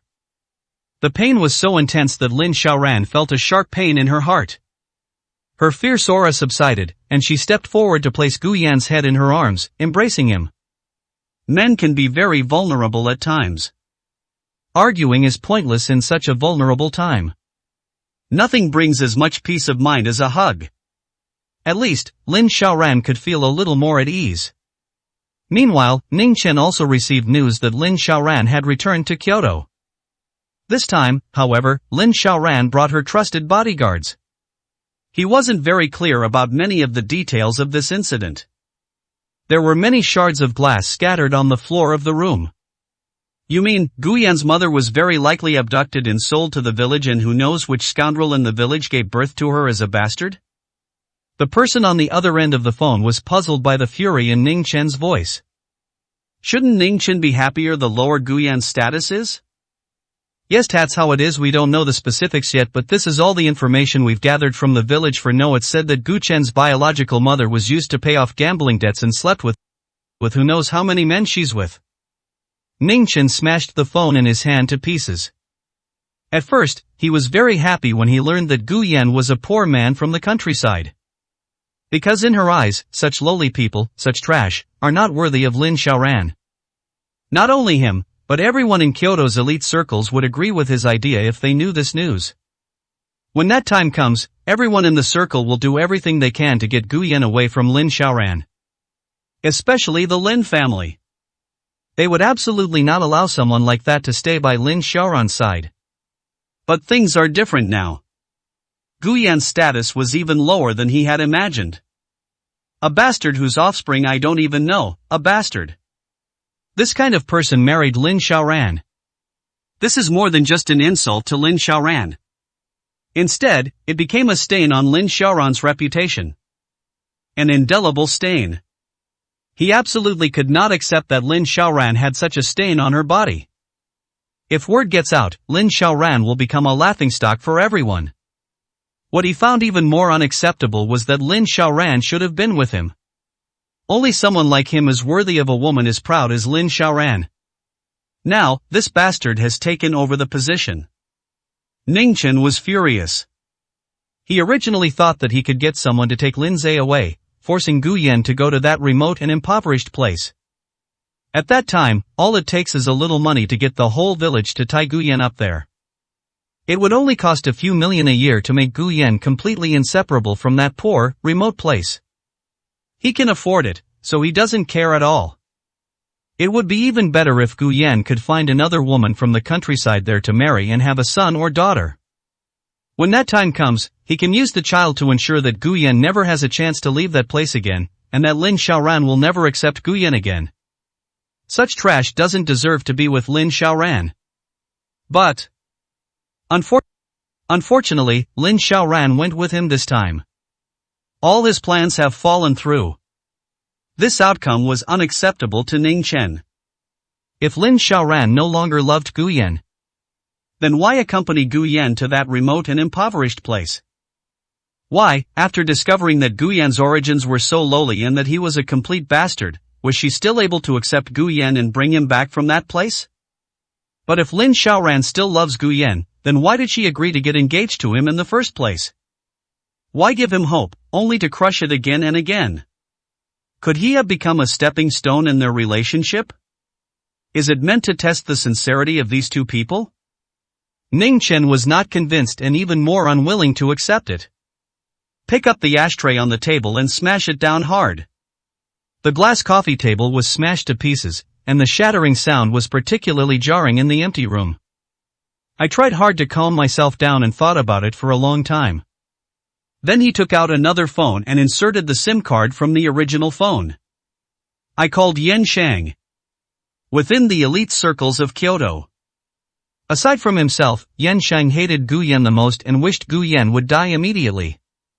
After the call connected, Ning Chen said, "Brother Yan Shang, Xiaoran and I went to Shanghai a few days ago and invited a well-known international medical team to take a look at my sister. I thought it would be better to tell you about things related to my sister. If you have time, you can come with us."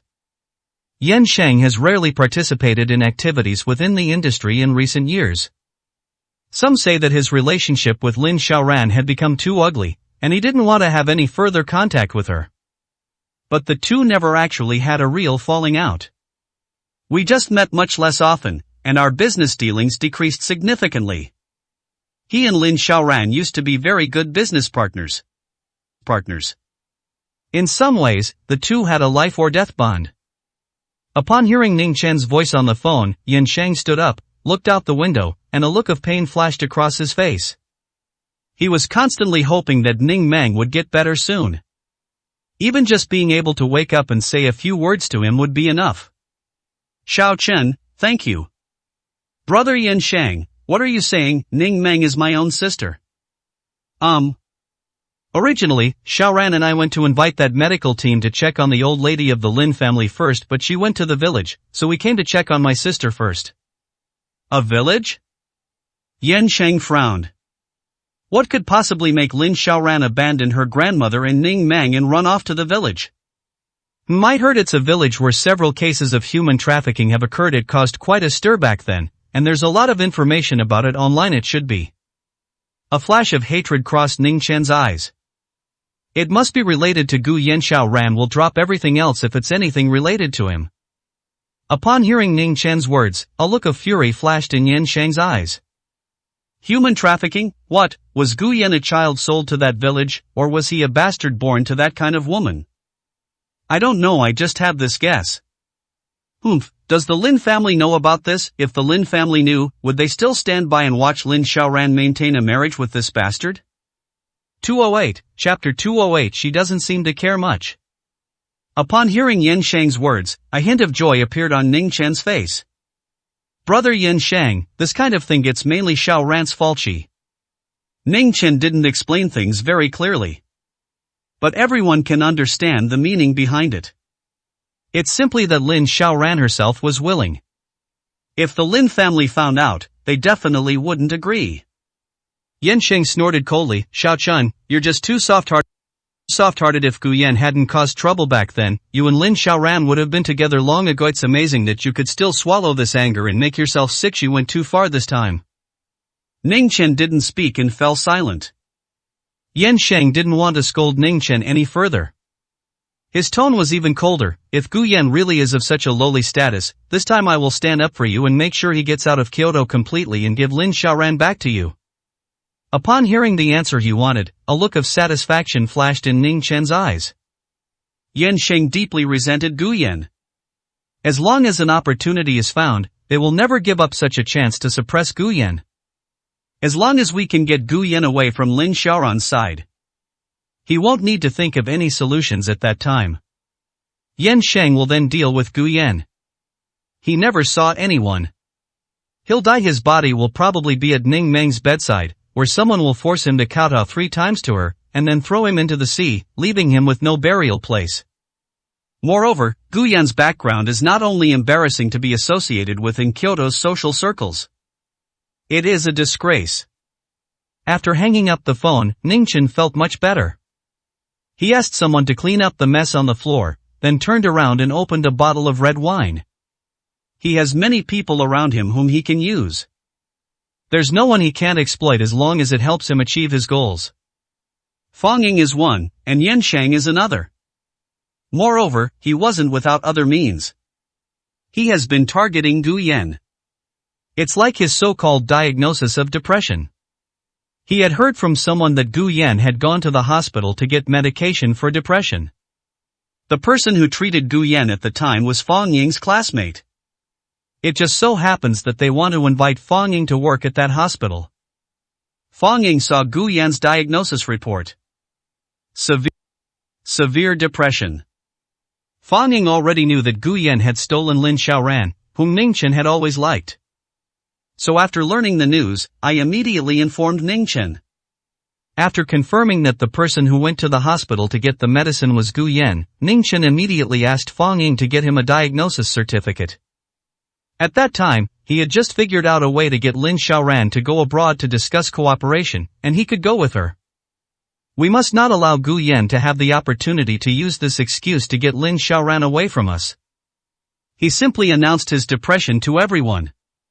His fiancée was stolen by Gu Yan, and his own sister is bedridden because of Gu Yan.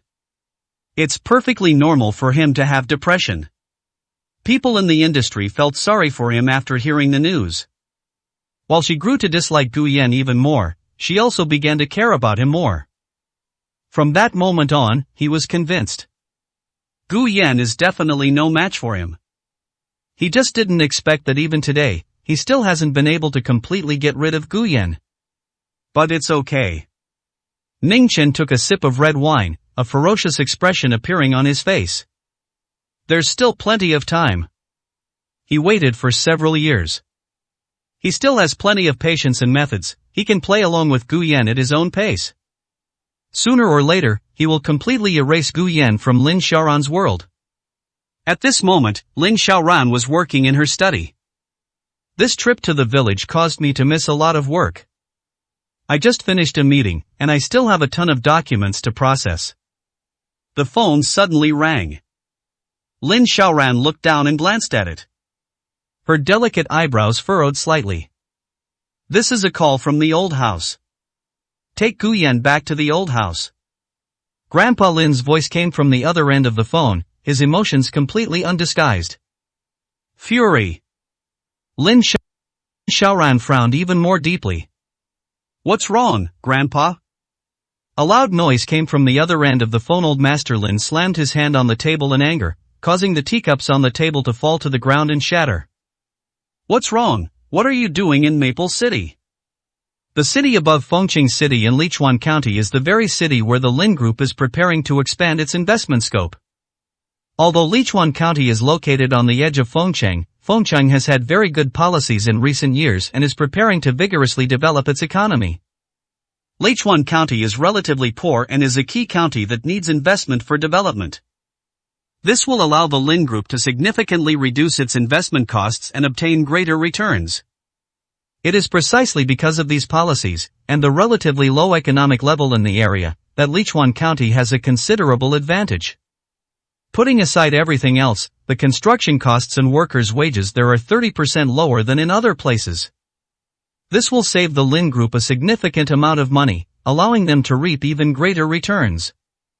Moreover, the current leader of Maple City is very decisive and has made many sweeping reforms in order to develop the economy. Old Master Lin's voice was full of authority. I won't say anything about your previous collaboration with Longting falling through. After all, you did try to make amends, but do you know how much help Fengqing can provide for the group's future development, and you dare to go there and cause trouble?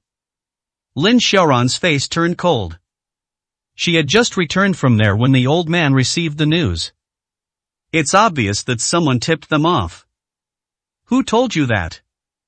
Old Master Lin's gaze darkened. Does it matter who said it? Do you know why there have been so many policies over there in the past 2 years? It's because someone wants to make a name for yourself there. If anything goes wrong, the Lin Group won't be able to easily take responsibility. Before you acted recklessly, did you even consider what kind of place that is? The Lin Group isn't able to invest there because we're not begged to go like we are in other places, understand? Upon hearing this, Lin Xiaoran couldn't help but rub her temples. Now, bring Gu Yan back immediately. I have something to say to him. Lin Xiaoran felt annoyed. I can go back by myself. He needs to rest. Upon hearing this, old Master Lin's face turned red with anger. But he quickly calmed down and hung up the phone. This means that Lin Xiaoran should not waste a single second. Lin Xiaoran stood up and walked out of the study when she saw Gu Yan standing at the study door. He paused for a moment, then asked softly, "Why don't you go and rest?" Gu Yan didn't say anything, but walked past Lin Xiaoran into the study. Then he started searching around inside. The maid quickly stepped forward and said, "The master has been searching through the bedroom for a long time, looking for something he won't tell me what he's looking for." Lin Xiaoran waved her hand, dismissing the servant, still feeling quite puzzled. "Is there anything in her study that Gu Yan needs?" Turning to look at Gu Yan, she said softly, "I need to go back to the old house. You should get some rest. Just tell me what you need, and I'll find it for you." Gu Yan remained silent, searching for something. His phone screen was still lit up, as if someone had sent him a message. "I gave your depression report to Xiaoran back then. It should be in the villa. I also advised her to pay more attention to you. After all, you are her husband. However, she doesn't seem to care much." 209, Chapter 209. Does she need someone else to give up what she wants? When Gu Yan saw the message Ning Chen sent him, his whole body froze. It took a long time for him to regain the strength to move his body. He didn't tell anyone about his depression. He always thought that Lin Xiaoran was unaware of this matter. That's why Lin Xiaoran thought he was lying to her when he told her he had depression. He turned around and took care of Ning Chen for 3 years. He still harbored a sliver of hope that Ning Chen might be lying to him. But he knew very well that if Ning Chen could say that, then the diagnosis certificate must be in the villa, and the matter must be true. However, he was still unwilling to give up and wanted to find that diagnosis certificate. Seeing that Gu Yan ignored her, Lin Xiaoran sighed softly, thinking about what had happened a couple of days ago. She walked to Gu Yan's side, cupped his chin with both hands, stood on tiptoe, and kissed him on the forehead. "If you need anything, just tell the maid, or you can tell Mirist well at home and wait for me to come back." After saying that, Lin Xiaoran turned and left. Gu Yan watched her departing figure without saying a word. He was holding a folder in his hand. There is only one diagnostic report in the folder. He opened it and looked at it carefully. It was his original diagnosis report for depression. Lin Xiaoran's handwriting is also visible in the lower right corner of the cover. "Get more rest." Just 3 words. However, it perfectly captured Lin Xiaoran's perfunctory and indifferent attitude. Over the years, whenever Ning Chen had something to do, as long as she called Lin Xiaoran, she would leave herself to take care of Ning Chen. Every time Ning Chen goes to see a psychologist, no matter what he's doing, he accompanies him. But what about him? There are only these 3 words. He didn't even see those 3 words until 3 years later. 3 years. On average, there's only 1 word of concern per year. And yet they are so perfunctory. Gu Yan took a deep breath, clutching the diagnostic report in his hand, finally unable to suppress his emotions any longer. He tore the diagnostic report to shreds and threw it into the nearby trash can. Even at this point, he still felt disappointed because of Lin Xiaoran. Or rather, even though he has been disappointed in Lin Xiaoran so many times, he can still find things that disappoint him even more. Meanwhile, Lin Xiaoran arrived at the Lin family's old residence immediately. As soon as I got out of the car, I saw Lin Xiaoye's car parked outside. Lin Xiaoran paused for a moment, looking at the car as if lost in thought. After a while, they set off again and entered the old house. At this moment, Lin Xiaoye was having tea with the Lin family patriarch. "Grandfather!" Lin Xiaoran called out, then walked to the sofa and sat down. Old Master Lin snorted coldly and glared at Lin Xiaoran with annoyance. "I heard that Gu Yan's mother was sold to the village and used to pay off gambling debts by working as a prostitute." The smile that had been on Lin Xiaoran's face vanished instantly, and her expression darkened. His gaze fell on Lin Xiaoye, who was sitting to the side. "Who told you that?" "Does it matter? I also have projects in Lichuan County." The implication was clear. Lin Xiaoye also had connections in Lichuan County who could gather information. Lin Xiaoran smiled inexplicably, picked up the teacup in front of her, and took a sip of tea. When old Master Lin saw her attitude, he was immediately furious. "Is it true?" Lin Xiaoran remained nonchalant. "What's the point of whether it's true or false? It has nothing to do with Gu Yan." "It's all right?" Old Master Lin's tone carried a hint of anger. He was angry not only at Lin Xiaoran's nonchalant attitude, but also at the fact that it was true. Do you know what kind of blow this will be to the Lin family if word gets out? Not only you, but the entire Lin family will become a laughing stock. The future development of the Lin family will be affected by this. Lin Xiaoran is the future heir of the Lin family, and even the heir that old Master Lin most wants to choose. If this matter is exposed, then whatever projects the Lin family wants to undertake in the future will be used against them. Lin Xiaoran is getting further and further away from becoming the future heir of the Lin family. Old Master Lin didn't want to see his most desired successor encounter such trouble. Lin Xiaoran put down her teacup, her tone flat, revealing no change in expression. Is there anything else? When Grandpa Lin saw her like this, he was so angry that he slammed his fist on the table. What kind of attitude is this? You're going to spend your whole life with this bastard. Does he deserve you? Does he deserve the future heir of the Lin family? Lin Xiaoran didn't speak, but there was something strange in her eyes. Seeing her like this, old Master Lin was filled with disappointment and said, "You're willing to give up Ningchen for such a bastard? That kid helped you when you were in your most difficult time and waited for you for so many years. If he hadn't helped you during those years abroad, would you have had it so easy?" Lin Xiaoran finally turned her attention to old Master Lin. "That's perfect. Since you're in such a dilemma, Grandpa, why not just give her the position of heir? Hasn't she always coveted this position?" Upon hearing Lin Xiaoran's words, Lin Xiaoye remained silent, lost in thought, simply watching her quietly. Upon hearing this, old Master Lin's face stiffened. He was seething with anger, but he couldn't bring himself to say it. Lin Xiaoran then stood up and said softly, "I'm going to see Grandma. The medical team you asked me to hire will be here in the next couple of days." After saying that, he turned and left without giving old Master Lin a chance to speak again. As soon as Lin Xiaoran left, the atmosphere instantly became awkward. All right.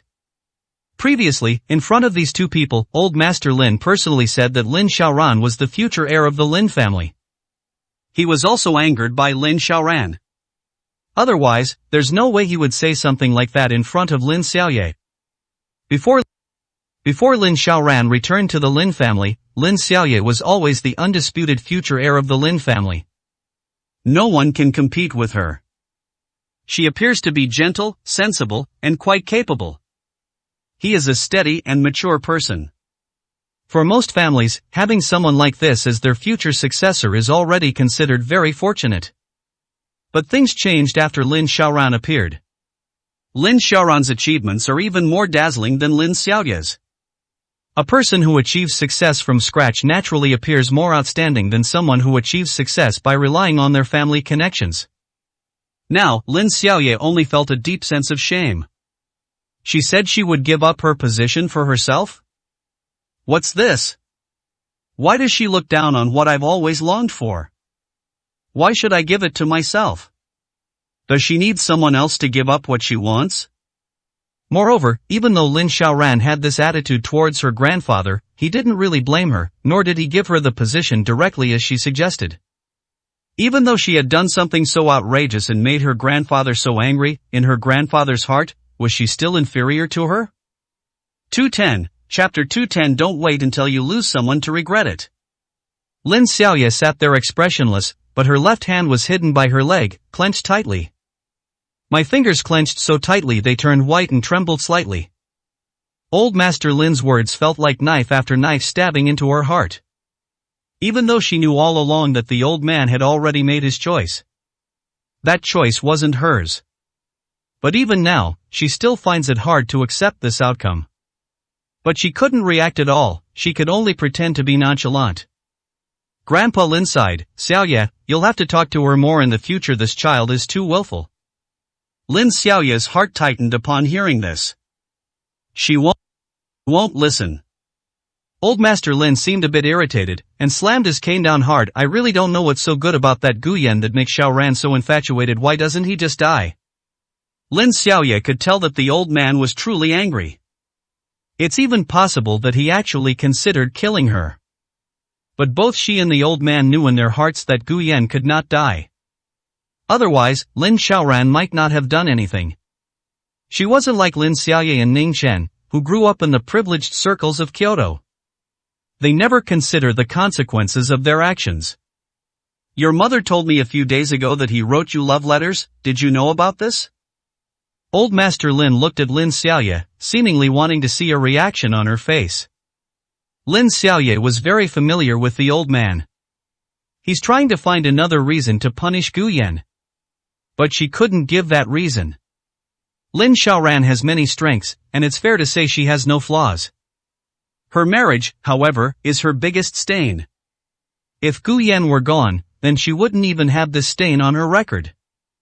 I'm not quite sure, but Grandpa, he was very young when he and Xiaoran came back, so he probably didn't understand much, and it's normal for him to do some silly things. It's just a love letter, he probably just wrote it for fun, it doesn't mean anything. Upon hearing Lin Xiaoye's words, a hint of disappointment flashed across Old Master Lin's face. At the same time, I felt a little irritable. You're still so sensible, child. What sounded like a compliment was, to Lin Xiaoye, extremely sarcastic. Is her only virtue of being sensible and understanding in Old Master Lin's eyes? Can this really still be considered an advantage? It's good that you know what's going on. Your mother is worried that you'll end up like Xiaoran, getting entangled with him. Her worries aren't unfounded. As he spoke, a fierce glint flashed in Old Master Lin's eyes. To Lin Xiaoran and the entire Lin family, Gu Yan is like Fujitora in the ocean. Once you're stained, you can't get rid of it. It's not beneficial at all, it just keeps sucking the blood of the Lin family. On the other side, Lin Xiaoran arrived at the old lady's room, pushed open the door without knocking, and went inside. There was a smell of Chinese medicine in the room. It was a prescription left to the old lady by the same old Chinese medicine doctor. The old lady's health was not good. Even after bringing in that old traditional Chinese medicine doctor, nothing improved the situation. At most, it can only slow down the gradual weakening of the body. I previously went to Shanghai to hire a medical team for you. They have a great reputation abroad and will come to examine you in a couple of days. When the old lady of the Lin family heard Lin Xiaoran's words, she waved her hand dismissively. I know my own body, there's no need to go through all that trouble. But you, I heard Professor Gu had an accident? The old lady knew Professor Gu, and her face was filled with worry upon hearing the news. Lin Xiaoran pursed her lips and said softly, they've been sent to the hospital, but there are no results yet. The old lady suddenly reached out and grabbed Lin Xiaoran's hand, her expression serious. Xiaoyan's mother, was she really sold over there? Lin Xiaoran took a deep breath. She had long suspected that the old lady would receive this news. When she first returned to the Lin family, the old lady assigned Yi Qing to her side. At first, she still harbored some reservations. But later, she realized that the old lady was sincere towards her. Yi Qing had always been loyal and diligent, so she felt at ease and completely regarded Yi Qing as her confidant. The old lady must have received this information from Yi Qing. Lin Xiaoran didn't care about this. Of all the people in the Lin family, the one who cares about her the most is probably the old lady. Grandma, please don't worry about it. The old lady's face didn't look too good at that moment. Clearly, Lin Xiaoran's words were tantamount to an answer. How can we ignore him? This child has had a hard life, he's never had a good day in his life. He's not the kind of child who likes to complain, he keeps everything to himself. Xiaoran, you can't let him down. All these years, he's been by your side, but it hasn't been as easy for him as it looks to outsiders. Hearing the old lady's words, Lin Xiaoran seemed a little irritated. Grandma, don't talk nonsense about others. What hardship could he possibly suffer here? I haven't let him go hungry or thirsty all these years. An unhealthy flush appeared on the old lady's face. Her health has been poor for years, and her complexion is often pale.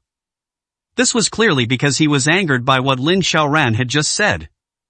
Is it enough to just have enough to eat and drink? In this world, anyone who's willing to put in some effort can afford to eat and drink's been stuck at home all these years because of you, unable to do anything. Don't think this old woman, don't know how your friends bully Xiaoyan all the time. Halfway through her speech, the old lady seemed a little agitated and coughed twice.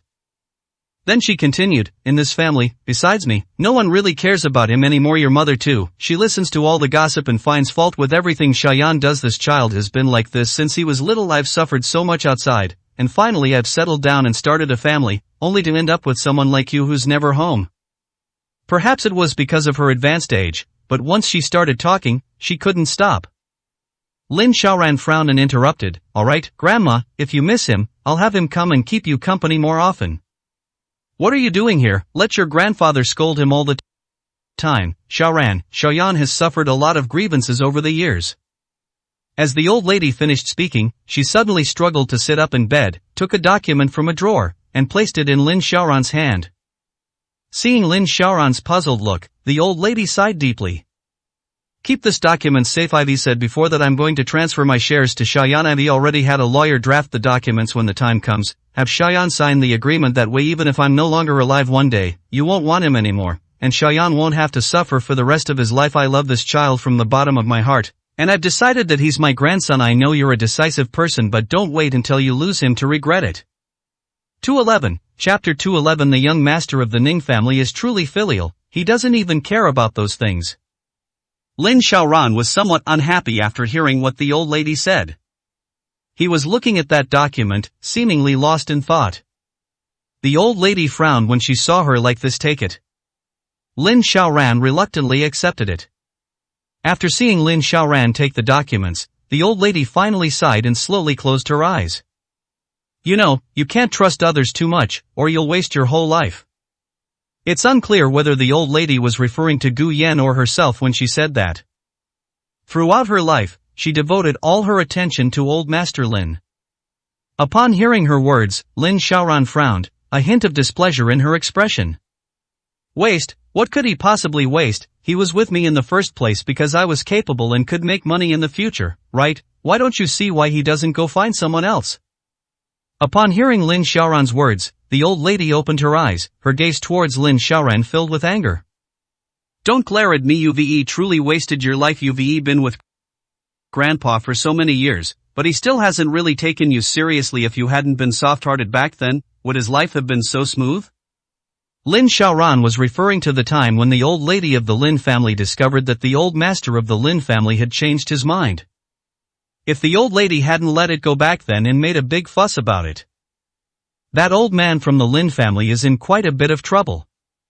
It's impossible to develop a career so smoothly. The old lady coughed repeatedly in anger. Get out of here, just looking at you annoys me. Only Xiaoyan can put up with your foul mouth." Lin Xiaoran stood up, walked to the door, and then turned around to say, "You should get some rest." After saying that, he placed the documents in his hand on the cabinet by the door, then closed the door and walked out. Watching Lin Xiaoran's departing figure, I glanced at the documents she had placed on the cabinet by the door. The old lady couldn't help but let out a long sigh. She casually beckoned to a servant nearby, "Take that document back and deliver these to Xiaoran. Tell her that if she dares to return them again, I'll break her legs. These are for Xiaoyan, she doesn't need to act like she's in charge." The maid took the documents that the old lady handed over. These documents are transfer contracts for some villas and shops under the old lady's name. The maid hurriedly turned around and ran out to chase after Lin Xiaoran. Lin Xiaoran had already reached the entrance of the old house. I happened to run into several middle-aged women in their 40s at the door. These people are all from collateral branches of the Lin family. Some of them were her uncle's wives, and some she should call aunt or maternal aunt.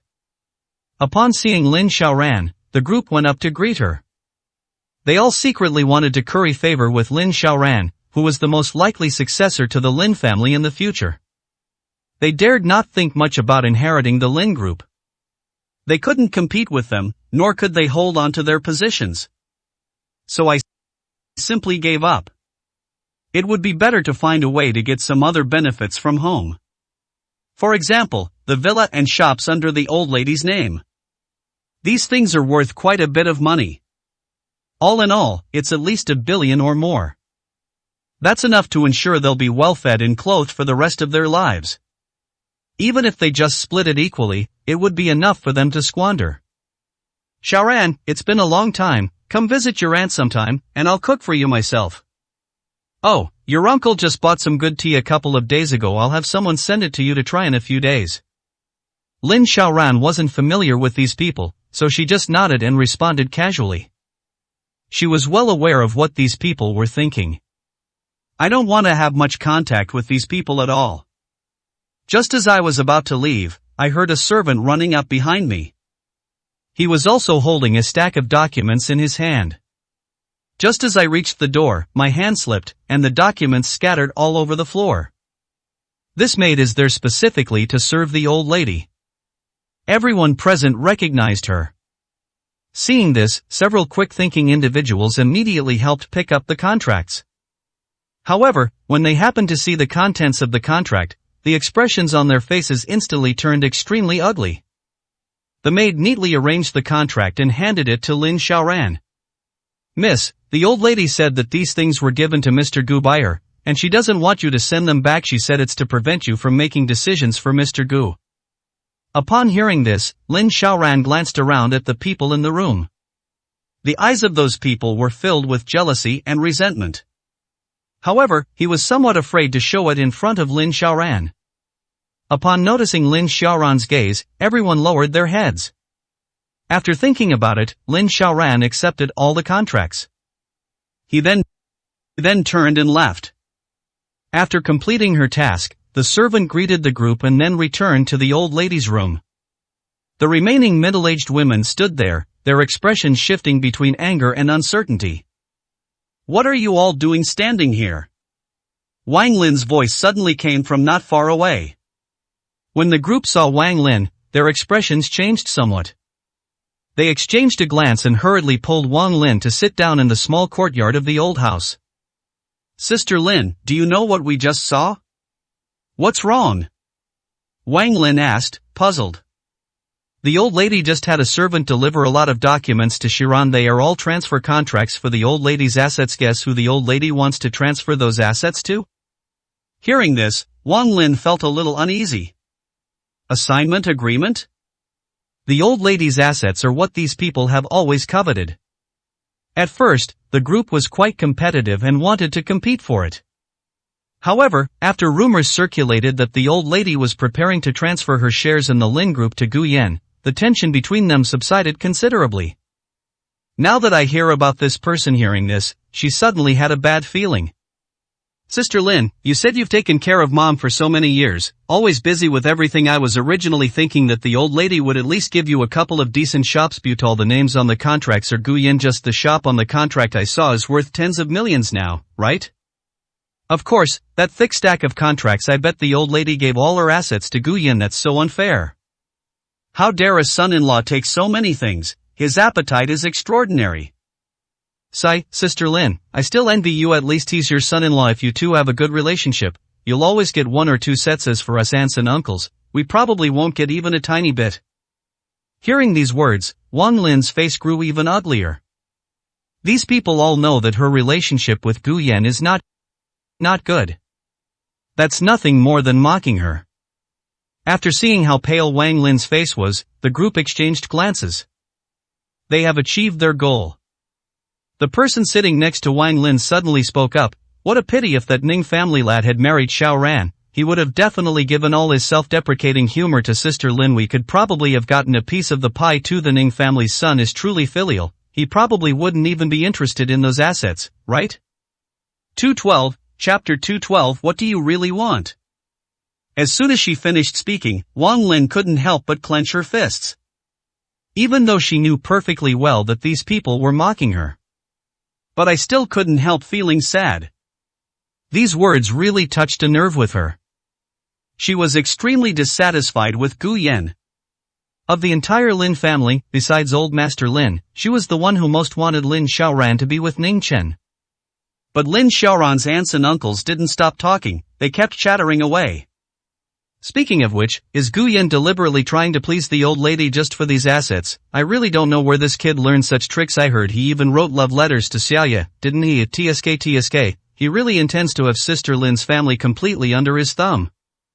Who knows, if this woman has some tricks up her sleeve and knows how to please people, then I'd call her a shrewd vixen. How can this man be so capable?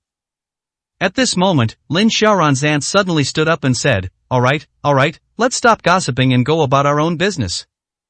As he spoke, he gave the others a wink. Most of these people grew up in the old house. Even those aunts who married into the Lin family later knew these people when they were very young. Although they quarreled fiercely over interests after growing up, they still had a good understanding with each other. The group got up and left. Only the person who spoke and Wang Lin remained sitting there. Wang Lin looked rather unwell and got up to leave. But Lin Wanhua stopped him. Sister-in-law, there's something I think I should tell you. Upon hearing this, Wang Lin forced a smile and asked, what is it? Sister-in-law, I think I just vaguely heard someone say that Gu Yan's biological mother was a woman who was trafficked to the village. Wang Lin was stunned when she heard this. But Lin Wanhua leaned closer, lowered her voice, and whispered, and it seems she used to work in the village. What have you been? Wang Lin couldn't help but ask. When Lin Wanhua saw her like this, a smug look flashed in her eyes.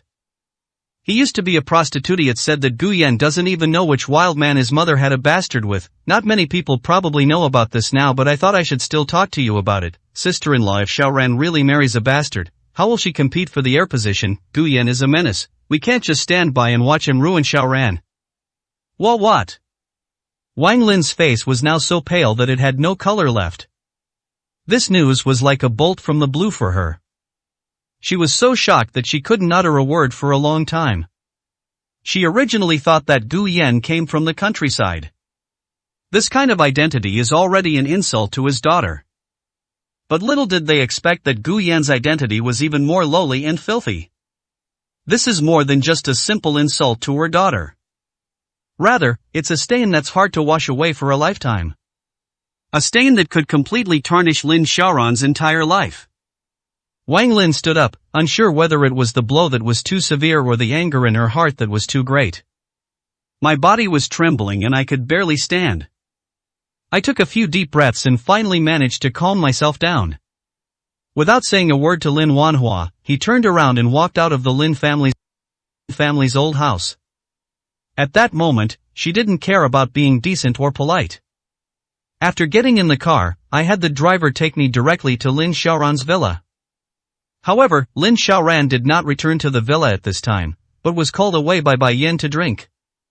When she arrived at the club, she realized that it was a celebration banquet prepared for her. To celebrate that she recently landed a new project. This new project is nothing special to Lin Xiaoran. First, they fell out with Longteng Technology, and then they found a new supplier before securing the new project. For Lin Xiaoran, it's not something to celebrate. Bai Yan seemed to have noticed that Lin Xiaoran didn't seem to care much about it. Holding her wineglass, she said softly, Ningchen said that even if the process isn't smooth, if the result is good, we should still celebrate, so he asked me to call you. Hearing this, Lin Xiaoran nodded without saying anything. She hadn't been feeling very happy lately, so having a little alcohol wasn't a bad thing. Ningchen picked up his wineglass and said softly, Xiaoran, no matter what, I still want to congratulate you. Everyone raised their glasses and took a sip of wine. Many people started to jeer. Brother Chen, shouldn't we congratulate you too? I heard you're very popular at the music academy now. You were surrounded by fans the other day and almost couldn't get out? Yes, I've seen online that Brother Chen is that Qin Yui's the true or not? It's definitely true. So many people know I know Brother Chen and come to ask me about him, and they even want his autograph. Don't you think Brother Chen is the only young person with such high skill in piano? Even though Huang Wanqing went abroad. However, within Kyoto's elite circles, there was no shortage of people who wanted to cultivate a good relationship with Ning Chen. Not to mention that Ning Chen has now become the future heir of the Ning family. Ning Chen didn't say anything when he heard these people's voices, he just smiled and took a sip of his drink. Brother Chen, I've already made all those promises to those people, so you'd better sign a few names for me, otherwise I'll be embarrassed. Hearing this, Ning Chen sighed softly, you shouldn't always brag about things outside. As he spoke, he took the pen and signed Qin Yu's name on several sheet music books. Okay, Brother Chen, don't worry, I definitely won't brag about it anymore. Hee. If I show them this autograph later, who knows what they'll think, how envious they are of me. Ning Chen stopped looking at him and turned to glance at Lin Xiaoran. I've booked a villa on the mountaintop. How about we all get together in a few days? Bai Yan's birthday is coming up soon. Bai Yan was taken aback by these words, glanced at Ning Chen, and then said nothing. Lin Xiaoran nodded, which was taken as an agreement. A person sitting next to Ning Chen suddenly spoke up, Sister Xiaoran, please don't bring that person. It's a gathering of our circle, so don't bring certain people along. it's just too depressing. Ningchen glanced at him, feigning displeasure. How can you talk like that? It's not a good thing to talk badly about someone behind their back. The man remained unfazed by Ning Chen's reprimand, saying, it's only because you have a good temper, Brother Chen. That person ruined all these years of your relationship with Sister Xiaoran, and even made Sister Meng. Sometimes when I think about it, I really want to. Lin Xiaoran shifted her gaze, her eyes revealing no hidden meaning. What are you really thinking? 213, Chapter 213. I think you just took after your shameless mother. When the man saw Lin Xiaoran's gaze fall on him, he pursed his lips and said nothing more. The atmosphere always becomes this subtle whenever Gu Yan is mentioned. Everyone present felt that Lin Xiaoran was also angry. After all, she had promised to get engaged to Ning Chen. But Gu Yan interfered, and instead of getting engaged, she ended up marrying Gu Yan. Over the years, they probably wanted a divorce but couldn't get one. Therefore, Lin Xiaoran also felt a strong aversion to Gu Yan. I hate this person so much that just hearing about them makes me feel irritable. Moreover, the matriarch of the Lin family gave Lin Xiaoran an order, saying that she must not be allowed to divorce Gu Yan before she dies. This news was common knowledge within Kyoto's elite circles. Everyone assumed that Lin Xiaoran felt annoyed after hearing that name. So they all started offering words of comfort. Sister Xiaoran, it's okay, we've made it through so many years, just bear with it a little longer and it will pass. Yeah, let's just pretend he doesn't exist in our hearts. We've never considered him our brother-in-law, only Brother Chen. He was interrupted by Ning Chen waving his hand halfway through his sentence. Lin Xiaoran sneered, treat him as if he doesn't exist, there's such a big, living person right there, how can you treat him as if he doesn't exist? The atmosphere instantly fell silent again. No one dares to provoke Lin Xiaoran when she's in a bad mood. Even though they were all second-generation scions of powerful families in Kyoto, none of them dared to do so. Not to mention that they are not even sure why Lin Xiaoran is so irritable. On the other side, Gu Yan tore the diagnosis report to shreds and threw it away before returning to his room and lying down. Only now has he finally had time to reflect on all those years of memories. He didn't want to recall it before. But now, after returning from Wujia village, he can't help but recall those memories. He never met his biological parents when he was a child. He had always believed that his biological parents had died long ago. That's why they're sent to an orphanage. When he was in the orphanage, his favorite food was wild fruit from the mountain behind the orphanage. It's very sour and astringent.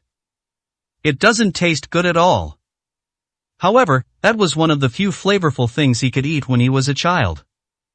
In the orphanage, anything with even a slightly strong smell was not something he could eat. Only the wild fruits on the mountain, which were disliked by others, were left untouched and no one would compete with him for them. When it was time to eat, he was too weak and could only be one of the last few people to get food. Unable to get enough to eat, they would sneak off to the back of the mountain to pick wild fruits to fill their stomachs when no one was around. At first, he could only get the wild berries at the very bottom. Later, with Lin Zai's help, he was able to eat the wild fruits from the trees. Once, I finally came across a fruit that was somewhat sweet. He and Lin Zai each ate it in small bites. That was the most delicious taste in his childhood memories. I still can't forget it to this day. Later, he learned that his biological parents were still alive. Even when his so-called biological father threw him at the gate of the orphanage, his heart ached terribly. There are many villages around the welfare home. Even the poorest families wouldn't consider sending their children to an orphanage. No matter how hard life is at home, it's never as hard as life in a welfare home. At that moment, he felt intense hatred for his biological parents, whom he had never met. But he later learned that his mother did not want to send him away. But there's nothing she can do about it. Once sold to a village, the only option left for them is to end their own lives. They made a tiny, insignificant act of resistance at the greatest cost. His biological mother loved him. If he hadn't been sent away, would his biological mother have been spared from committing suicide? But if he hadn't been sent away, would his biological mother have had to endure that inhuman torture for the rest of her life? Gu Yan's mind was in turmoil, he didn't know what he should do. Especially when thinking about Professor Gu, whom I had just met on the way. If nothing unexpected happens, that old man might very well be my only family member in the world. His maternal grandfather? Gu Yan didn't know how to face the old man. What does this old man mean to himself?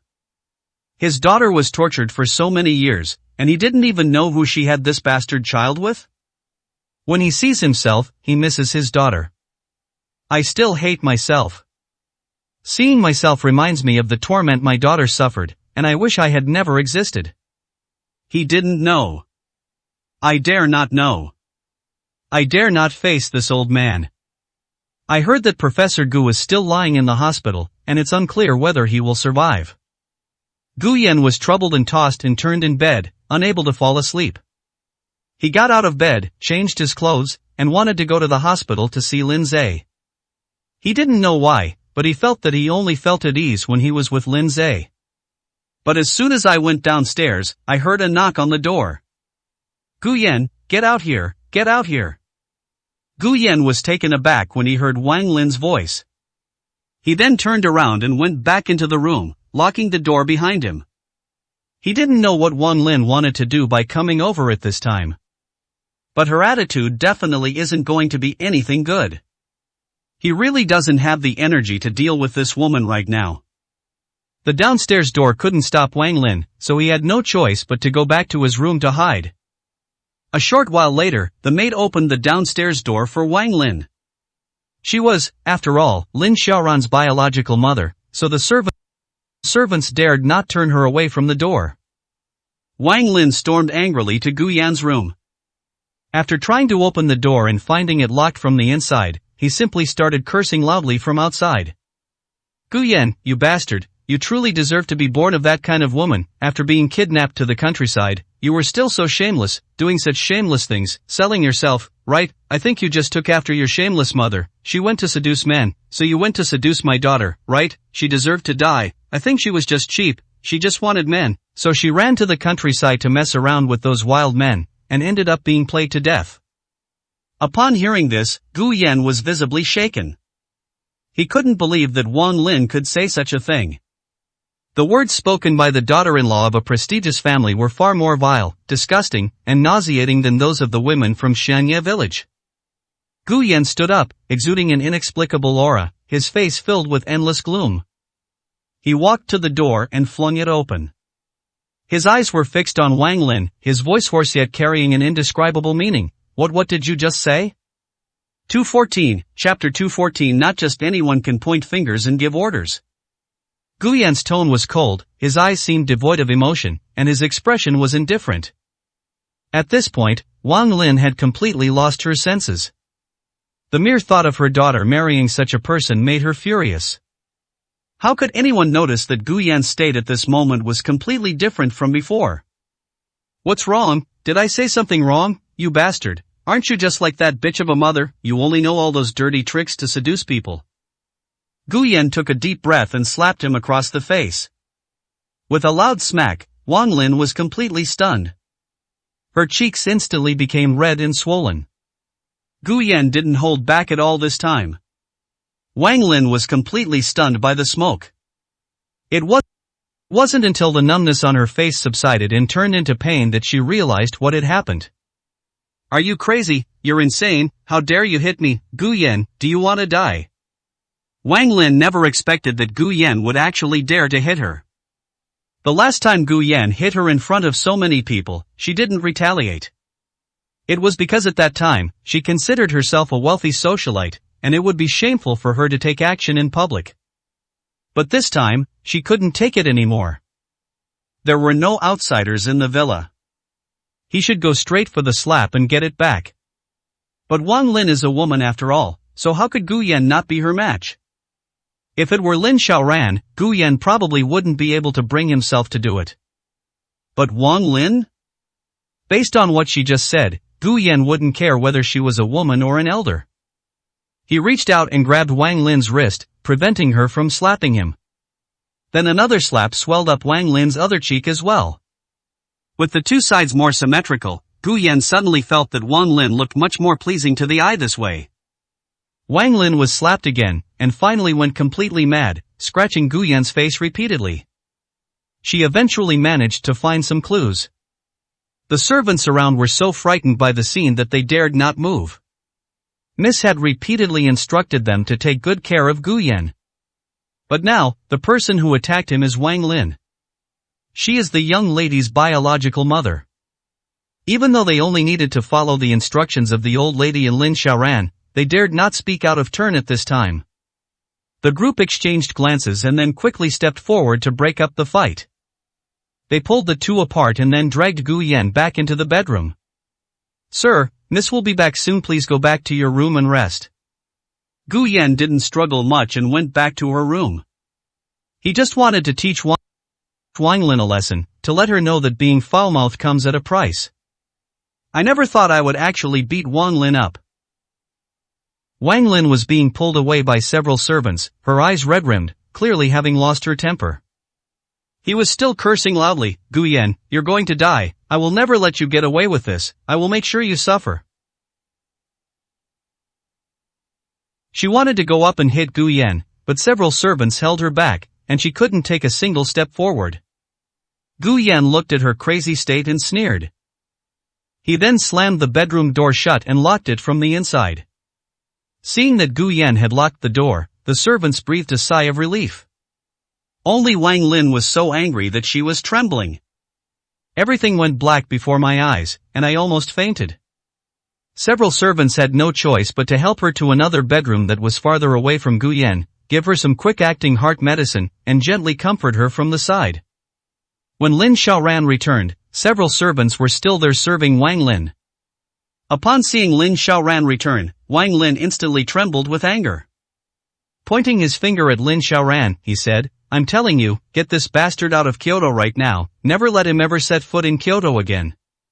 Lin Xiaoran frowned upon hearing this and casually handed the stack of documents in her hand to Yiqing behind her. "Take it upstairs first." After taking the stack of documents, Yiqing turned around and went straight upstairs. When she saw how angry Wang Lin was, she knew it was best to avoid what was to come, and now she dared not delay at all. After seeing the thick stack of documents that Lin Xiaoran handed to Yiqing, Wang Lin understood that it was the asset transfer contract that the old lady had given to Gu Yan. He was immediately filled with envy, his breathing became rapid, and he couldn't help but clench his fists tightly. Wang Lin burst into tears after Yiqing and the documents in her hands disappeared from her sight. "Why, I've served your grandmother for so many years, why should she give all those assets to Gu Yan? That bastard, does he even deserve these assets?" The atmosphere instantly turned cold and silent. Wang Lin's cheeks were still red and swollen. She has rarely been in such a sorry state over the years. But every time it was related to Gu Yan. Fortunately, this time it happened in a villa, otherwise she would have lost face big time. But as soon as Lin Xiaoran opened her mouth, she almost fainted from anger again. "Didn't I tell you to stay away from him? Gu Yan knows the Lin family doesn't welcome him, so he simply avoids seeing you, but you, knowing he doesn't like you either, insist on coming over. Are you just making trouble for yourself?" Upon hearing this, Wang Lin threw the water glass that the maid had handed her onto the ground. "What do you mean, Xiaoran? Have you been brainwashed by him, for him? Are you completely disregarding your grandfather's thoughts and my feelings? I just don't understand. He's a bastard. What's so good about him that makes you?" Before he could finish speaking, Lin Xiaoran waved her hand to interrupt him. He sat down on the sofa opposite Wang Lin, arms crossed, looking somewhat impatient. But his tone was unusually serious. "Mom, you always tell me to consider Grandpa's thoughts and your feelings, but have you ever thought about what those people outside were thinking before I was found? They either wanted to step on my head to steal my projects, or they wanted to eat me up when I was little. Only Gu Yan would consider my feelings, only he would wait for me to come home every day, worry about my safety, and be sad because I didn't eat on time." At this point, Lin Xiaoran seemed somewhat troubled. He took out a cigarette case from his pocket, pulled out a cigarette, and lit it. He exhaled a puff of smoke and squinted his eyes. "I had already achieved something before I returned to the Lin family. I didn't rely on the Lin family for any of my achievements, so don't try to use the Lin family to pressure me. Don't care about the position of heir. I can do my best on my own." Lin Xiaoran shifted her gaze to Wang Lin, her eyes even carrying a hint of warning. My relationship with Gu Yan over the past 10 years is not something that just anyone can criticize. I don't care how many people say bad things about him, but if you want me to feel that someone is more important than him, then let me know that the person I met when I was a teenager was him, not Gu Yan. He was the one who told me back then that no matter how hard or difficult things got, even if we had to beg for food together, he would always be with me and never leave me. 215, Chapter 215. My most pathetic state. He was there for me through it all. Lin Xiaoran's words left Wang Lin speechless for a long time. She never expected that her proud daughter would say such a thing. After regaining my composure, my emotions surged again.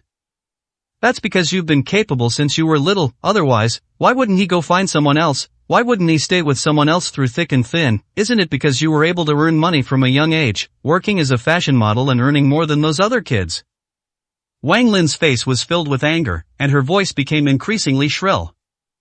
Don't think I don't know. If it weren't for the fact that you could earn so much, he'd probably be sleeping under some bridge. He only chose you because he could live a good life and have enough to eat. Who knows who he was messing around with before he found you? He might have been hanging out with some petty thugs, stealing chickens and dogs all day long. You're just naive to still think of him as a treasure.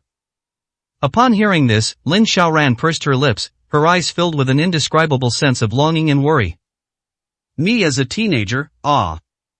Lin Xiaoran couldn't help but recall those days. Back then, she could indeed earn more money than others by relying on her looks as a model. However, it also brought her a lot of trouble. There are only a few jobs that can pay well. Everyone is watching. If she makes all the money, how can others not be envious? Back then, I didn't have the methods I have now. I wasn't the daughter you see who was outstanding from a young age, someone who could get anything she wanted without anyone taking it from her. You can't imagine what I would be like if I weren't so outstanding. But he saw me at my most vulnerable. He was there for me through it all. She still remembers the scene when she was surrounded in an alley because she had taken someone else's job, and they were about to strip her naked and throw her outside. 7 or 8 people surrounded her. Even if she doesn't give in, she can't beat so many people. Gu Yan suddenly appeared and stood in front of her. He took the beating for her, which protected her. Lin Xiaoran couldn't help but touch her cheek. This face has brought her a lot of convenience. However, it also brought a lot of trouble. The struggles of those at the bottom of society are not so easy. Back then, Gu Yan's body was even more fragile than it is now. But he protected himself with his own body. Otherwise, I would have lost my face long ago. Can you make money as a model? That was an opportunity that Gu Yan earned by sacrificing countless wounds on his body. But Wang Lin didn't understand. She looked at Lin Xiaoran, her eyes filled with disappointment. She wouldn't think that Gu Yan was a good person or that he had actually helped Lin Xiaoran after hearing her say those words. She would only think that Lin Xiaoran was too sentimental. That's why she values Gu Yan so much. Those who climb up from the bottom of society to the top all have this common problem. They would occasionally reminisce about their past experiences. I regard that experience as one of the most beautiful memories in my heart. Even if that memory is unbearably painful, they will treat it as a form of self-improvement. Those who accompany you through those difficult times always hold a significant place in your heart. Even if that person isn't a good person. Especially women. Men tend to go astray when they have money, but women's feelings for each other grow stronger over time. Wang Lin tugged at the corner of her mouth, feeling the pain on her face. Pointing to his swollen cheek, he exclaimed, look at him, he even beats women and elders. He's a piece of trash who has children but no one wants him. Lin Xiaoran frowned slightly, her tone calm yet firm. You struck first, didn't you? Wang Lin's breath hitched. Am I that kind of person? I have manners, don't lump me in with that scumbag. So you were the one who spoke rudely first. Hearing this, Wang Lin's anger surged again. So what, I'm the elder, what's wrong with scolding him a couple of times? Lin Xiaoran didn't speak, she just looked at her quietly. Feeling Lin Xiaoran's gaze, Wang Lin was speechless. She suddenly realized that Gu Yan's brainwashing of Lin Xiaoran was more extensive than she had imagined. This has even become an instinct. Instinctively, they tried to protect Gu Yan and shifted all the blame onto people other than Gu Yan. In her heart, Gu Yan was definitely not as bad as others described. Wang Lin suddenly felt a sense of despair. Having been brainwashed to this extent, how can she bring Lin Xiaoran back to her senses? I gritted my teeth and thought about it for a long time. She stood up and said, "You'll understand later, everything I did was for your own good. Yuri, my daughter, and you shouldn't, and certainly shouldn't, be ruined by someone like this." Wang Lin has left. Lin Xiaoran sat on the sofa and lit another cigarette. I glanced down at the ashtray. Gu Yan bought it for her. There was also a line of text printed on it, reminding her to smoke less. Lin Xiaoran looked at the cigarette in her hand, put it out, and exhaled softly. The atmosphere instantly became quiet, and the servants could all sense that Lin Xiaoran was not in a good mood. "Who told you to open the door for her?" Just one sentence instantly plunged the servants into despair. They all knew Wang Lin. That was Lin Xiaoran's biological mother. Where did they get the audacity to turn her away? Seeing that the others were keeping their heads down and not saying a word, Lin Xiaoran didn't say anything more. There's no point in criticizing these people. Even if they encounter the same situation again, these people will not dare not open the door. Even if Wang Lin doesn't have much power in the Lin family, she is still an employer that they need to serve. I got up and went upstairs. Just as I was about to open the door, I found that the bedroom door had been locked from the inside. He was already seething with anger at the old house, and then he got into another fight with Wang Lin when he got back. At this moment, Lin Xiaoran could barely contain her anger. The servant fetched a hammer from the toolbox and smashed the doorknob off with a powerful blow. A loud bang startled Gu Yan, who was lying in the bedroom. Lin Xiaoran pushed open the bedroom door and went inside. Gu Yan was still lying there, not looking at her. Lin Xiaoran just stood there watching him. I don't know how long I watched it before I went into the bathroom and took a shower. After coming out, he opened the door and said to the servant outside, "Have someone come over in a little while to relock the door, it needs a fingerprint." She plans to install a smart lock on the room door so that she won't be locked out by Gu Yan again in the future. After saying that, he closed the door and lay down on the bed. The two people were only a few dozen centimeters apart, yet it felt like an insurmountable chasm. Feeling a bit irritated, Lin Xiaoran got up and went to the other side of the bed. She squeezed Gu Yan closer to her, got onto the bed, pulled his arm outward, and draped it around her waist. 216, Chapter 216. Keep fighting until they're willing to talk. The moment his hand touched her skin, Gu Yan moved it away. He shifted his body back to the other side of the bed. A boundary still exists between the two. Lin Xiaoran's breath hitched. She got up, straightened Gu Yan's body, and sat down directly on him. She pressed her whole body against him, kissing him down his forehead. They kissed him all the way to his lips, only to find that Gu Yan kept his teeth tightly clenched. There was no response, and no resistance. Lin Xiaoran's face darkened. "What do you mean, playing dead?" Gu Yan then opened his eyes and pushed Lin Xiaoran off him. Then he lay down on his other side without saying a word. The more this happened, the angrier Lin Xiaoran became. "Turn around." Gu Yan remained unmoved. Lin Xiaoran frowned, got up, and squeezed onto the other side of the bed.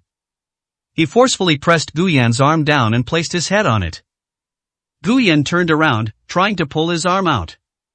But Lin Xiaoran pressed his arm down with her hand. "He is very tired now.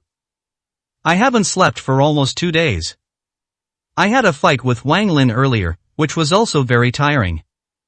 If he wanted to rebel against Lin Xiaoran now, he would naturally be able to. But he was too tired. I don't want to argue with Lin Xiaoran anymore." Lin Xiaoran gritted her teeth in anger. "Do you think I care about sleeping in your arms?" Gu Yan gave a cold laugh. "You really don't care. You used to tell me that you could only sleep soundly when I held you. I guess you found someone else to hold you all these years ago." Lin Xiaoran was so angry that she trembled slightly and pinched Gu Yan's arm. Gu Yan hissed in pain. Gu Yan's words made her think of the past they had shared. Even in the summer, after their outrageous encounter, when there was no air conditioning in the rented room, she would still have Gu Yan hold her while she slept. She didn't know why, but she always felt very at ease that way. So much so that the two of them eventually developed a habit. No matter how late it was, Gu Yan would wait for her to come back. Even if I accidentally fall asleep while waiting. Whenever Lin Xiaoran comes back and snuggles into his arms, he will hold her tightly in his arms. No matter what kind of woman she is always captivated by the embrace of the man she loves. "Get out if you're not going to hug me," Lin Xiaoran said through gritted teeth. Upon hearing this, Gu Yan forcefully pulled his arm away again, preparing to get up and leave. But Lin Xiaoran was still pressing his arm down with her head and hands, preventing him from leaving. Gu Yan sighed softly, "Is this interesting?" He verbally told me to leave, but his body controlled him. Lin Xiaoran snorted coldly and replied with 2 words. "Sleep." Neither of them slept much that night. Gu Yan lay on the bed, feeling somewhat uncomfortable and uneasy. Lin Xiaoran suddenly felt that lying on Gu Yan's arm like this wasn't as warm as before. It wasn't until dawn that Lin Xiaoran got up and changed her clothes. Reaching the bedroom door, she glanced at Gu Yan and said, "Take good care of yourself and get plenty of rest." After saying that, he walked out of the bedroom. Gu Yan looked up at her departing figure, his face turning pale.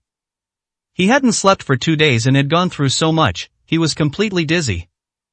Lin Xiaoran went out, and He Qing drove her to the place where Wu Fu and the village chief were being held. She always felt that these people still had secrets that hadn't been uncovered.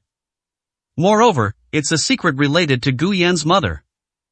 This was Lin Xiaoran's first time learning about Gu Yan's childhood. Especially when I saw the expression on Gu Yan's face when he heard some snippets about his mother. She can never forget it. I feel so sorry for her. Not to mention, Gu Yan's mother is very likely Professor Gu's daughter.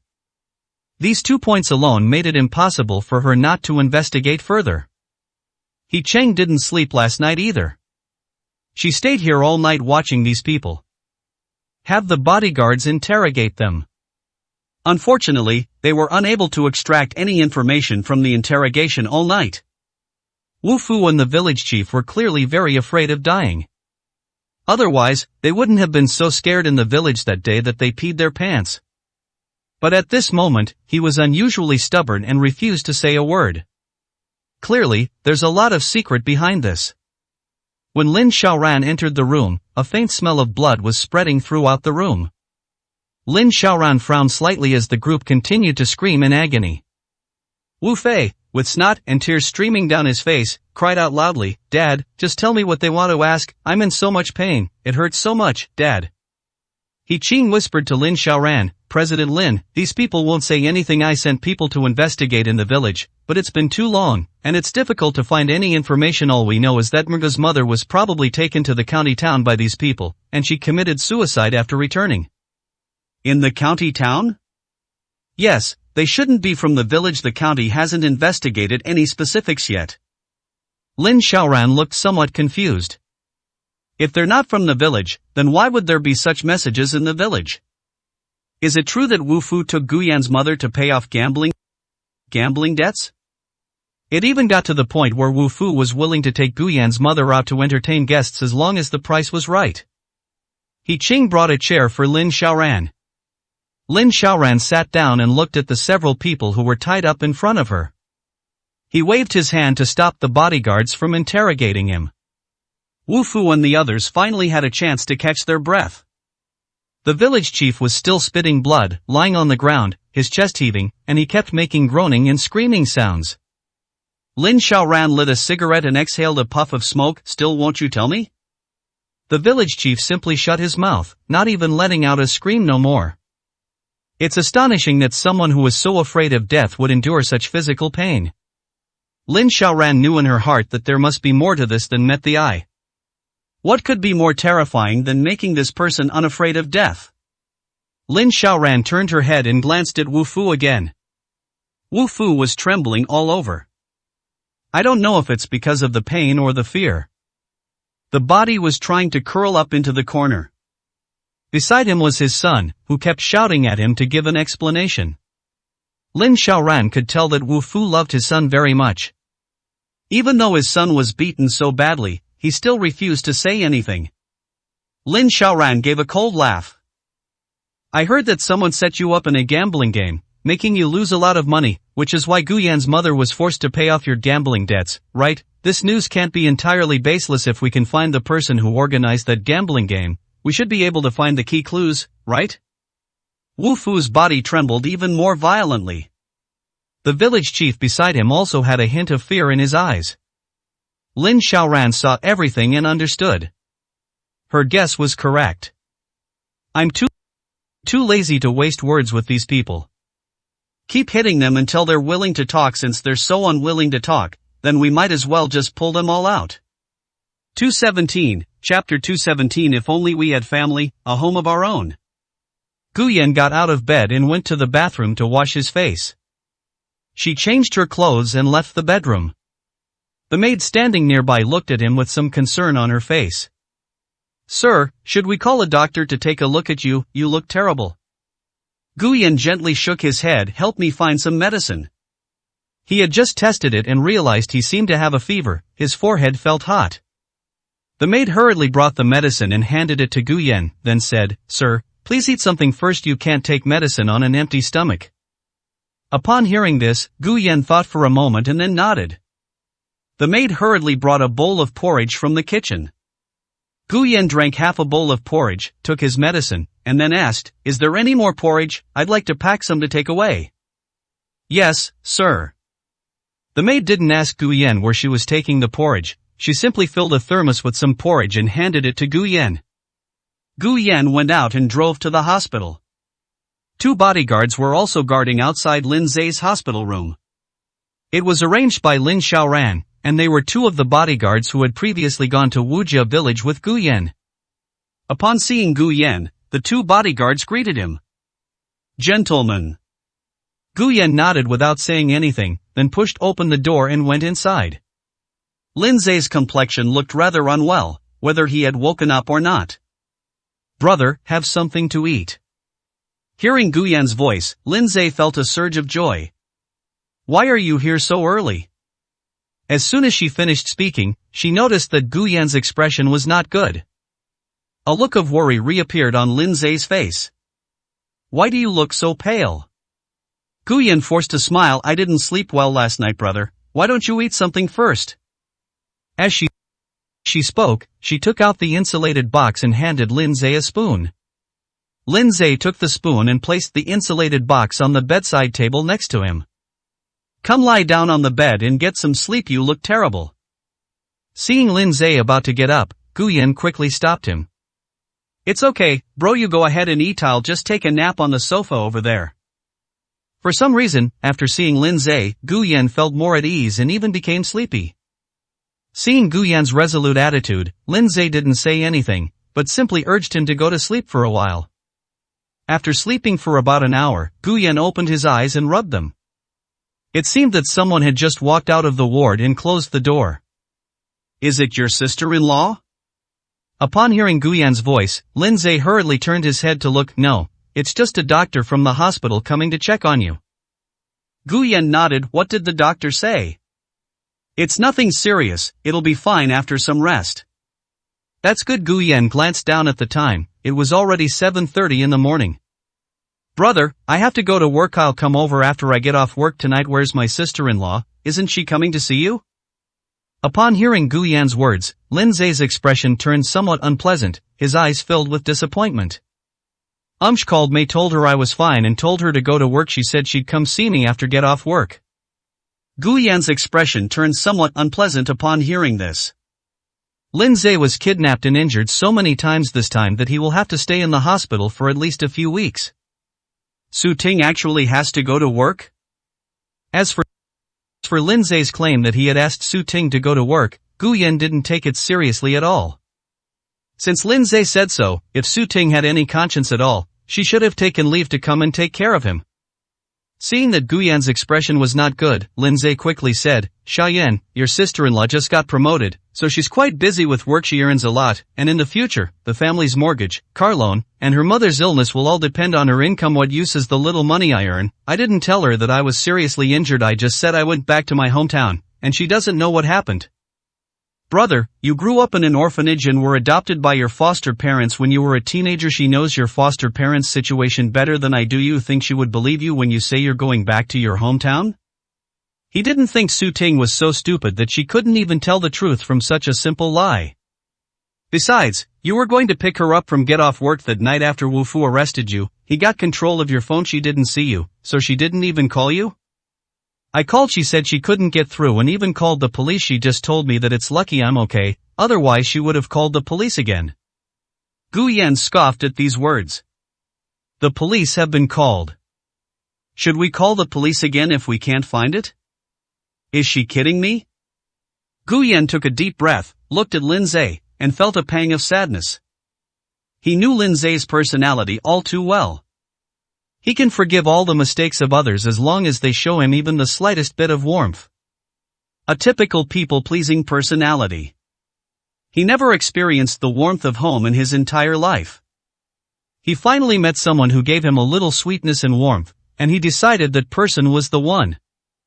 They were terrified of losing the other person, or being lost by the other person. Seeing that Gu Yan was silent, Lindsay pursed his lips, unsure of what to say. Suddenly, it seemed as if he had thought of something. After thinking for a moment, she finally spoke up, Xiaoyan, how is that old gentleman from the other day? Upon hearing this, Gu Yan's breath hitched. No, I am not quite sure. He hasn't dared to ask yet. Sometimes, what's the difference between him and Lindsay? I finally met someone I felt I could spend my life with. They gave each other all their trust and love. What was the result? The disappointment he felt from Lin Xiaoran made him afraid to have any expectations of others. They were even less willing to believe whether the other person would accept them. He was somewhat inclined to avoid Professor Gu. I am in Beijing. He has a very bad reputation within the industry. The other party may not have had a good impression of you from the beginning. Not to mention, she herself didn't even know that she was the other party's daughter and which man had given birth to the child. How would a nationally renowned old scholar view himself? Do you see yourself as a disgrace? Moreover, it's still unknown whether Professor Gu has regained consciousness. What if he does wake up and faints again after hearing the news? It's better to stay away. He loves his daughter very much. Even after all these years, I will still rush over to find any news, no matter how small. The deeper his love for his daughter, the more likely he is to hate himself. Seeing Gu Yan like this, Lindsay opened his mouth, a trace of sadness flashing across his face. Xiaoyan, no matter what, you at least know that there are people in this world who are related to you by blood. As for me, I've been an orphan since I was a child. Lindsay shifted his gaze to the window, his expression gradually becoming confused. When the old director was still alive, he often told me to take good care of you. It felt like a responsibility suddenly fell on my shoulders. It was the first time I truly understood what it meant to be needed after the old director passed away. There wasn't a single good person in the entire orphanage. All I wanted was to escape with you. At least I wanted to make sure you were fed and clothed, and not let the old director down. Back then, I always thought, if we weren't orphans, if we hadn't grown up in an orphanage, would we have had to suffer so much? If only we had family, a home of our own. 218, Chapter 218. He was afraid. Gu Yan fell silent. How could he not understand what Lindsay was trying to say to him? Both of them were children who had no home since childhood and have lived together by relying on each other until now. Now, he finally has someone he can call family. Or rather, they have a home to look forward to. It's not like marrying Lin Xiaoran or Su Ting and having a family. It is a family based on blood ties. Lindsay longs to have such a home. What about him? Deep down, wouldn't you also wish for such a home?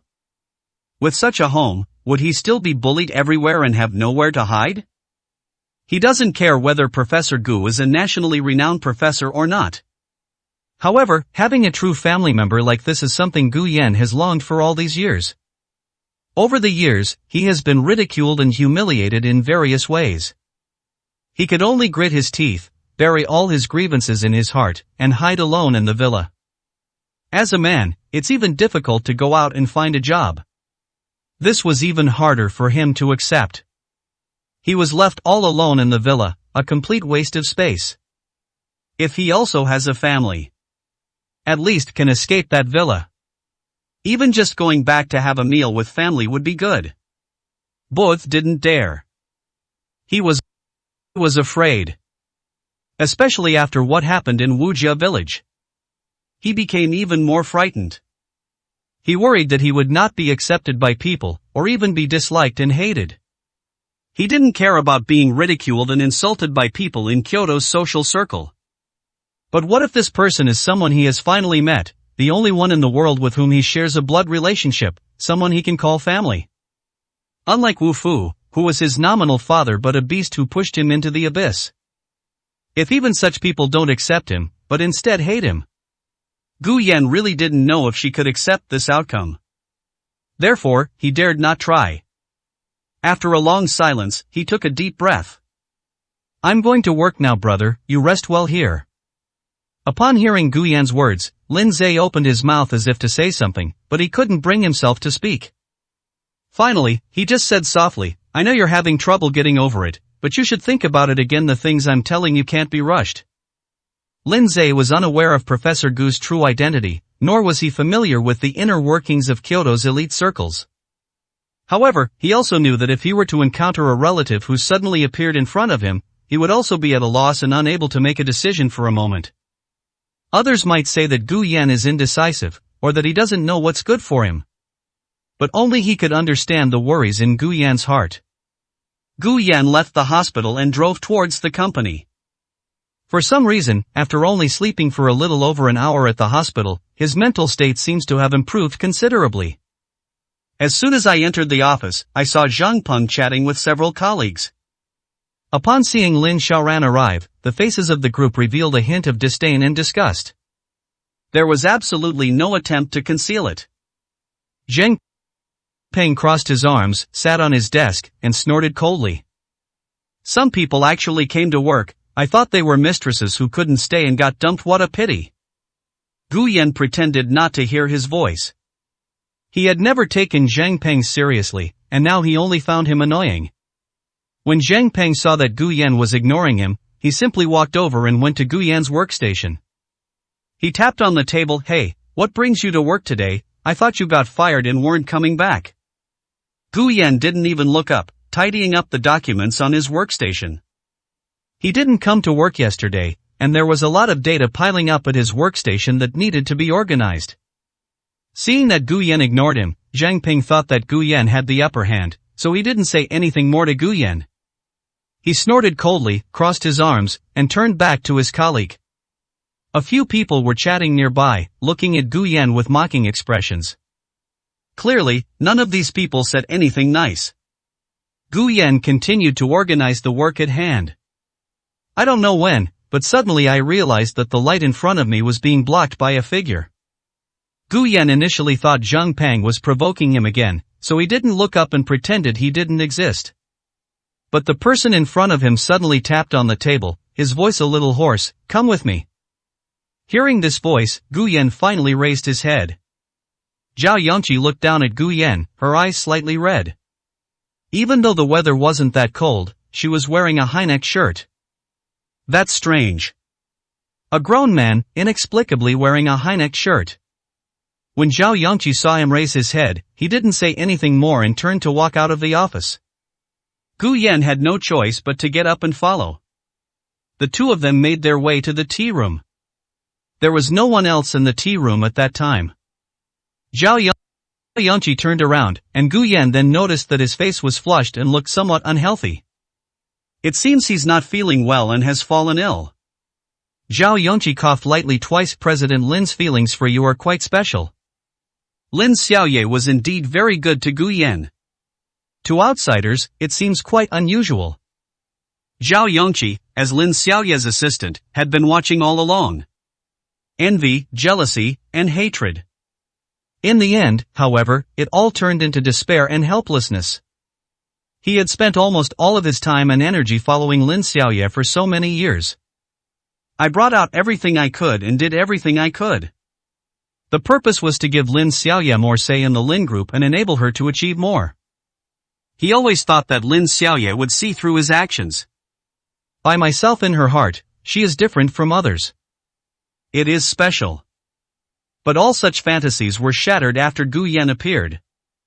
This was the first time he had ever seen what it was like for Lin Xiaoye to treat someone in such an unusual way. This made it hard for him not to be jealous. Last night, Lin Xiaoye was in a very bad mood. It could even be said that a gloomy atmosphere enveloped her. Zhao Yongqi felt distressed seeing this. What he had always wanted to do was to help Lin Xiaoye do everything she wanted to do. Zhao Yongqi took a deep breath and stared intently at Gu Yan. I stared at it for a long time without saying a word. Finally, he let out a long sigh. Never mind, I have nothing more to say to you. Gu Yan was stunned for a moment, clearly not understanding what Zhao Yongqi meant.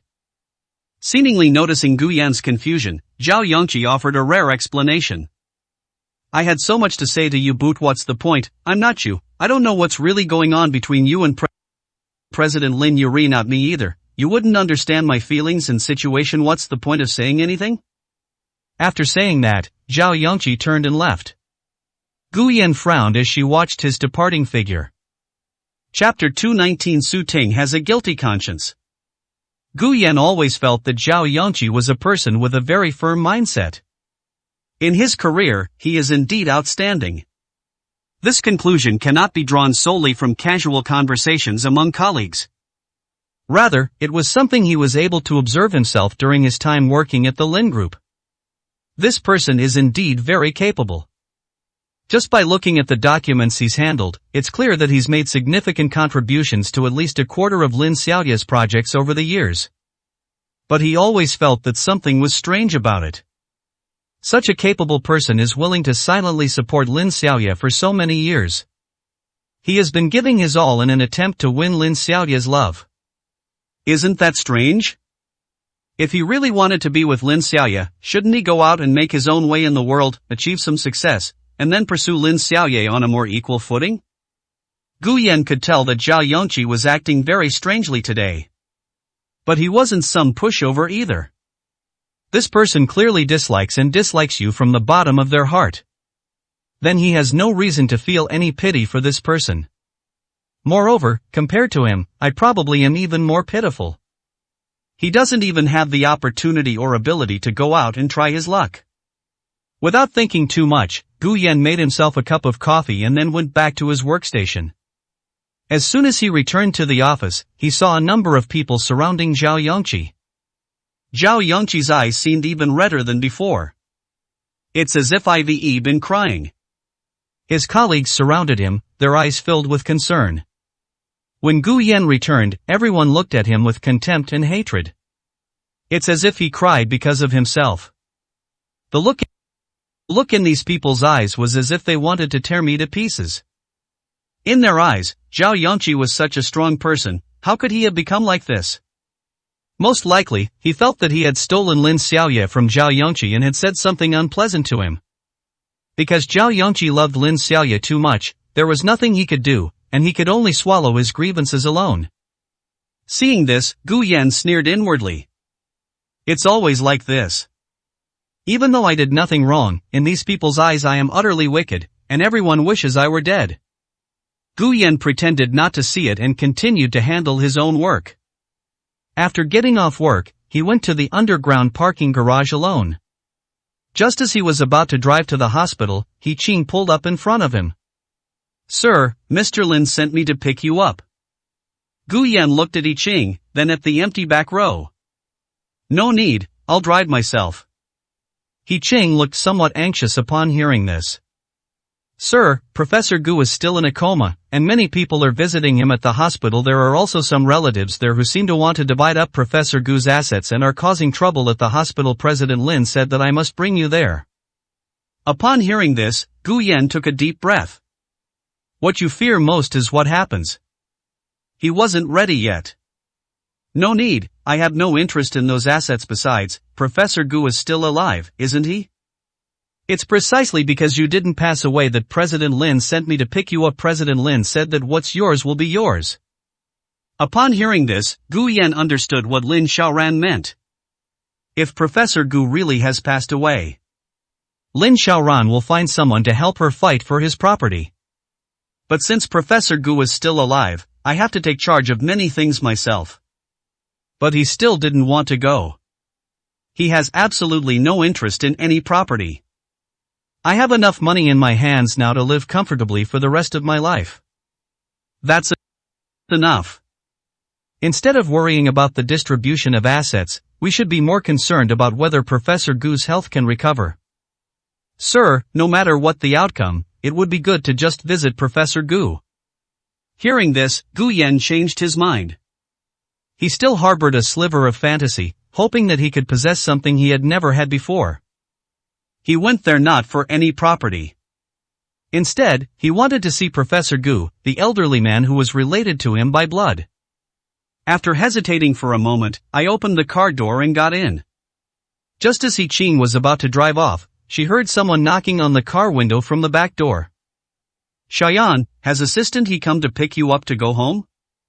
Gu Yan rolled down the car window and looked at Su Ting. Something came up. Are you going to the hospital, sister-in-law? Upon hearing this, a hint of embarrassment flashed across Su Ting's face. Alright, well, I still have to work overtime for a bit, I'll go after I finish. Upon hearing this, Gu Yan suddenly felt a surge of anger. He didn't say anything if I didn't ask for leave to take care of Lin Zhe. Do I have to work overtime before going to the hospital? When did the finance department become so busy? A newly promoted team leader has been working overtime for almost a month straight. Do you know how badly my brother was injured this time? You almost never saw him again? Hearing this, Su Ting was stunned for a moment. She really didn't know. However, she had already suspected it in her heart. Those people kidnapped Lin Zhe right in front of her. Those people's movements were very professional, they didn't seem like it was a spur-of-the-moment decision at all. What good can come from being kidnapped by this kind of person? So much so that when Lin Zhe called her to tell her that he had returned, Su Ting was quite surprised. However, now that she heard Gu Yan say that, she felt embarrassed to use working overtime as an excuse. Well, I'll ask a colleague for help later. I'll go to the hospital to see him first. Gu Yan gave her a deep look, but said nothing more. Just as Su Ting was about to roll up the car window to let He Qing drive, her phone rang. Su Ting glanced down at the caller ID.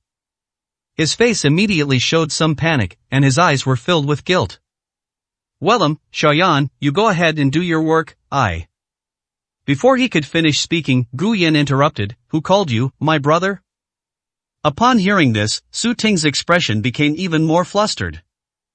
No, it's just a colleague. Welfare must be something they don't understand, so they called to ask me. Xiaoyan, don't worry, go ahead and do your work. I'll go back and tell them I'll go to the hospital to take care of your brother. After saying that, Su Ting turned around and left. Gu Yan was not given another chance to speak. Gu Yan didn't leave, he just kept staring at Su Ting's hurried departure. A colleague's phone call? Why wouldn't you dare answer a colleague's call in front of him? Su Ting has something to hide. Even though Gu Yan didn't want to see this outcome, he had no choice but to accept what he was seeing. Sir, Mr. Lin is still waiting for us over there. Upon hearing He Qing's voice, Gu Yan sighed softly and rolled up the car window. 220, Chapter 220. He can no longer be considered a lone wolf. Professor Gu and Lin Zhe were not staying at the same hospital. The Lin Group owns several hospitals, each with a different focus.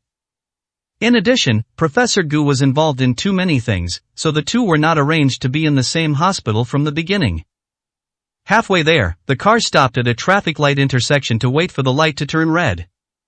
Looking out the window, Gu Yan couldn't help but ask, could you tell me about Professor Gu? He knew absolutely nothing about this so-called relative. He Qing seemed to have anticipated his question, and answered almost without hesitation, Professor Gu was very accomplished academically. Hearing He Qing's sighing tone, Gu Yan pursed his lips. Is it very impressive? The last time I heard Yi Ching express such a sentiment was when she was talking about Lin Xiaoran.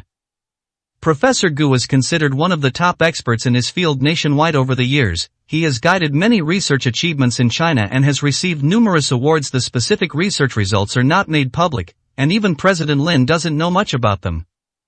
Upon hearing this, Gu Yan understood. His research findings, though not publicly disclosed, have been recognized multiple times, making him a well-known expert in the field. That's really impressive. There are probably very few like that in the country. Gu Yan couldn't tell whether he was happy or unhappy. He should feel happy that his blood relative is so capable. But he felt even more uneasy. The more capable a person is, the less likely they are to accept their own existence. The more successful he became, the more unbearable this stain on his reputation became for him. At least, that's the feedback Gu Yan has received from Kyoto's social circles over the years. Lin Xiaoran is also very capable. Therefore, everyone sees themselves as a stain on her reputation. An unbearable stain. The light turned green, and Yi Ching stepped on the gas. He glanced at Gu Yan, who remained silent, out of the corner of his eye. He pursed his lips and then said, "Sir, Professor Gu doesn't have much wealth. He has devoted himself to research and teaching all these years. Apart from some property awarded by the state, he only has a few properties. He has donated the rest over the years, saying it was in accordance with his wife's wishes." Hearing this, Gu Yan hummed in agreement. He doesn't really care about these things. Moreover, Yi Ching didn't mention much wealth. This only applies to the Lin family. For an ordinary person, owning several properties in Kyoto, a place where land is incredibly valuable, is already a dream come true. No wonder some relatives wanted to fight over the property. But the person is still alive, and they can't help but fight over the property. This makes people feel somewhat uncomfortable. After an unknown amount of time, the car stopped in the hospital parking lot. Lin Xiaoran stood there waiting for him. Gu Yan got out of the car, and Lin Xiaoran's tone was somewhat cold. "Why are you so late?" Yi Ching said from the side, "There's some traffic on the way." Lin Xiaoran nodded and said nothing more. He glanced at Gu Yan and said, "Let's go." After saying that, he walked directly into the hospital. Gu Yan followed behind her. A number of people were standing outside Professor Gu's ward. Hospital leaders were also present. "Don't worry, our hospital will do everything we can to save Professor Gu's life. However, Professor Gu is too old, and whether he can pull through depends on his own will." The hospital leaders seemed to be under a lot of pressure, their foreheads covered in cold sweat. "I don't care about the reason. Professor Gu is extremely important to us. He must wake up, he absolutely must." The middle-aged man in the lead had a very imposing presence. Lin Xiaoran and Gu Yan stood not far away, not going over to join in the fun. But the middle-aged man saw Lin Xiaoran. After exchanging a few words with the hospital's management, he came over. "President Lin, I must thank you for getting Professor Gu to the hospital so quickly this time. You're too kind. Professor Gu is my elder, and I didn't want to see him get into trouble this time." After exchanging a few pleasantries, the middle-aged man left with his entourage. Gu Yan looked at the middle-aged man's back and felt that he looked somewhat familiar. "I think I've seen this person on TV before." The atmosphere at the scene finally eased considerably after that group of people left. The hospital's director came to Lin Xiaoting. "President Lin, how is Professor Gu's health?" Lin Xiaoran asked. "He's out of immediate danger. It's just uncertain whether he'll wake up." Before Lin Xiaoran could say anything, a commotion arose from a few people nearby. "Why can't we visit them? What is your hospital trying to do?" "Professor Gu is not in good health right now and needs to rest. We will allow you to visit him once he has recovered." "I don't care, I want to go in now, uncle, my uncle." Gu Yan looked at the group and shouted loudly. Although he said he cared about Professor Gu, there was no emotion on his face. Lin Xiaoran, who was standing to the side, suddenly spoke up, "Let's kick them out first." Upon hearing this, the hospital director's eyes lit up, and he immediately gave the instructions. "These people are all distant relatives of Professor Gu. I rarely have any contact with Professor Gu. None of Professor Gu's close relatives would cause trouble at the hospital at this time. They came here for nothing more than that little bit of property. Gu Yan looked at these people coldly. I've already suppressed the news about your relationship with Professor Gu. It wouldn't be good for you if it got out now. Gu Yan was stunned for a moment upon hearing Lin Xiaoran's words. Then he nodded. He knew that if he were to reveal his relationship with Professor Gu at this time, it would not be a good thing for him. Professor Gu went out for a while. Upon their return, their fate remains unknown. And now there's a grandson who's been missing for many years? Once this kind of news gets out, all sorts of rumors will probably circulate. Lin Xiaoran did this for his own good. A self-deprecating smile suddenly appeared on Gu Yan's face. It's hard to say whether there's still any connection. He was referring to whether Professor Gu would acknowledge him. But Lin Xiaoran had a serious expression and handed him the document she had been holding. Yes, there is a connection. Gu Yan frowned slightly and took the document. I opened it and took a look. I froze instantly, and my body started trembling. Lin Xiaoran had arranged for someone to conduct a blood relationship test between herself and Professor Gu at some point. It's written very clearly in the report. The two people are indeed related by blood. Before seeing this report, all the things Gu Yan was thinking about were just his own wild imagination. But when he saw the results of this report, he was still greatly shocked. He and Professor Gu are indeed related by blood. Regardless of whether Professor Gu will acknowledge him in the future. But at this moment, he truly realized that he still had real blood relatives in this world. He can no longer be considered a loner. 221, Chapter 221. What does my biological mother look like when I see her for the first time? Gu Yan stood there, stunned, staring at the documents in his hand. Lin Xiaoran remained silent throughout. It wasn't until Gu Yan took a deep breath and handed the document back to Lin Xiaoran that they finally got to the point. He wasn't surprised at all that Lin Xiaoran would arrange for someone to do a blood relationship test between him and Professor Gu. Lin Xiaoran has the ability, and that's what she will do. He had expected this. I just didn't expect that this result would have such a huge impact on me. Can't you stand it already? Lin Xiaoran took the document and suddenly spoke. Gu Yan's breath hitched when he heard this. My emotions were instantly disrupted. Lin Xiaoran always manages to say things that make people angry. However, it did bring him back to his senses. They're gone. Lin Xiaoran turned and left, completely disregarding Gu Yan's thoughts. Gu Yan turned around and followed. He didn't even quite understand. Professor Gu was still in a coma and cannot be visited. As for those relatives who supposedly came to fight for the family property, they could be driven away with just a few security guards. What was Lin Xiaoran's purpose in having He Qing pick her up? Just to show myself the results of that bloodline test? The two got into the car. Lin Xiaoran took out her phone. I'm sending you a photo. It is Professor Gu's daughters. Upon hearing this, Gu Yan was momentarily speechless. The moment he opened his phone and saw that photo, tears suddenly streamed down his face uncontrollably. He then realized what was happening. Professor Gu's daughter. Isn't she his biological mother? His biological mother, whom he had never met. Looking at the person in the photo, Gu Yan's eyes reddened, and her body trembled even more violently. This was the first time he had seen what his biological mother actually looked like. The photo appears to be a cropped image from a high school graduation certificate. Professor Gu's daughter has been attending private schools since she was a child. When I graduated from high school, I wore an academic gown. A bright smile graced his face. It's beautiful and full of sunshine.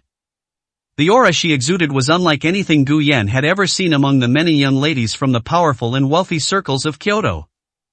Gentle and kind, she makes people feel as if they are bathed in a spring breeze. The feeling of that spring breeze was as if it had turned into countless steel needles, piercing into Gu Yan's heart.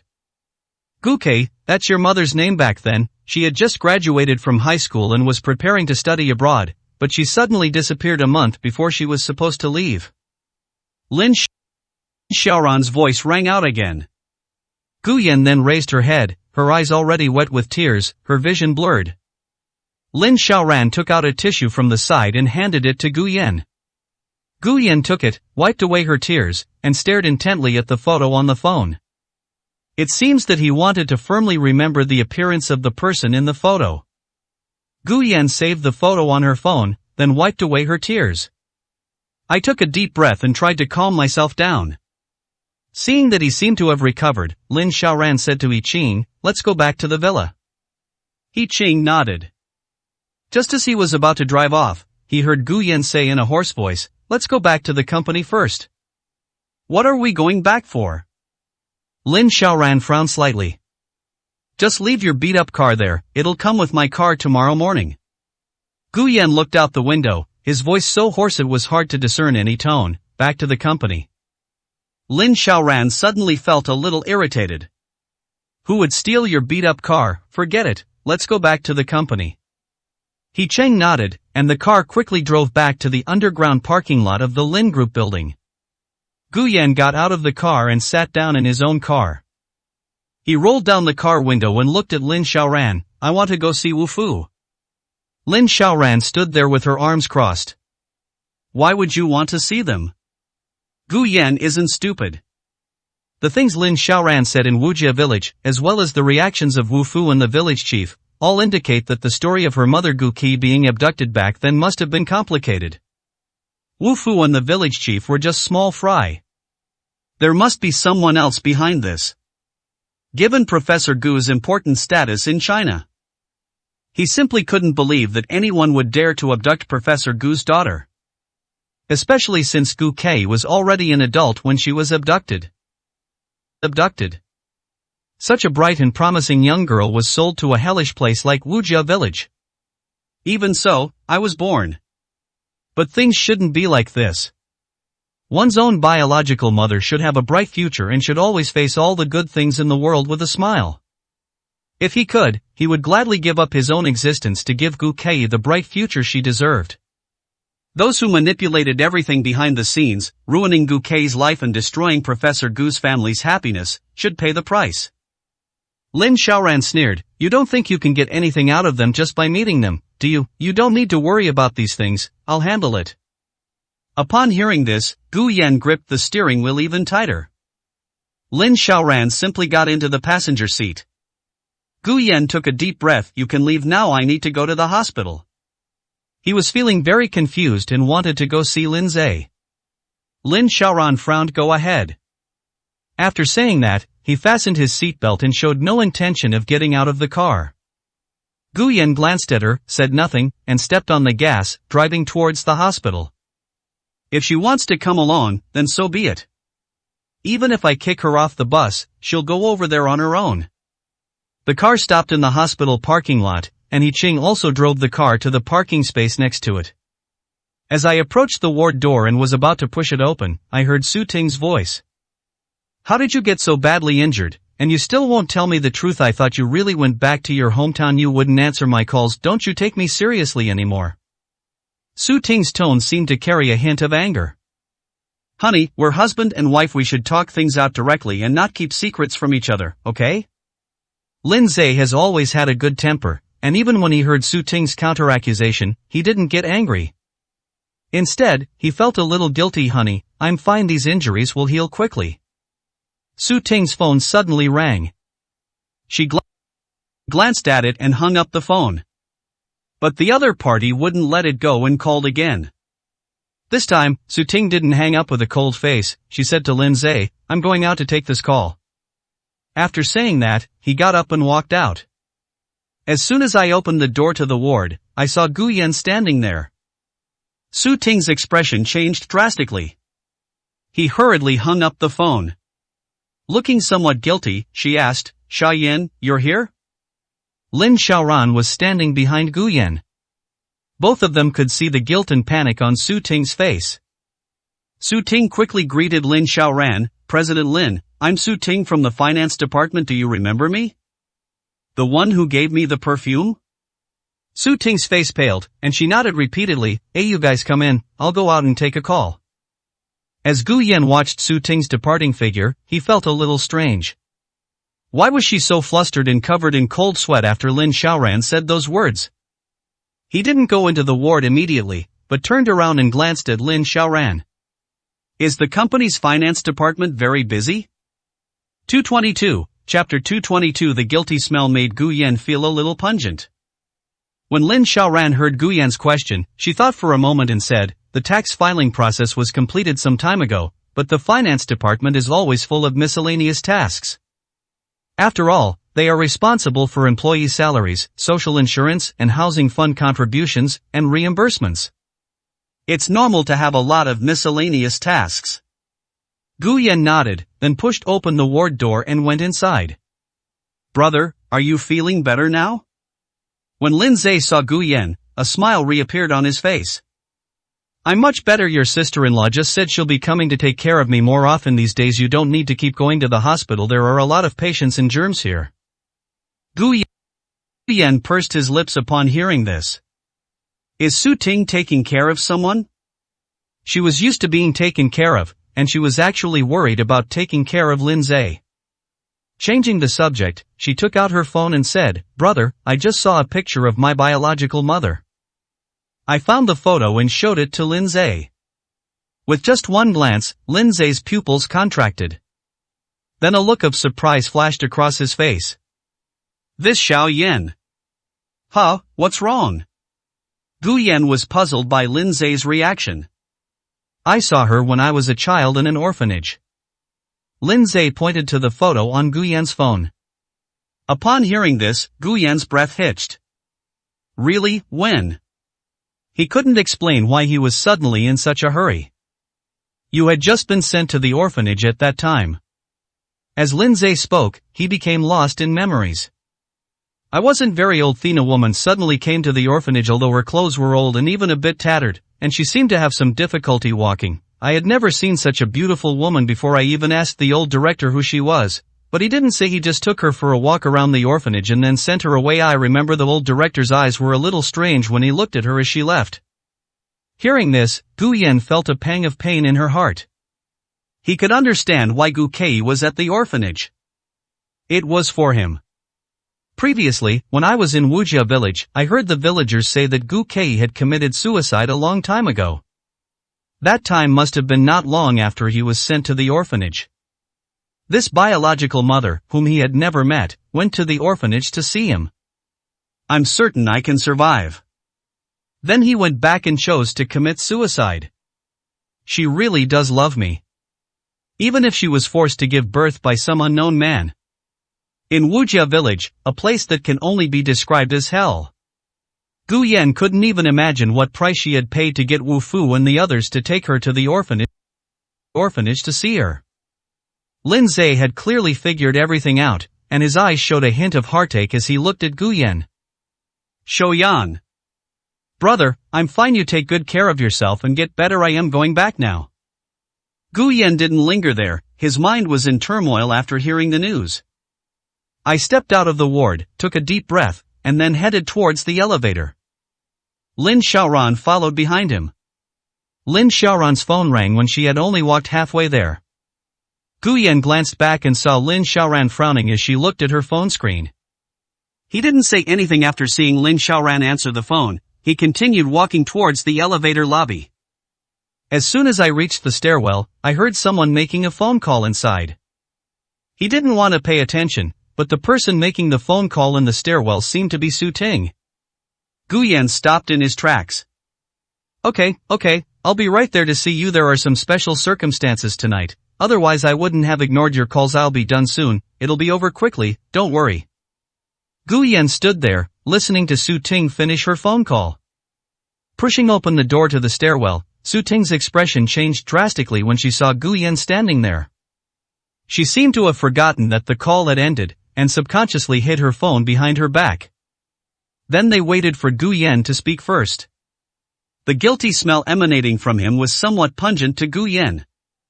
Gu Yan didn't say anything, he just quietly looked at her. Finally, Su Ting couldn't hold back any longer. Xiaoyanam, are you leaving? Sister-in-law, are you going back to work so late? Su Ting's face stiffened upon hearing this. She didn't know how to answer. In the past, she wouldn't have worried about angering Gu Yan. At that time, she thought that Gu Yan was really not valued by Lin Xiaoran. But things are different now. Lin Xiaoran was able to get a promotion and a raise because of one sentence he said. She was even willing to accompany him to the hospital. This shows that Lin Xiaoran still has feelings for Gu Yan. With just one word from Gu Yan, Lin Xiaoran could kick him out of the Lin group. She was just a small team leader. It has absolutely no importance in the Lin group. Therefore, he absolutely cannot offend Gu Yan. My colleague was working overtime and wanted me to come over and help. I just gave them a few perfunctory replies and then made up an excuse to refuse. I'll be taking care of your brother at the hospital tonight. Gu Yan nodded, said nothing, and walked directly to the elevator lobby to press the button. Lin Xiaoran arrived before the elevator even reached the elevator. After the two got on the elevator, Lin Xiaoran suddenly said, I have something to do in a bit, you go home first. Aren't you curious about what I'm going to do? Gu Yan glanced at her. That would make her leave herself to answer the phone. There are only a few possibilities. Is there any need to ask? Gu Yanquan pretended not to hear what she said and instead asked other questions.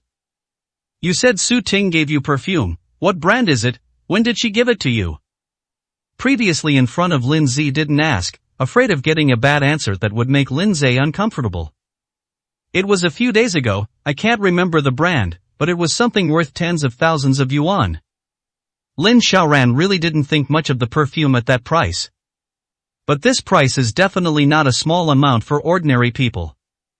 Gu Yan had just transferred 500,000 yuan when Su Ting immediately spent tens of thousands of yuan to buy a bottle of perfume to give to Lin Xiaoran. This is enough to show that she wasn't as short of money as she claimed at the time. But why does Lin Zai still feel that his family is poor? Given Lin Zai's personality, he would never have asked me for money unless he truly believed his family was broke. There are only two possibilities. Either her family is wealthy, but Su Ting has hidden it all from Lin Zai. Either Su Ting's excuse for borrowing money was fake, and she lied to herself and Lin Zai. Neither of these possibilities is what Gu Yan wants to see. His mind was already in turmoil, and now he was even more agitated. He couldn't figure out what Su Ting was trying to do. But he wanted to get to the bottom of it. He couldn't let Lin Zai continue to be deceived. The elevator doors opened, and the two walked towards the parking lot. Gu Yan got into the car, opened the window and looked at Lin Xiaoran who was about to get into He Qing's car, and suddenly asked, where are Wu Fu and the others being held? 223, Chapter 223. Whenever it involves Gu Yan, Lin Xiaoran will not listen to others. Having learned that Gu Kei had visited him at the orphanage before her suicide, Gu Yan became even more eager to investigate the conspiracy behind it. Lin Xiaoran's face instantly darkened, and the look in her eyes made people feel somewhat uncomfortable. Lin Xiaoran didn't speak, but answered him with her eyes. Knowing he wouldn't get an answer from Lin Xiaoran, Gu Yan simply started the car, stepped on the gas, and drove out of the parking lot. Watching Gu Yan leave without hesitation, Lin Xiaoran frowned. This scene seems somewhat familiar. A few months ago, at her victory celebration party, she abandoned Gu Yan and left on her own. This time, it was he who abandoned himself. Lin Xiaoran's expression was unpleasant. She took a deep breath to calm herself down before getting into the car next to her. Meanwhile, inside the Lin family's old house, old Master Lin was on the phone. It was a call from Fengchang. Although the Lin family has appeared to be thriving and developing rapidly over the years. But old Master Lin had always had some worries in his heart. Mr. Lin is old, and the connections with the relevant departments can only be maintained until he passes away. Before Lin Xiaoran and Lin Xiaoge's father passed away, they had indeed made a lot of achievements and their positions had been rising. In the future, it is very likely that he will rise to a relatively high position. With him around, and the Lin family finding a capable successor, the Lin family can expect to thrive for decades to come. But everything changed after Lin Xiaoran and Lin Xiaoge's father got into trouble. A businessman, if he remains just a businessman. That is a lamb to the slaughter. Zhu Jiming, the person in charge of Fengcheng, used to be a subordinate of Lin Guanyun, the father of Lin Xiaoran and Lin Xiaoye. A few years ago, he was sent down to Fengcheng. It was for his sake that old Master Lin made the decision to invest heavily in Fengcheng. Zhu Jiming is very capable and resourceful. During the years he was sent down to the countryside, he almost single-handedly accelerated the development of Fengcheng, turning it into a model economic city for key development. With the Lin family's substantial investment, his achievements are undeniable. If the Lin family's investment project in Fengcheng succeeds this time, then Zhu Jiming's promotion is inevitable. Therefore, this project absolutely cannot have any problems. There absolutely cannot be any problems in Maple City. Jiming, what's the matter? Old Master Lin's tone was somewhat amiable. Zhu Jiming, however, was sincere. Grandpa Lin Xiaoran has arrested several villagers and the village chief of Wujia village. There has been a lot of trouble in Wujia village recently, and I am under a lot of pressure. It's very difficult for me. The higher-ups will be sending people to inspect the area soon. This is not just an inspection of the development of Maple City. Furthermore, it is an assessment of Zhu Jiming himself. If any problems arise at this critical juncture, then all his efforts and achievements over the years have been wasted. There's been a huge commotion in Wujia village lately, thanks to the internet. Many things cannot be hidden forever. Once the current situation in Wujia village is posted online, whether it's Zhu Jiming or Lin Xiaoran, these people who have recently been associated with Wujia village will be dug up by netizens. This cannot be hidden. Old Master Lin's expression gradually turned serious, and a hint of anger flashed in his eyes. The fact that Zhu Jiming called me is enough to show that the situation is already very serious. How far has it gotten now?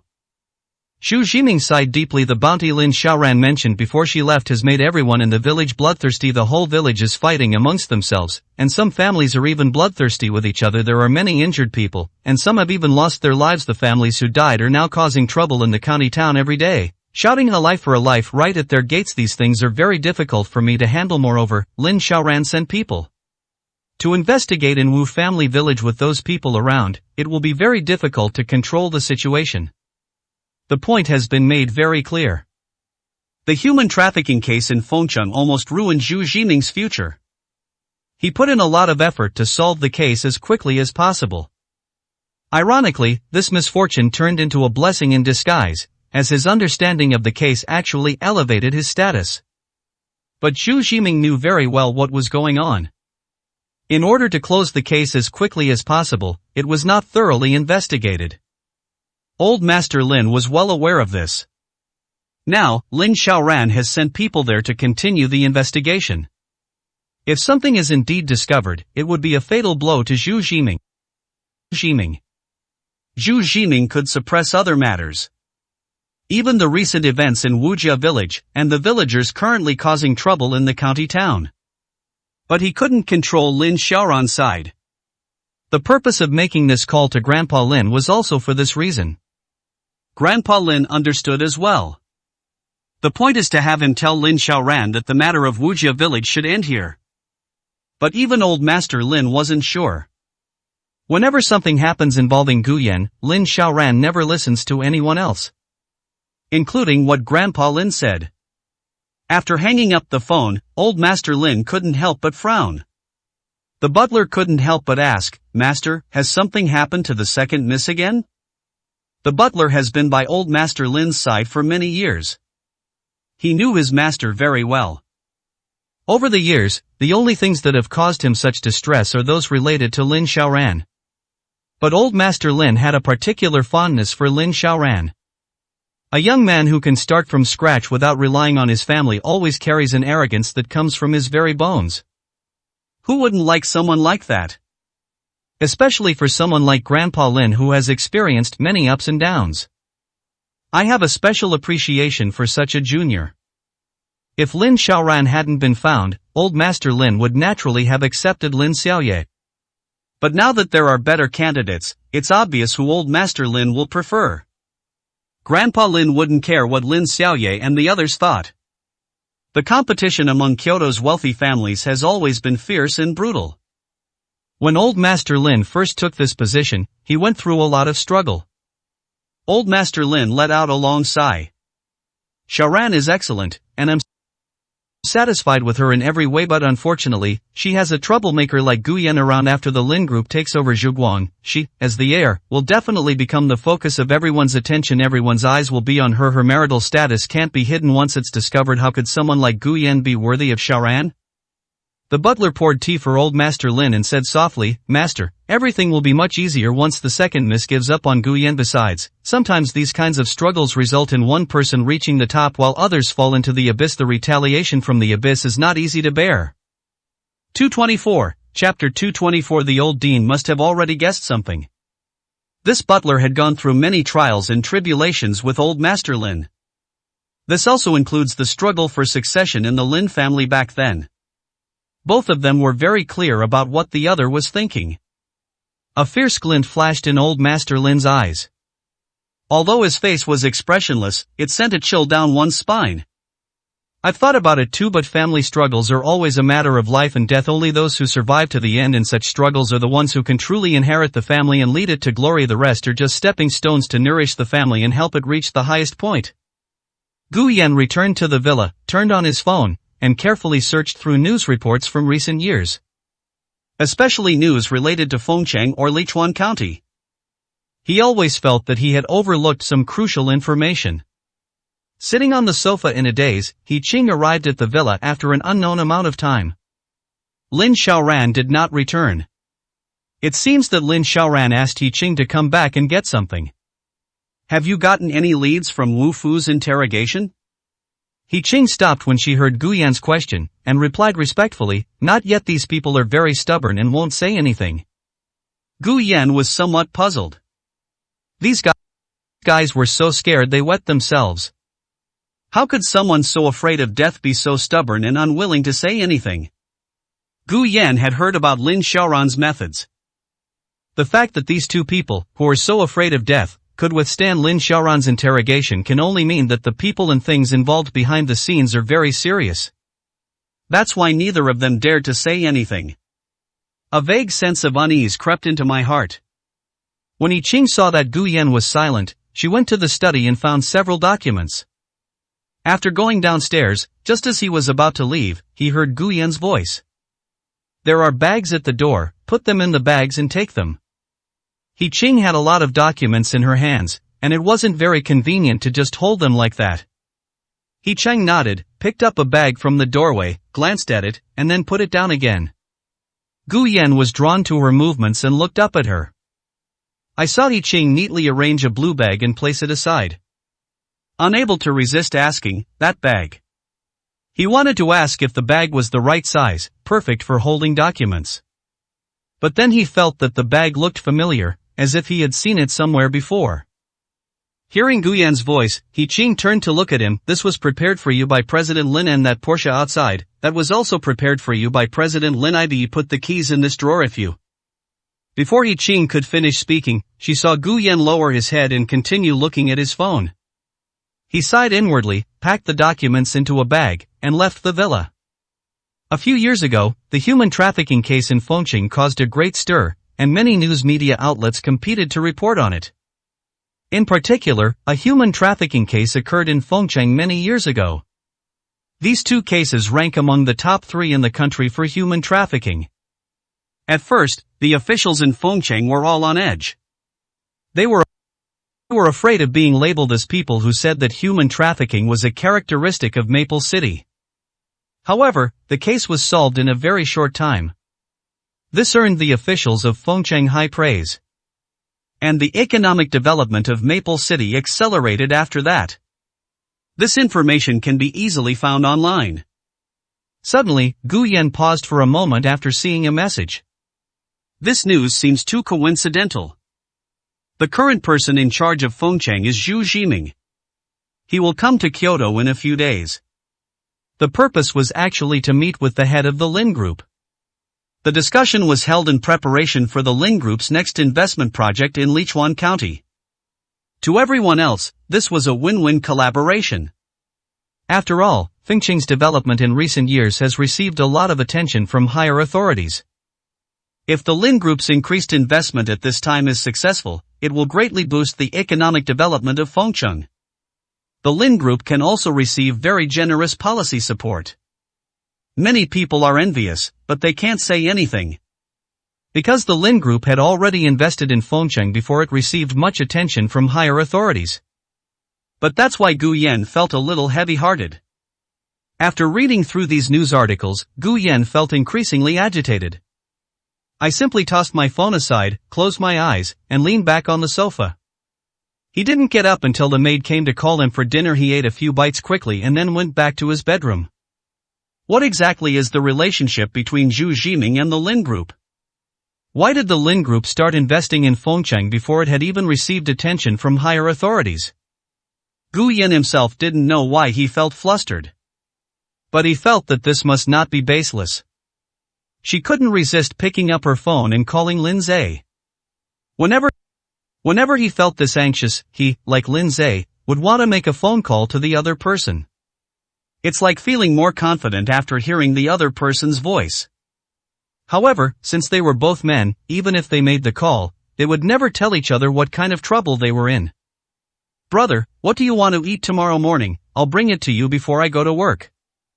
Stop making a fuss. Your sister-in-law will buy it for meth. Doctor told me during rounds that my injuries are healing well and I should be fine in about 10 days. Maybe I got beaten up a lot when I was little, so my body is used to it. Lin Zhe seemed to realize that his joke wasn't funny, so he changed the subject and said, Xiaoyan, when I'm discharged from the hospital, come with me back to the orphanage. Yes, I want to go back and offer incense to the old headmistress before she passed away. She told me that if I ever found my family, I should tell her at her grave, and she would be at peace. Lin Zhe took a deep breath as he spoke. Before, I didn't understand what she meant. We're both orphans. How could we possibly find families? Now it seems the old director must have already guessed something. Upon hearing this, Gu Yan opened her mouth, her nose tingled, and her eyes welled up with tears. His voice was slightly hoarse. Okay, I'll hire a few bodyguards to accompany us then. This trip to Wujia village alone reminded the two of how much bullying they had suffered at the orphanage. However, both Gu Yan and Lin Zhe were actually a little worried about their return. Even though they are old, the fear that place instilled in them since childhood is not so easy to erase. Lin Zhe smiled, seemingly in a much better mood, and chatted with Gu Yan for a few more minutes. Suddenly, Gu Yan asked, "Where's your sister-in-law? Wasn't she taking care of you at the hospital tonight?" 225, Chapter 225. Between him and the future Lin Xiaoran, there was an insurmountable chasm. Your sister-in-law said she would go back and cook something for me, but as you know, I've been the one cooking at home all these years. She doesn't know how to cook, so I told her to just buy whatever she wants. When Lin Zhe said this, his tone seemed to carry a hint of joy. My sister-in-law texted me saying she had to work overtime at the company and ordered takeout for me. Looked at it and it was all my favorite food. She said she would come over later. Gu Yan was somewhat conflicted. He wanted to tell Lin Zhe about the perfume that cost tens of thousands of yuan. But she was worried that Lin Zhe would feel uncomfortable, so she held back and didn't say anything. The two chatted for a few more minutes before hanging up the phone. Thinking about what Lin Zhe had just said, Gu Yan found it somewhat laughable. Even Lin Xiaoran isn't as busy as Su Ting. What time is it? Do I still have to go to the company to work overtime? After thinking for a moment, he left his bedroom, went downstairs, and drove towards the Lin Group. He had to go and see if Su Ting was actually working overtime there. Does the finance department really need everyone to work overtime this late? Take the elevator to the floor where the finance department is located. There's only one person working overtime in the finance department. She looks like an intern. This is the normal situation. In a company's finance department, only interns who have just joined the company or employees who have been targeted by others will work overtime until this time. Gu Yan walked over to the intern and asked softly, "Hello, is Su Ting here?" The intern looked up and stopped typing. Looking at Gu Yan, she blinked and said, "Team leader Su, she's already off work." Upon hearing this answer, Gu Yan's expression turned somewhat unpleasant. Is the finance department very busy lately? It seems like she's been working overtime a lot lately. The intern frowned slightly. The taxes are all done, and there's nothing much to do lately. Who are you? Are you team leader Sue's husband? Gu Yan pursed his lips upon hearing this. No. The intern lowered his head, continuing to look at the computer screen, his hands rapidly typing on the keyboard. If it weren't for her husband, why are you asking so many questions? She was just promoted to team leader, and even the manager in the department doesn't dare to assign her any task. She's practically the most idle person around every day. If it weren't for her, I wouldn't be working overtime until now.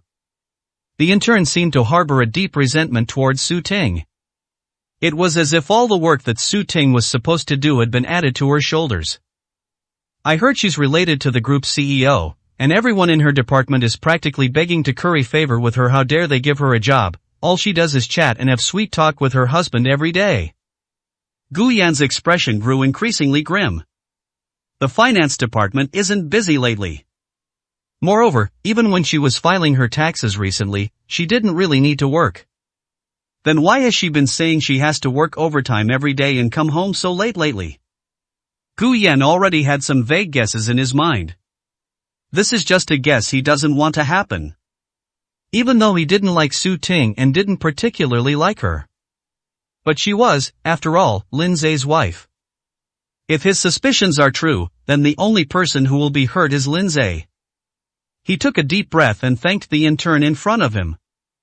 Then he turned around, walked to the elevator lobby, and went downstairs. As soon as they arrived at the underground parking lot, they saw Lin Xiaoran and Ning Chen getting out of the car and heading towards the elevator reserved for high-rise buildings. Upon seeing Gu Yan, Ning Chen immediately increased the distance between herself and Lin Xiaoran by half a step. She looked at Gu Yan with a smile, her eyes seemingly carrying a hint of provocation. Gu Yan, you just got off work? Gu Yan pretended that he hadn't heard or seen the two people.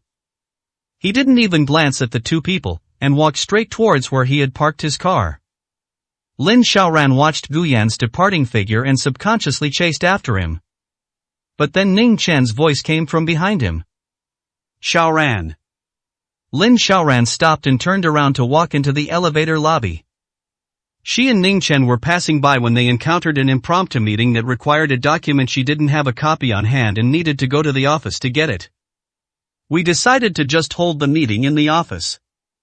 Ning Chen followed her into the elevator, which slowly ascended. Ning Chen sighed. You and Gu Yan haven't made up yet. You've been arguing for a long time, haven't you? It's been months since your celebration party.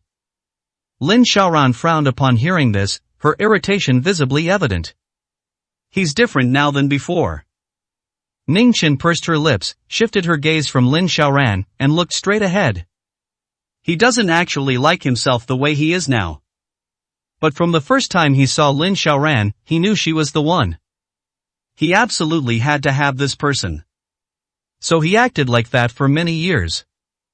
In Gu Yan's opinion, he must be a green TB*TCH. Every time, she would pretend to speak as Gu Yan, and when Gu Yan and Lin Xiaoran argued, she would always try to persuade Lin Xiaoran to stop arguing. But in reality, he always stood from Lin Xiaoran's perspective. Give Lin Xiaoran the comments she likes to hear. Therefore, Lin Xiaoran's concern for him was not solely due to his sister Ning Meng. Ning Chen doesn't actually like acting like that.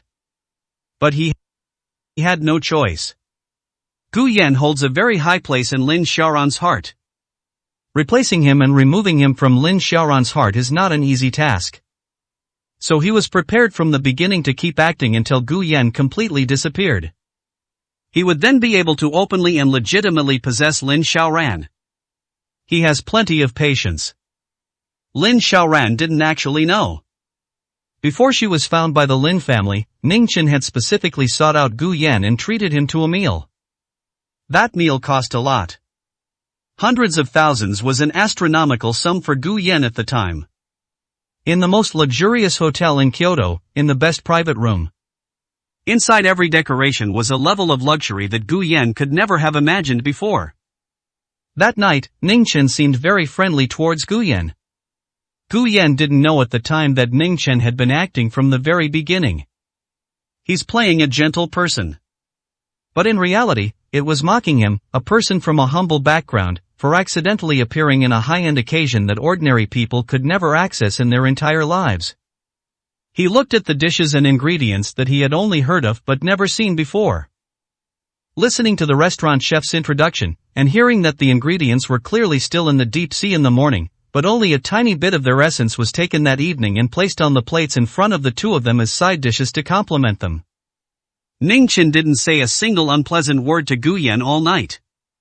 However, her so-called elegance and superiority formed a stark contrast with Guyan's unease and embarrassment. His eyes were filled with disdain and contempt for Guyan.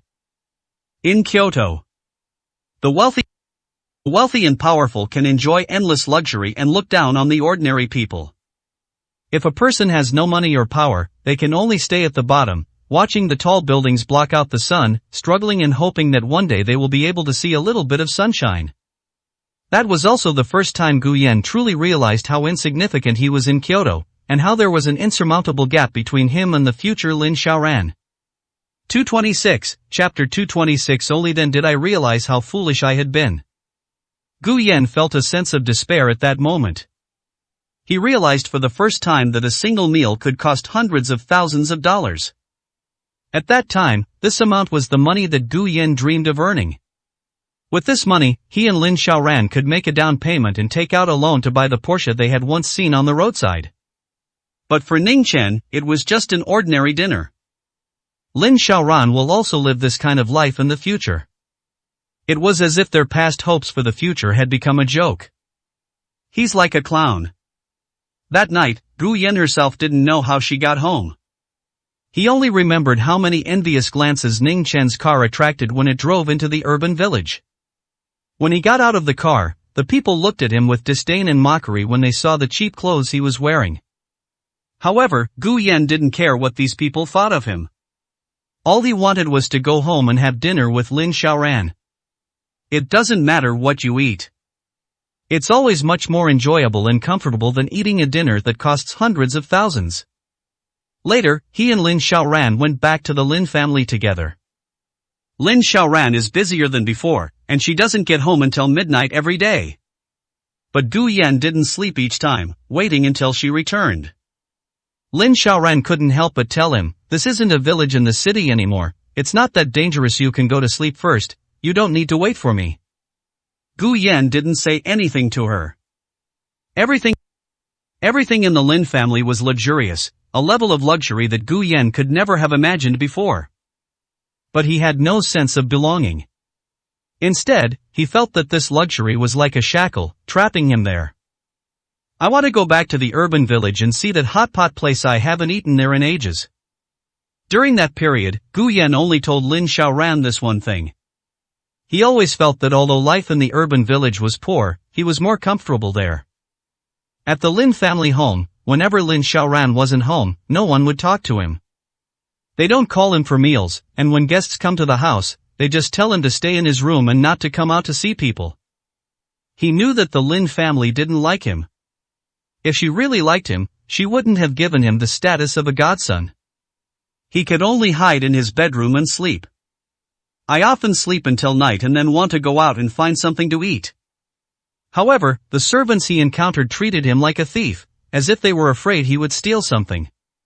Or perhaps, everyone in the Lin family regarded him as a thief.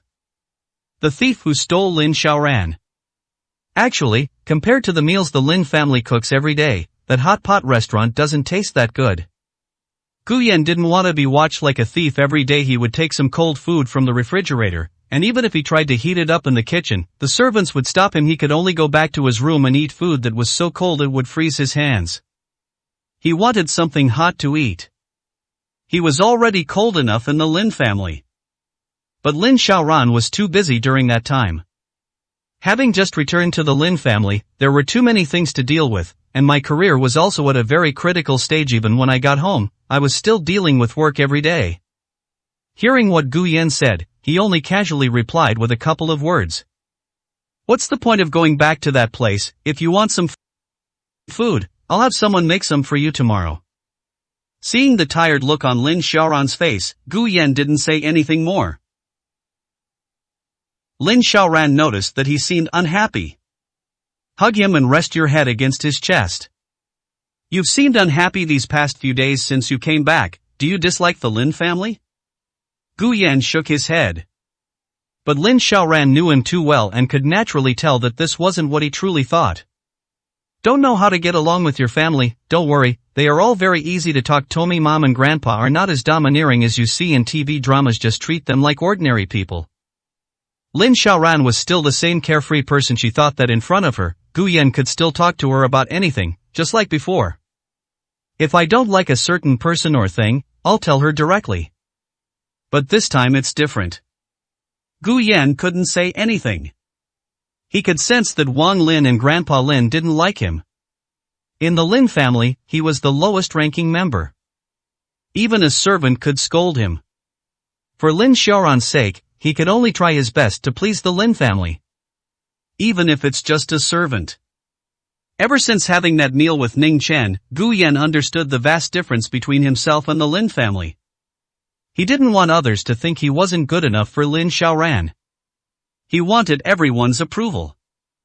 In this way, Lin Xiaoran will not feel too much pressure in the future. At that time, he firmly believed that Lin Xiaoran would never abandon him. But Lin Xiaoran was the apple of the eye of the Lin family, and everyone spoke to her with great care, even though she had been a wanderer for many years. In front of Lin Xiaoran, the Lin family appeared warm and ordinary. A loving family. But when Lin Xiaoran wasn't around, these people wouldn't even glance at him. He was as if he were a speck of dust in the mortal world. I felt defiled even stepping on it. No matter how hard he tries, he can't change it. People will say he doesn't know how to speak properly. If you don't speak, people will say you're timid and cowardly, that you're a man but can't be presentable.